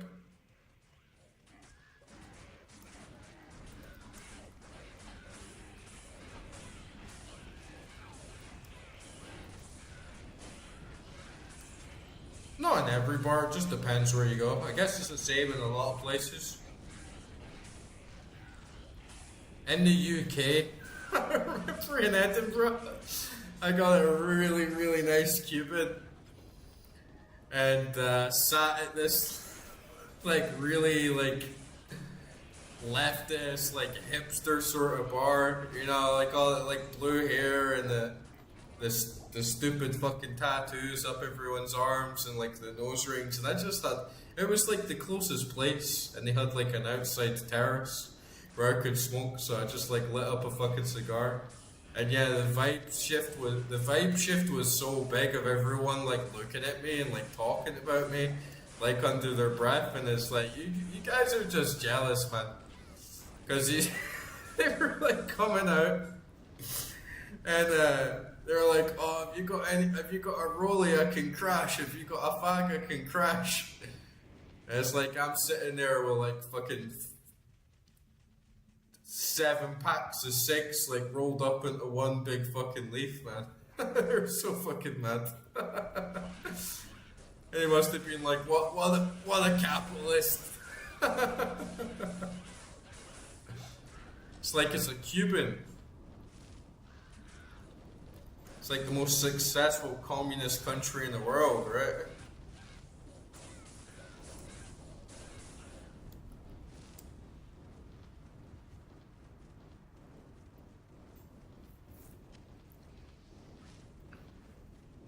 And the girl's coming to give me my drink, and I asked her like, oh, where's my drink? And she's being like all snotty and snobby, and she's like, oh, I'm not bringing you your drink, I left it on the bar for you. And I'm like, oh, can you not like bring it here? And she's just like, no. Like Little Miss Nose Ring. I was like, fuck, man.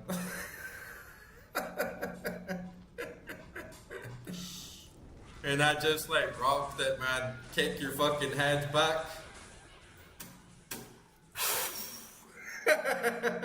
Like Tom and Jerry. You know what I mean?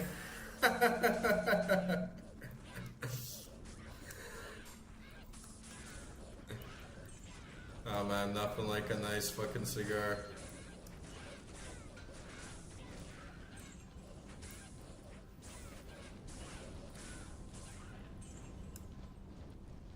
My favorite place in the world to smoke a cigar is in Riga, in Latvia, because there's this really nice like street. It's sort of like one of the main streets in the city, and all on the same street. You know, you can take like a 2-minute walk, and at the far end there's like this Michelin star like steakhouse. Oh man, the steaks out there are so good, and they'll do it rare, like just dripping with blood. You cut inside, it's just pure raw flesh. And then you walk a little bit down the street. Absolutely amazing natural wine bar, so good for really nice, rich, like natural wines, a little bit of tapas. They've got like nice treats, nice little finger food treats like ice cream, cakes, and then you walk a little bit further down, there's a cocktail bar, And you walk a little bit further down, there's like an indoor cigar lounge with a really nice bar, and they sell all the single malt whiskeys and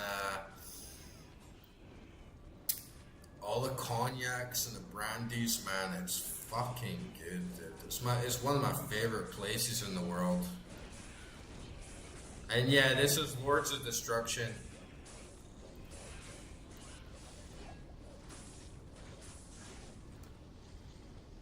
Oh man, I really want a fucking steak now.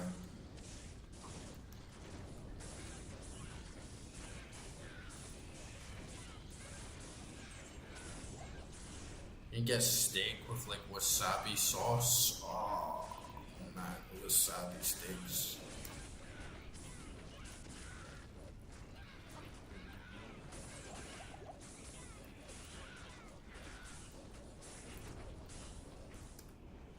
Alright, I'm gonna die now because I'm getting too fucking distracted.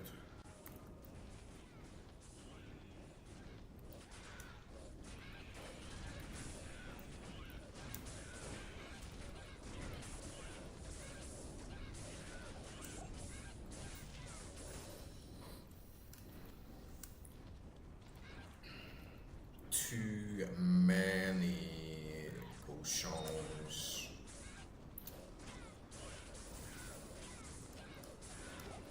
Get rid of all this shit.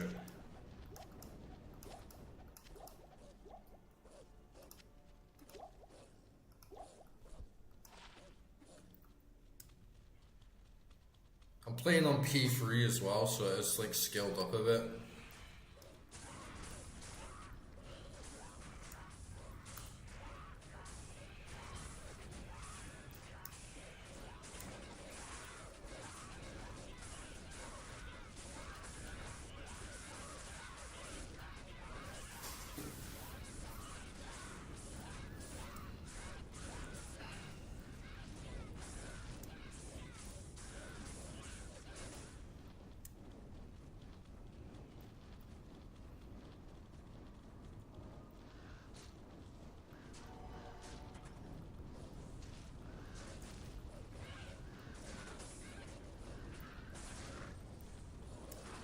There's been some bumps along the way, but I'm still confident.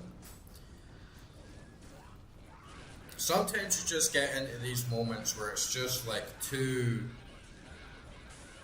dense, or you just get picked off. But honestly, like 99% of the time, it just comes down to being unprepared and getting a little bit sidetracked. If I keep my focus on everything, then it's not too bad.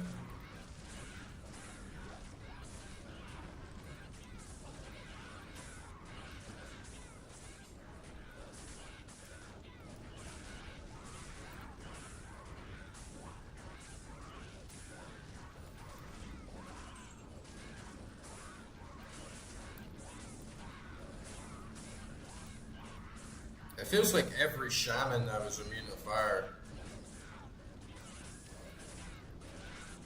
It doesn't matter much. Oh, green boots, green boots. What do we get? Nothing's gonna beat these boots though. Like, those are some really nice boots. Let's see what we got. Ah man, I think I already have those as well. I think I have, like... God damn it.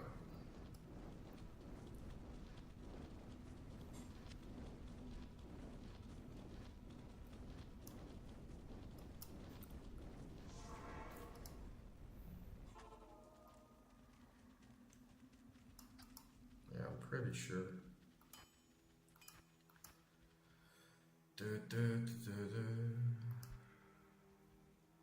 Yeah, exactly the same.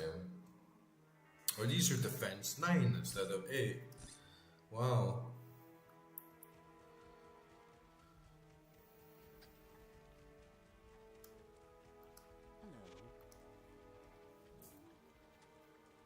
You only get like 1,000 for them as well.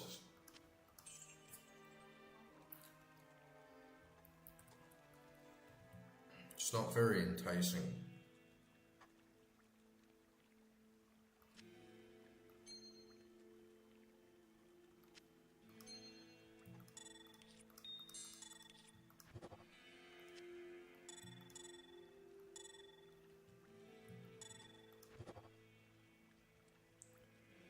One attack. I feel like I'm just wasting my time rolling magic rings and amulets, because like the magic rings and amulets are never going to be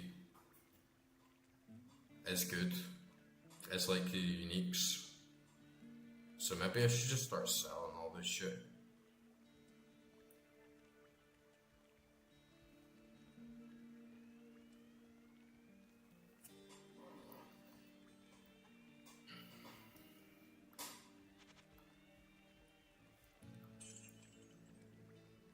The jewels I can actually use. Yeah.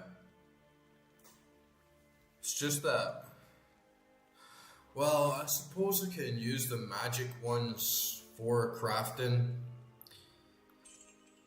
to get like the high level ones, but it just doesn't really make a difference what one it is. And the jewels I can use for the crafting as well, but I have plenty of those, and it's not like it's not like they're rare. So yeah, I'm just gonna sack those. Sack that.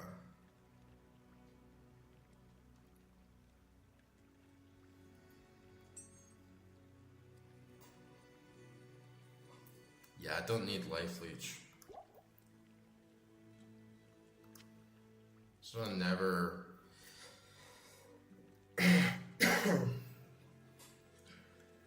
use my weapon.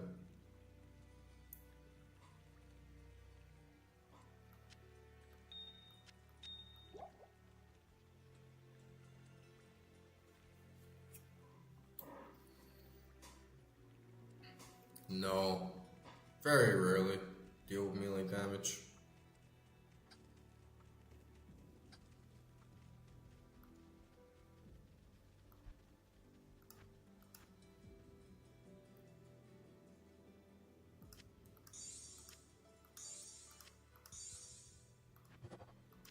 It doesn't really work on this build because I'm kinda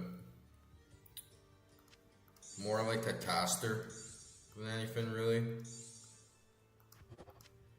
And if I get close and start taking hits directly, it just falls apart quite fast, so.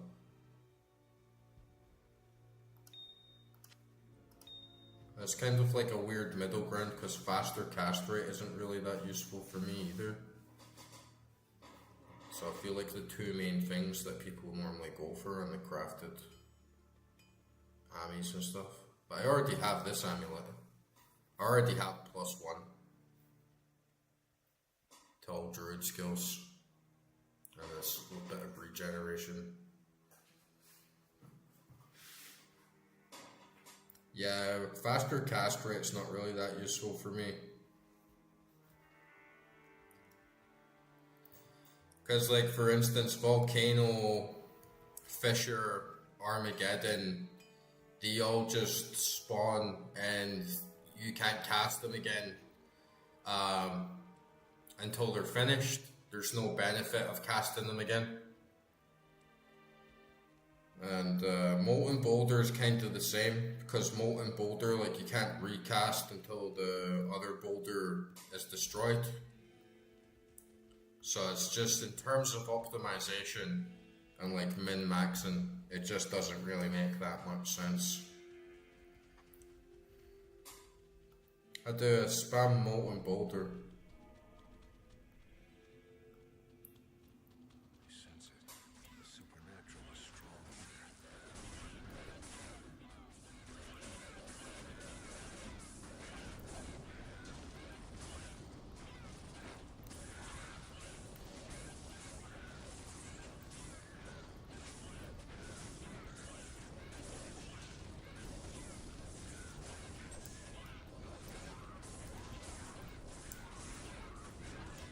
The damage is good. Like, you can spam Molten Boulder pretty fast already.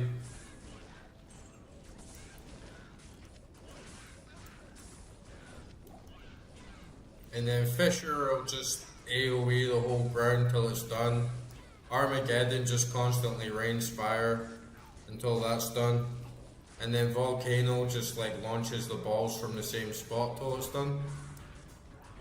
So it's actually good because when others might use that like faster cast rate as like an essential skill to like generate more damage, it means I can use other things. It means I can get other buffs.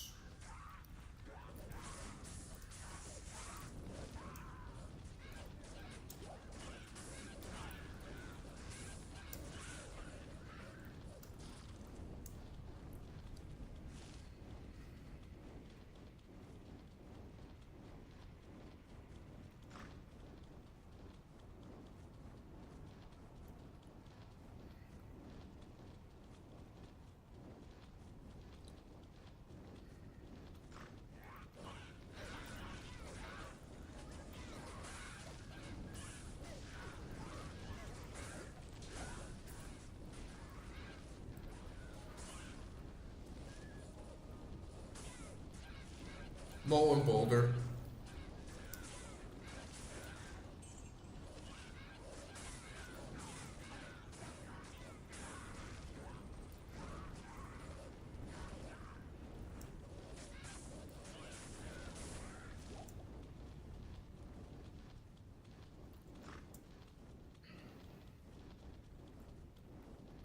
I already have faster cast rate on my amulet as well. Yeah.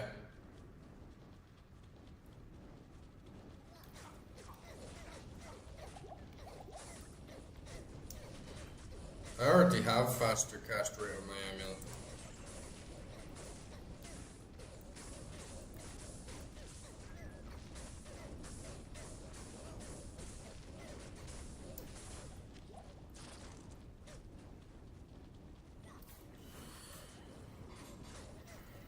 Yeah, you're not listening to me, dude.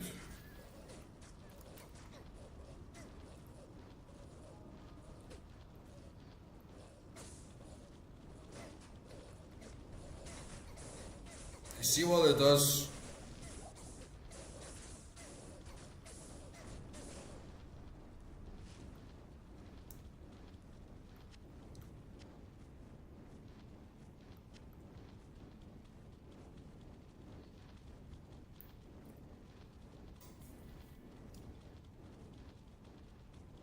Basically,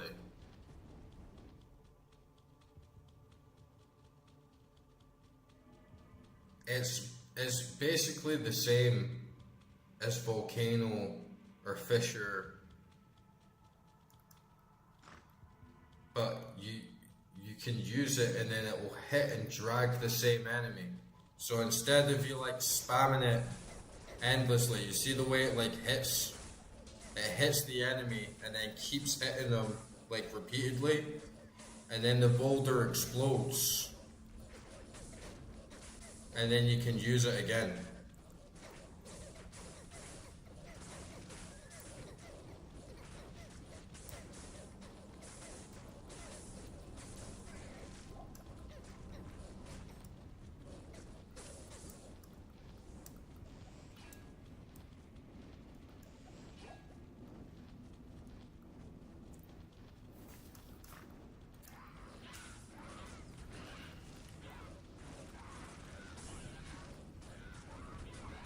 You see what it does there?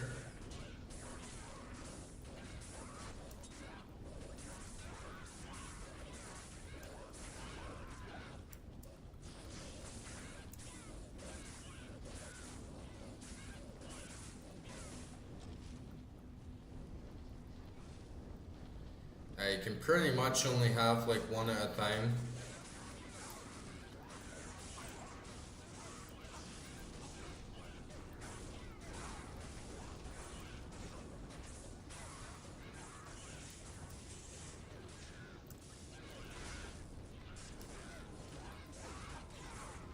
And then when you combine it with the 3 other skills that do tick damage, I basically just take a while to like cool back down. You can do quite a lot, but you need to be focused on like the one enemy. It's nowhere near as much as Sorceress, like spamming Fireball. But at the same time, like you're not just using Fireball.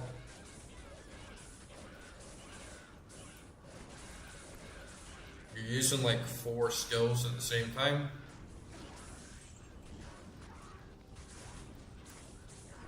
Yeah, you still have to cast constantly. You have to like rotate between them all.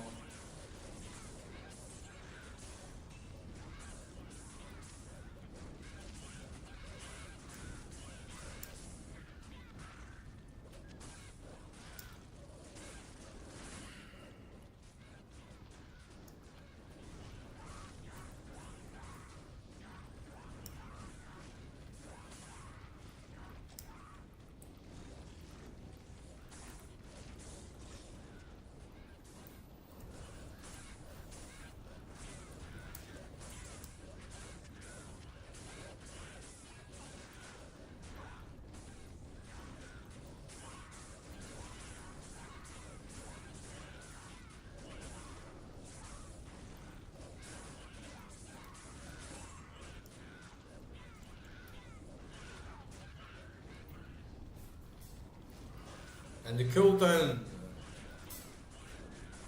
is like quite long anyway. Whilst like the cooldown for the Sorceress isn't that long to begin with, or like most other like instant casts. So it makes more sense to just basically turn them into like a machine gun or whatever, but you'll always have the slight bit of delay and lag on the Druid ones. But I think you can do it with maybe like some of the cold spells.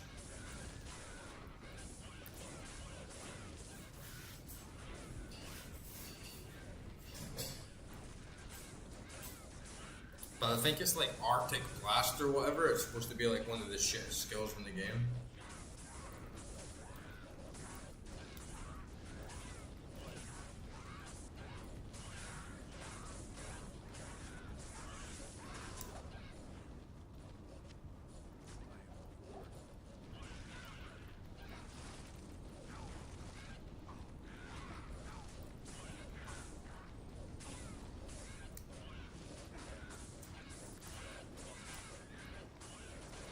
Yeah, exactly.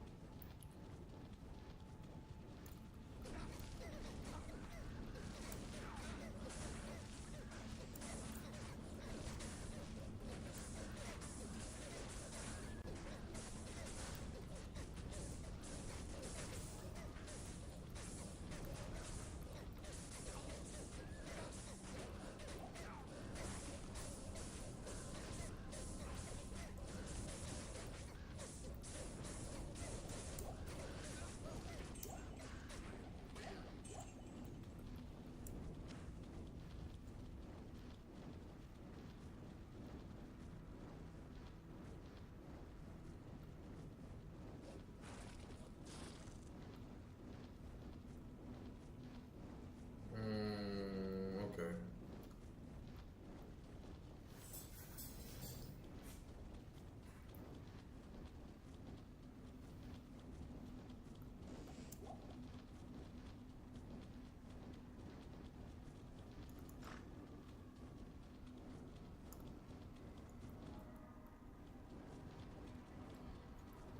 Hopefully I can rush to Andario fairly soon. If I die, I'm probably just gonna call it a night. I promised myself I wouldn't let this go too long, over 5 hours. So I got like maybe like 15-20 minutes left to get down to Andario. It's possible, but if I die, then I'll need to leave it until next time. Just fucking shower.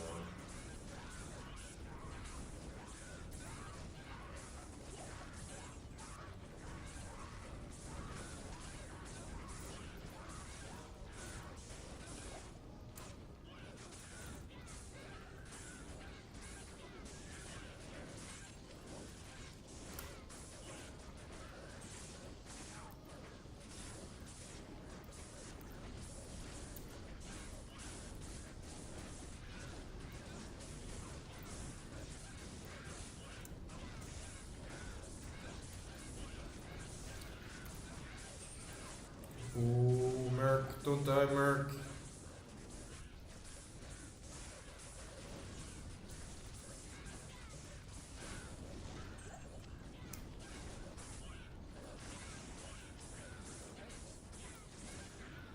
Thanks.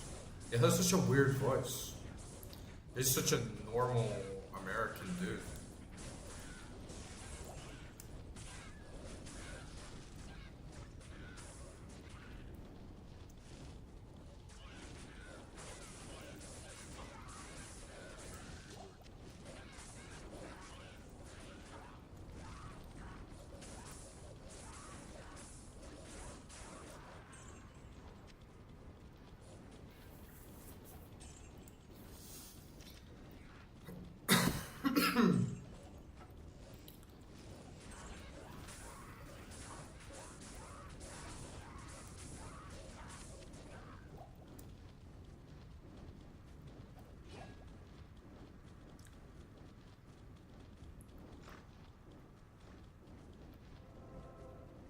Alright, nice.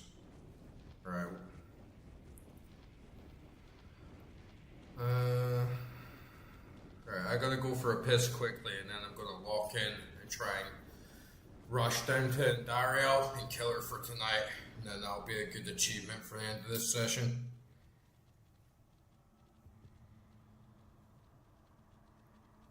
Oh man, it's so fucking warm and clammy tonight. I need to buy a fan.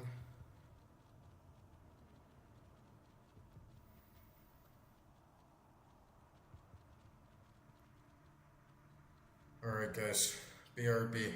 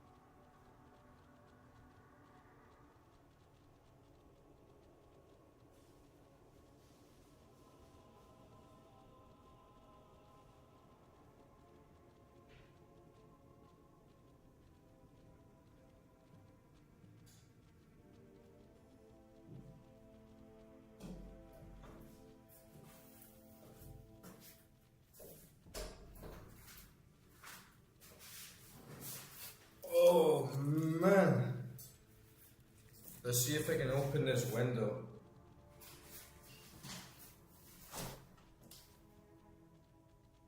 Oh.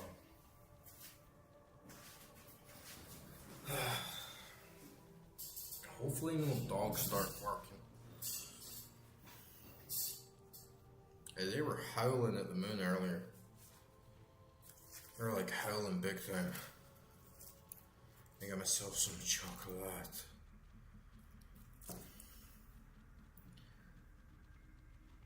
Help me push through to Ontario. Man.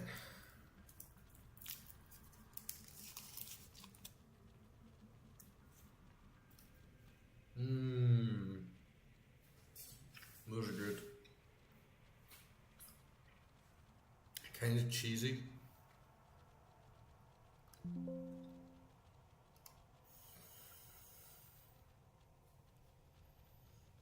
Okay.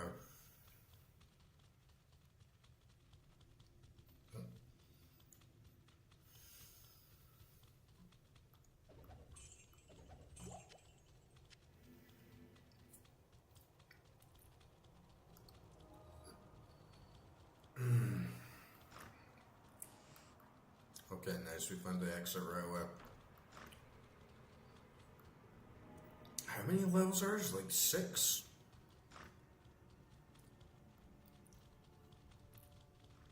Oh man, that cold fresh air is so good.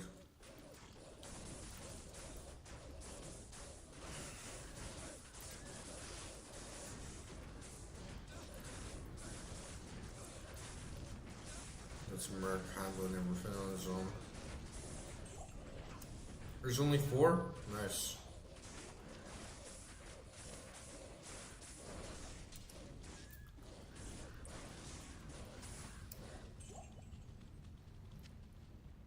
I can't carry anymore. We should definitely make this then.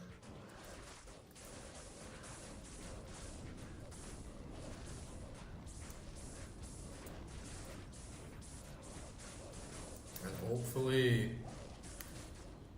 Oh yeah, have a skill.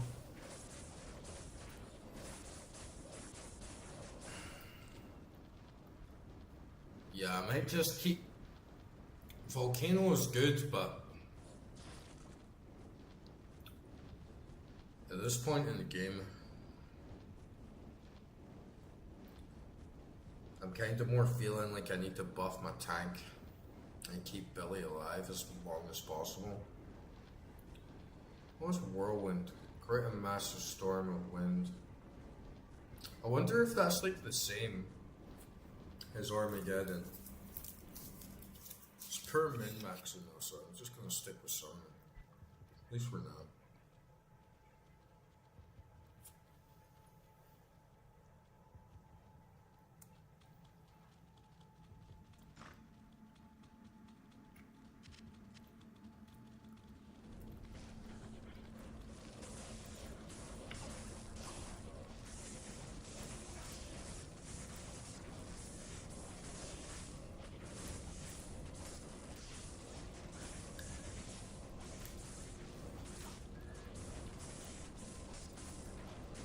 Yeah, it's just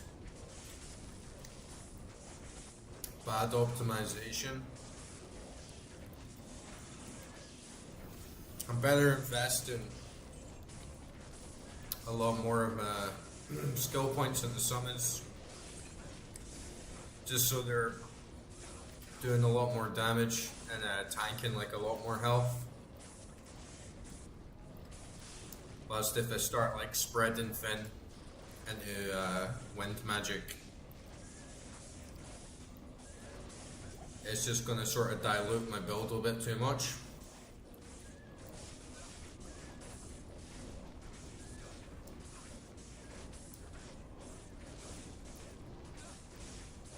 Have all of the elemental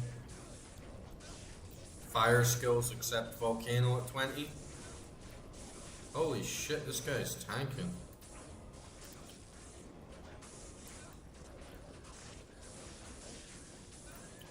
Oh man, my Merc died. It's okay, we got money. We got money.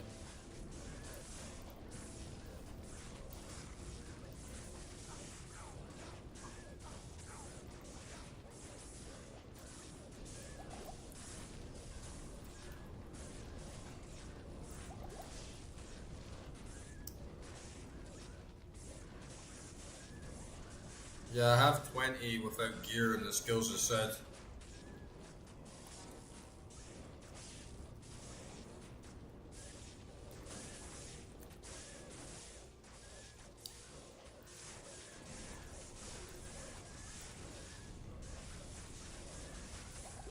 Man, that like mana regen is so useful from the Merc.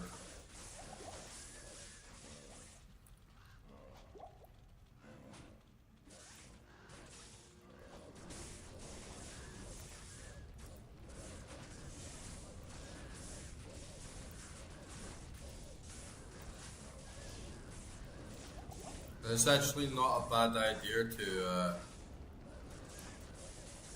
scale with the lower level summons, because the more points I have on those, like the more my bear gets a big stat boost. So even just like leveling up the ravens will go like a long way to just giving everyone else a boost without having to invest like directly in them.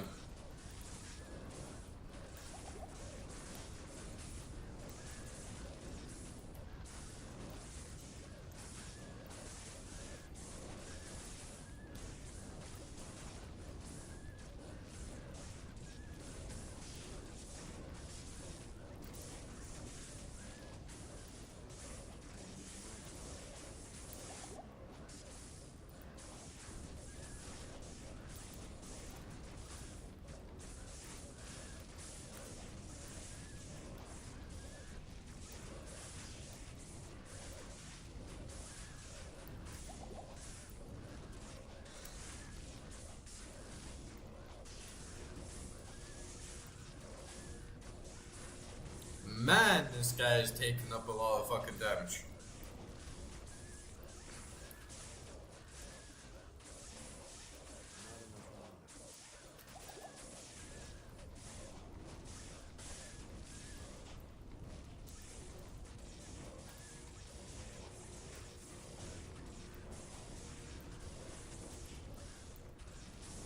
Like, fucking hell.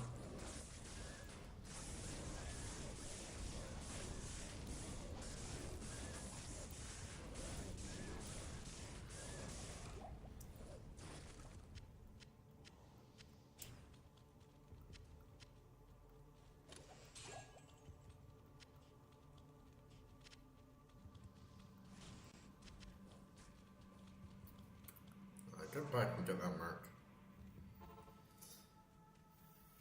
I can feel Andariel is going to be spongy as well. Yes? I just hope my minions can hold their own, which is why I want to focus on leveling up their health pool and like damage as much as possible.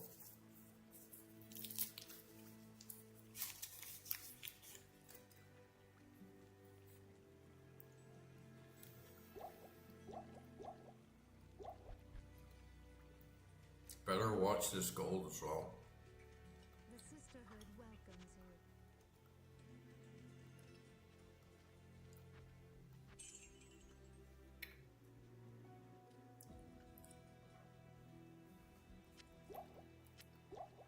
I need to do a bit cleanup of my stash.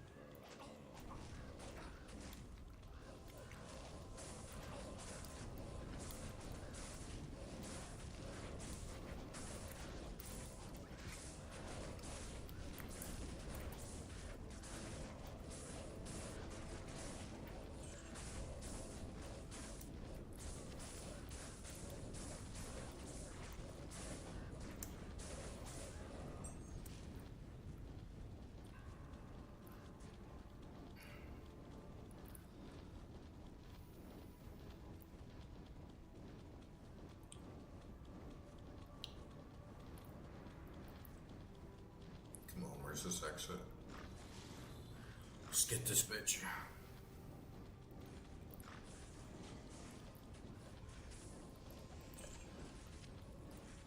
Yeah, I kind of wish my minions didn't open the doors.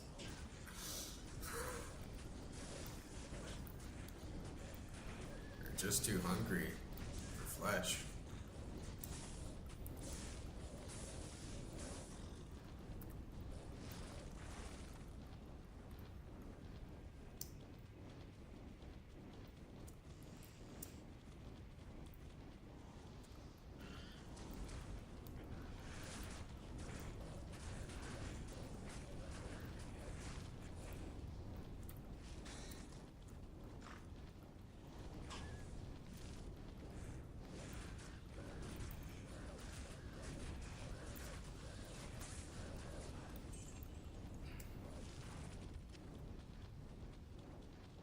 You mean online?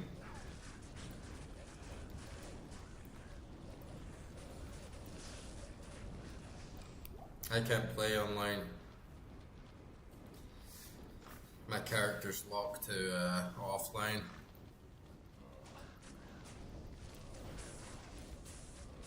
That would be really nice though. A friend.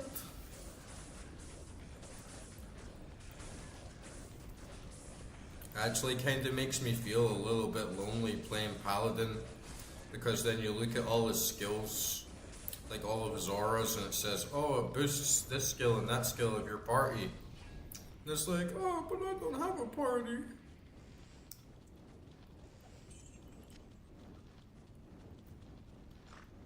And then I just get a little bit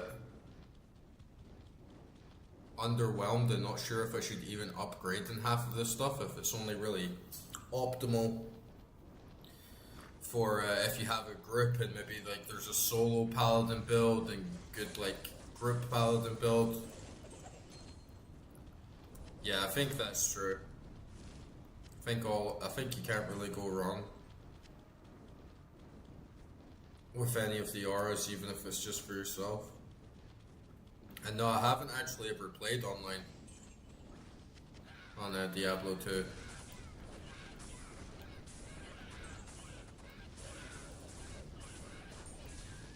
Yeah, I think even though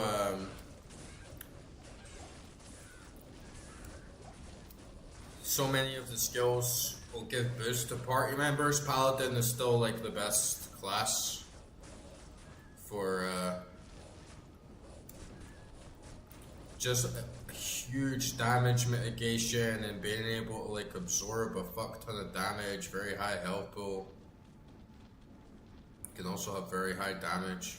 But pretty much every thing that I look up of like people doing like Uber Tristram and stuff is like normally Paladin. And I guess it's quite versatile because if you do want to play online, then it's very useful for other people as well. What rune word do you need? Alright, nice, we got the floor 4.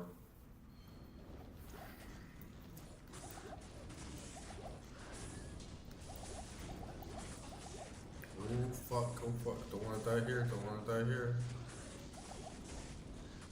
This is the last place you wanna die at. Yeah, I think Sorceress is like really, really OP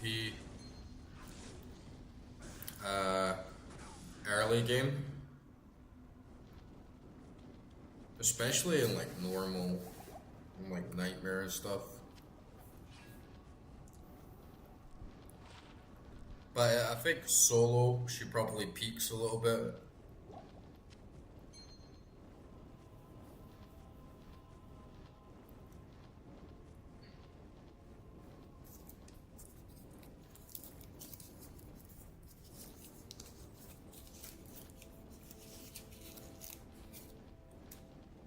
Is that true?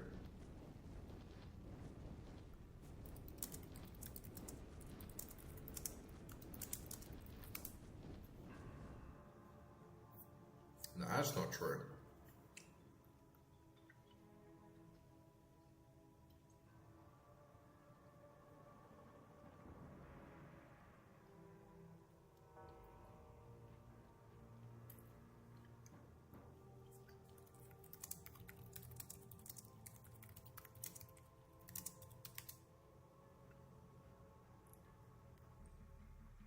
Yeah, I think like every class can do it.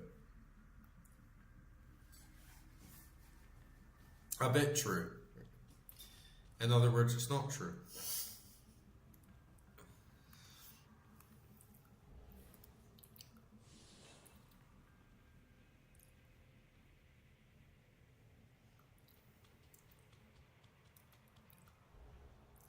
I'm gonna run back to town.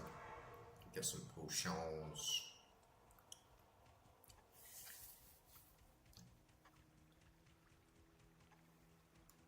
The Order welcomes you.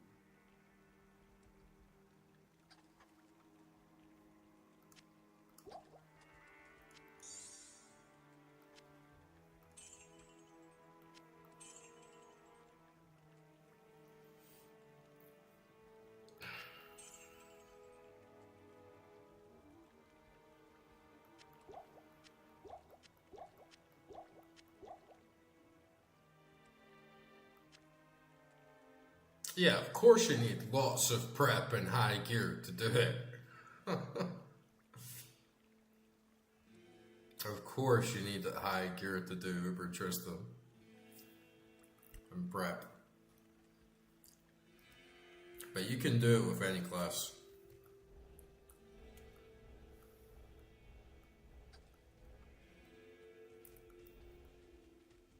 Okay, yeah, I need some potions. I need some potions.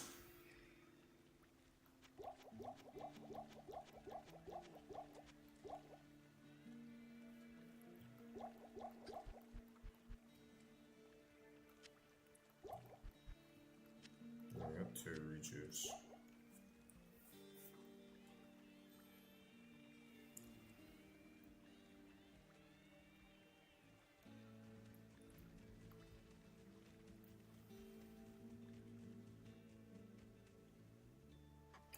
Almost impossible. A bit true, almost impossible.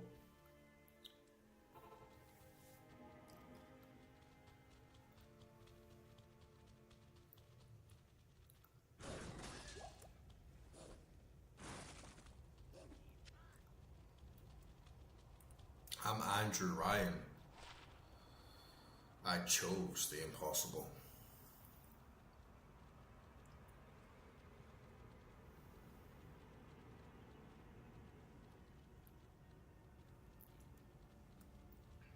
It is going to be extremely.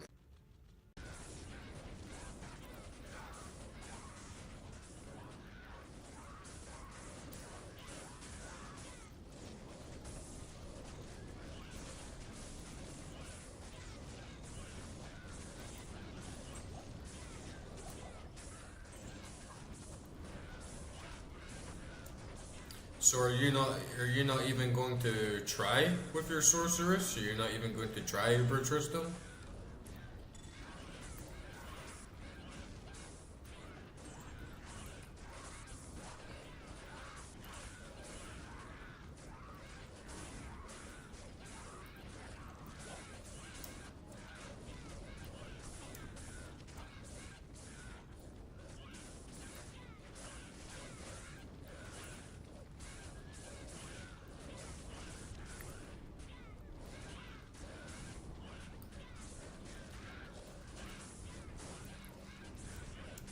You have teleport though, right?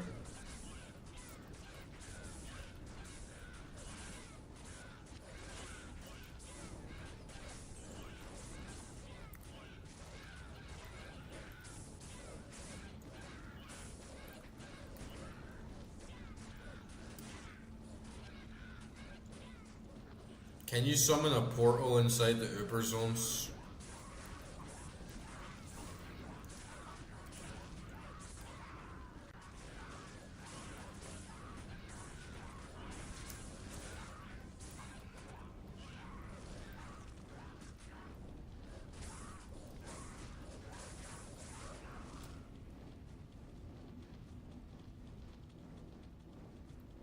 Summon a portal in the arena and go back to town.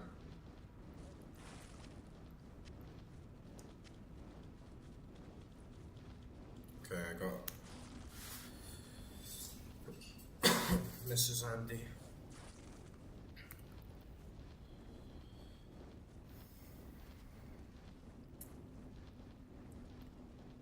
No, I mean summon a portal in the arena.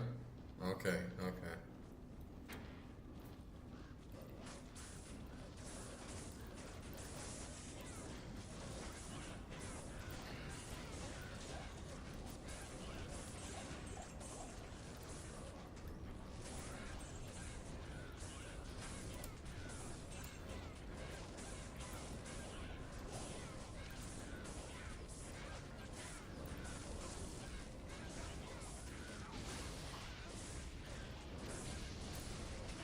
Oh, there she is, man. I didn't even hear her.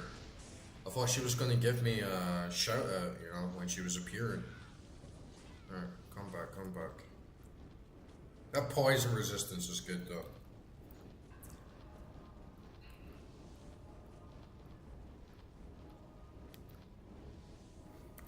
Okay, okay, okay. Come here, bitch.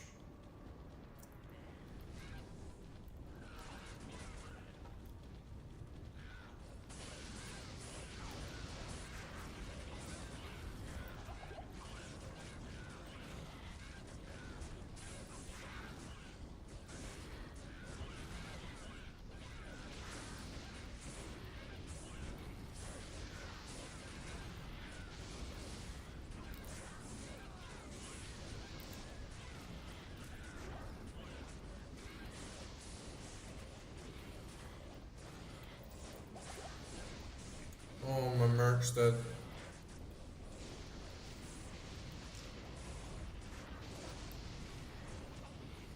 Oh, shit.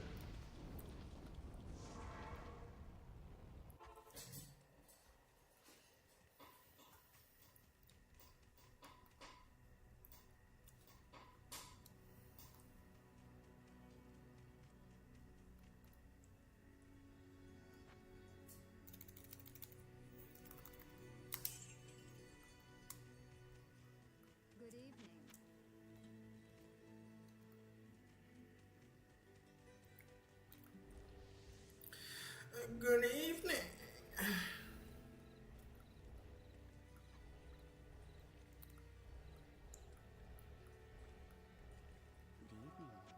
Good evening. Good evening.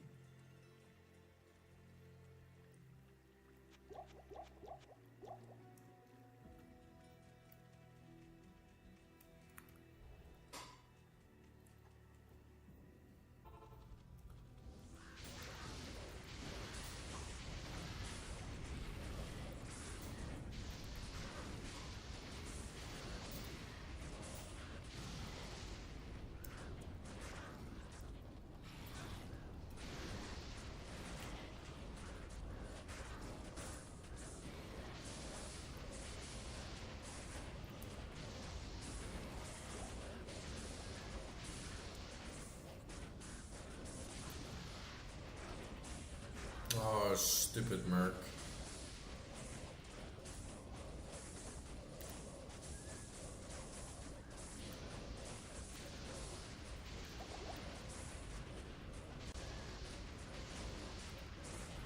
That poison resistance is nice though.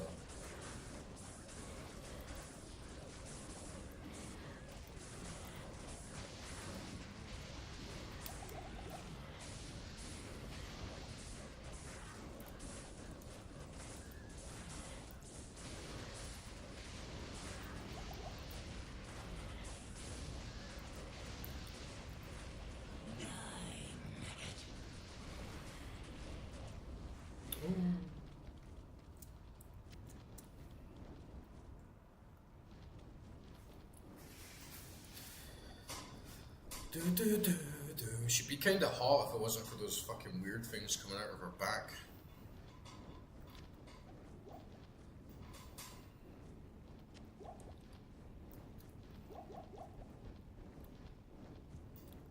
Yeah, the merc can be annoying when you just have to keep resin them.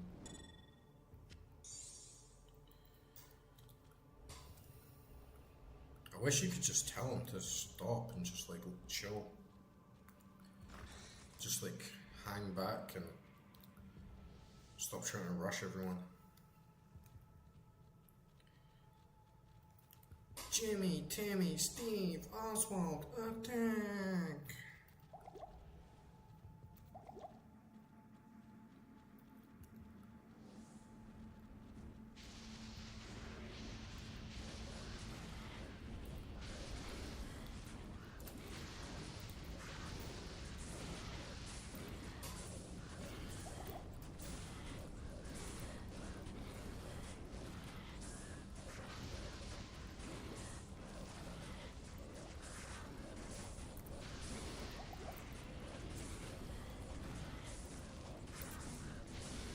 Okay, we're doing it, we're doing it. Nice, nice. That actually wasn't too hard.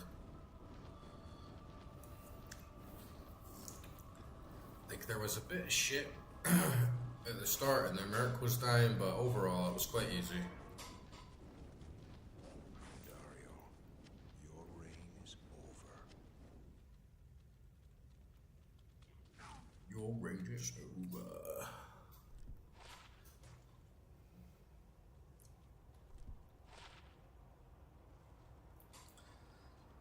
+1 to mana.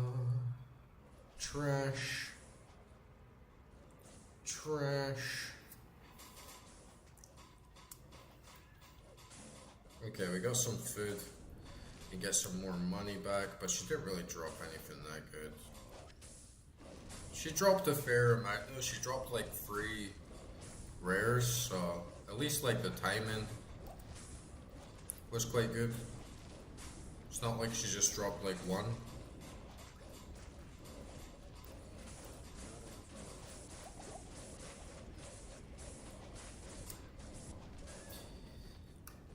Dagool.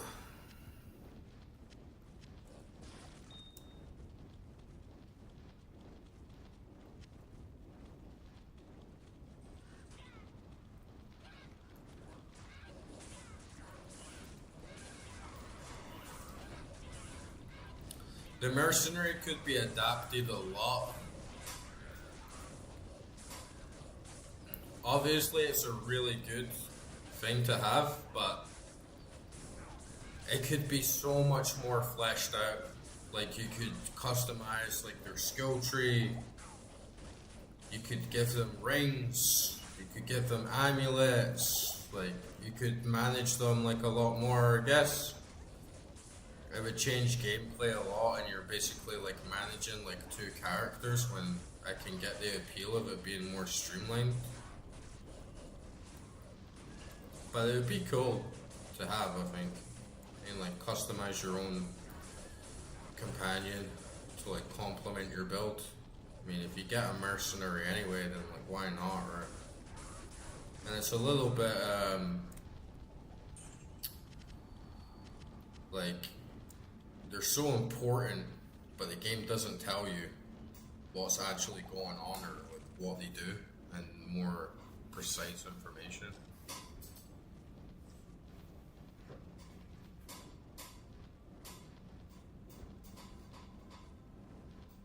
Well, I'm not saying like obviously it should be balanced, but it's just maybe a bit of an oversight. Because if you could give them gear, it would help your junk a lot.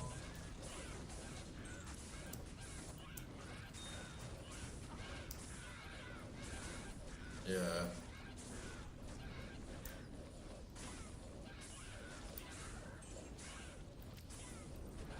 If you could give the Merc more items,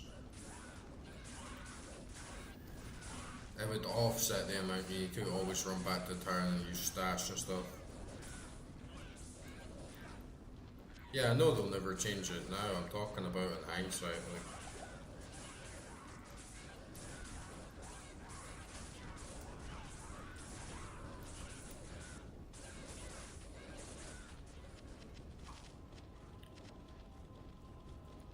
okay,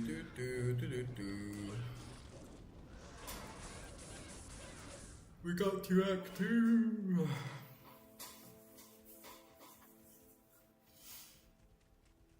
Oh man. Finally, we may rejoice. You may rejoice.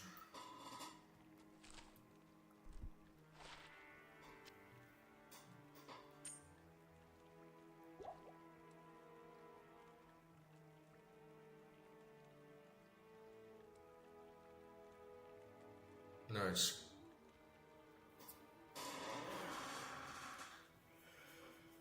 Oh. Grats.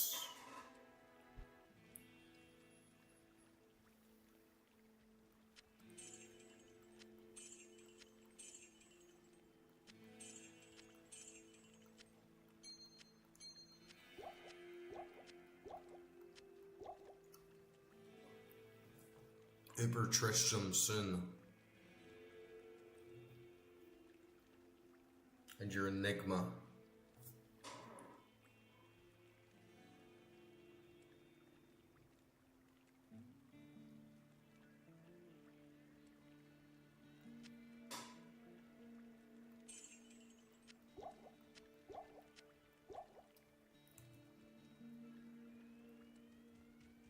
Kinda feel like that lightning resistance ring might have been useful, but fuck it. Ariel's death brings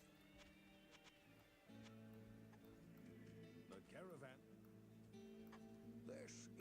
This is a great victory indeed. good to see you.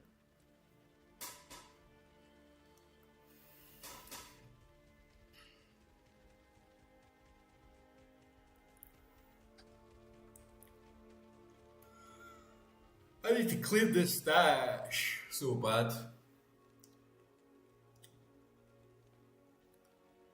But I'll do that when I'm next off stream during the week. It went pretty well. The deaths that I had were just kind of like insignificant, like blips. And then Daria, like, she could have gone down faster, but still, I think it was a lot better than I did on Nightmare. So, next time we'll do Act 2. I normally get Act 2 done in the one session. And then I'll do Duriel on Hell. And then into Act 3. So it's going pretty well. I need to get some better gear. But mostly everything's fine. I just need to get some runes so I can actually get some decent rune words in the rest of it and get some like sockets in my Monarch shield. But everything else is going pretty fine. I'll sell this ring as well actually. It's just useless.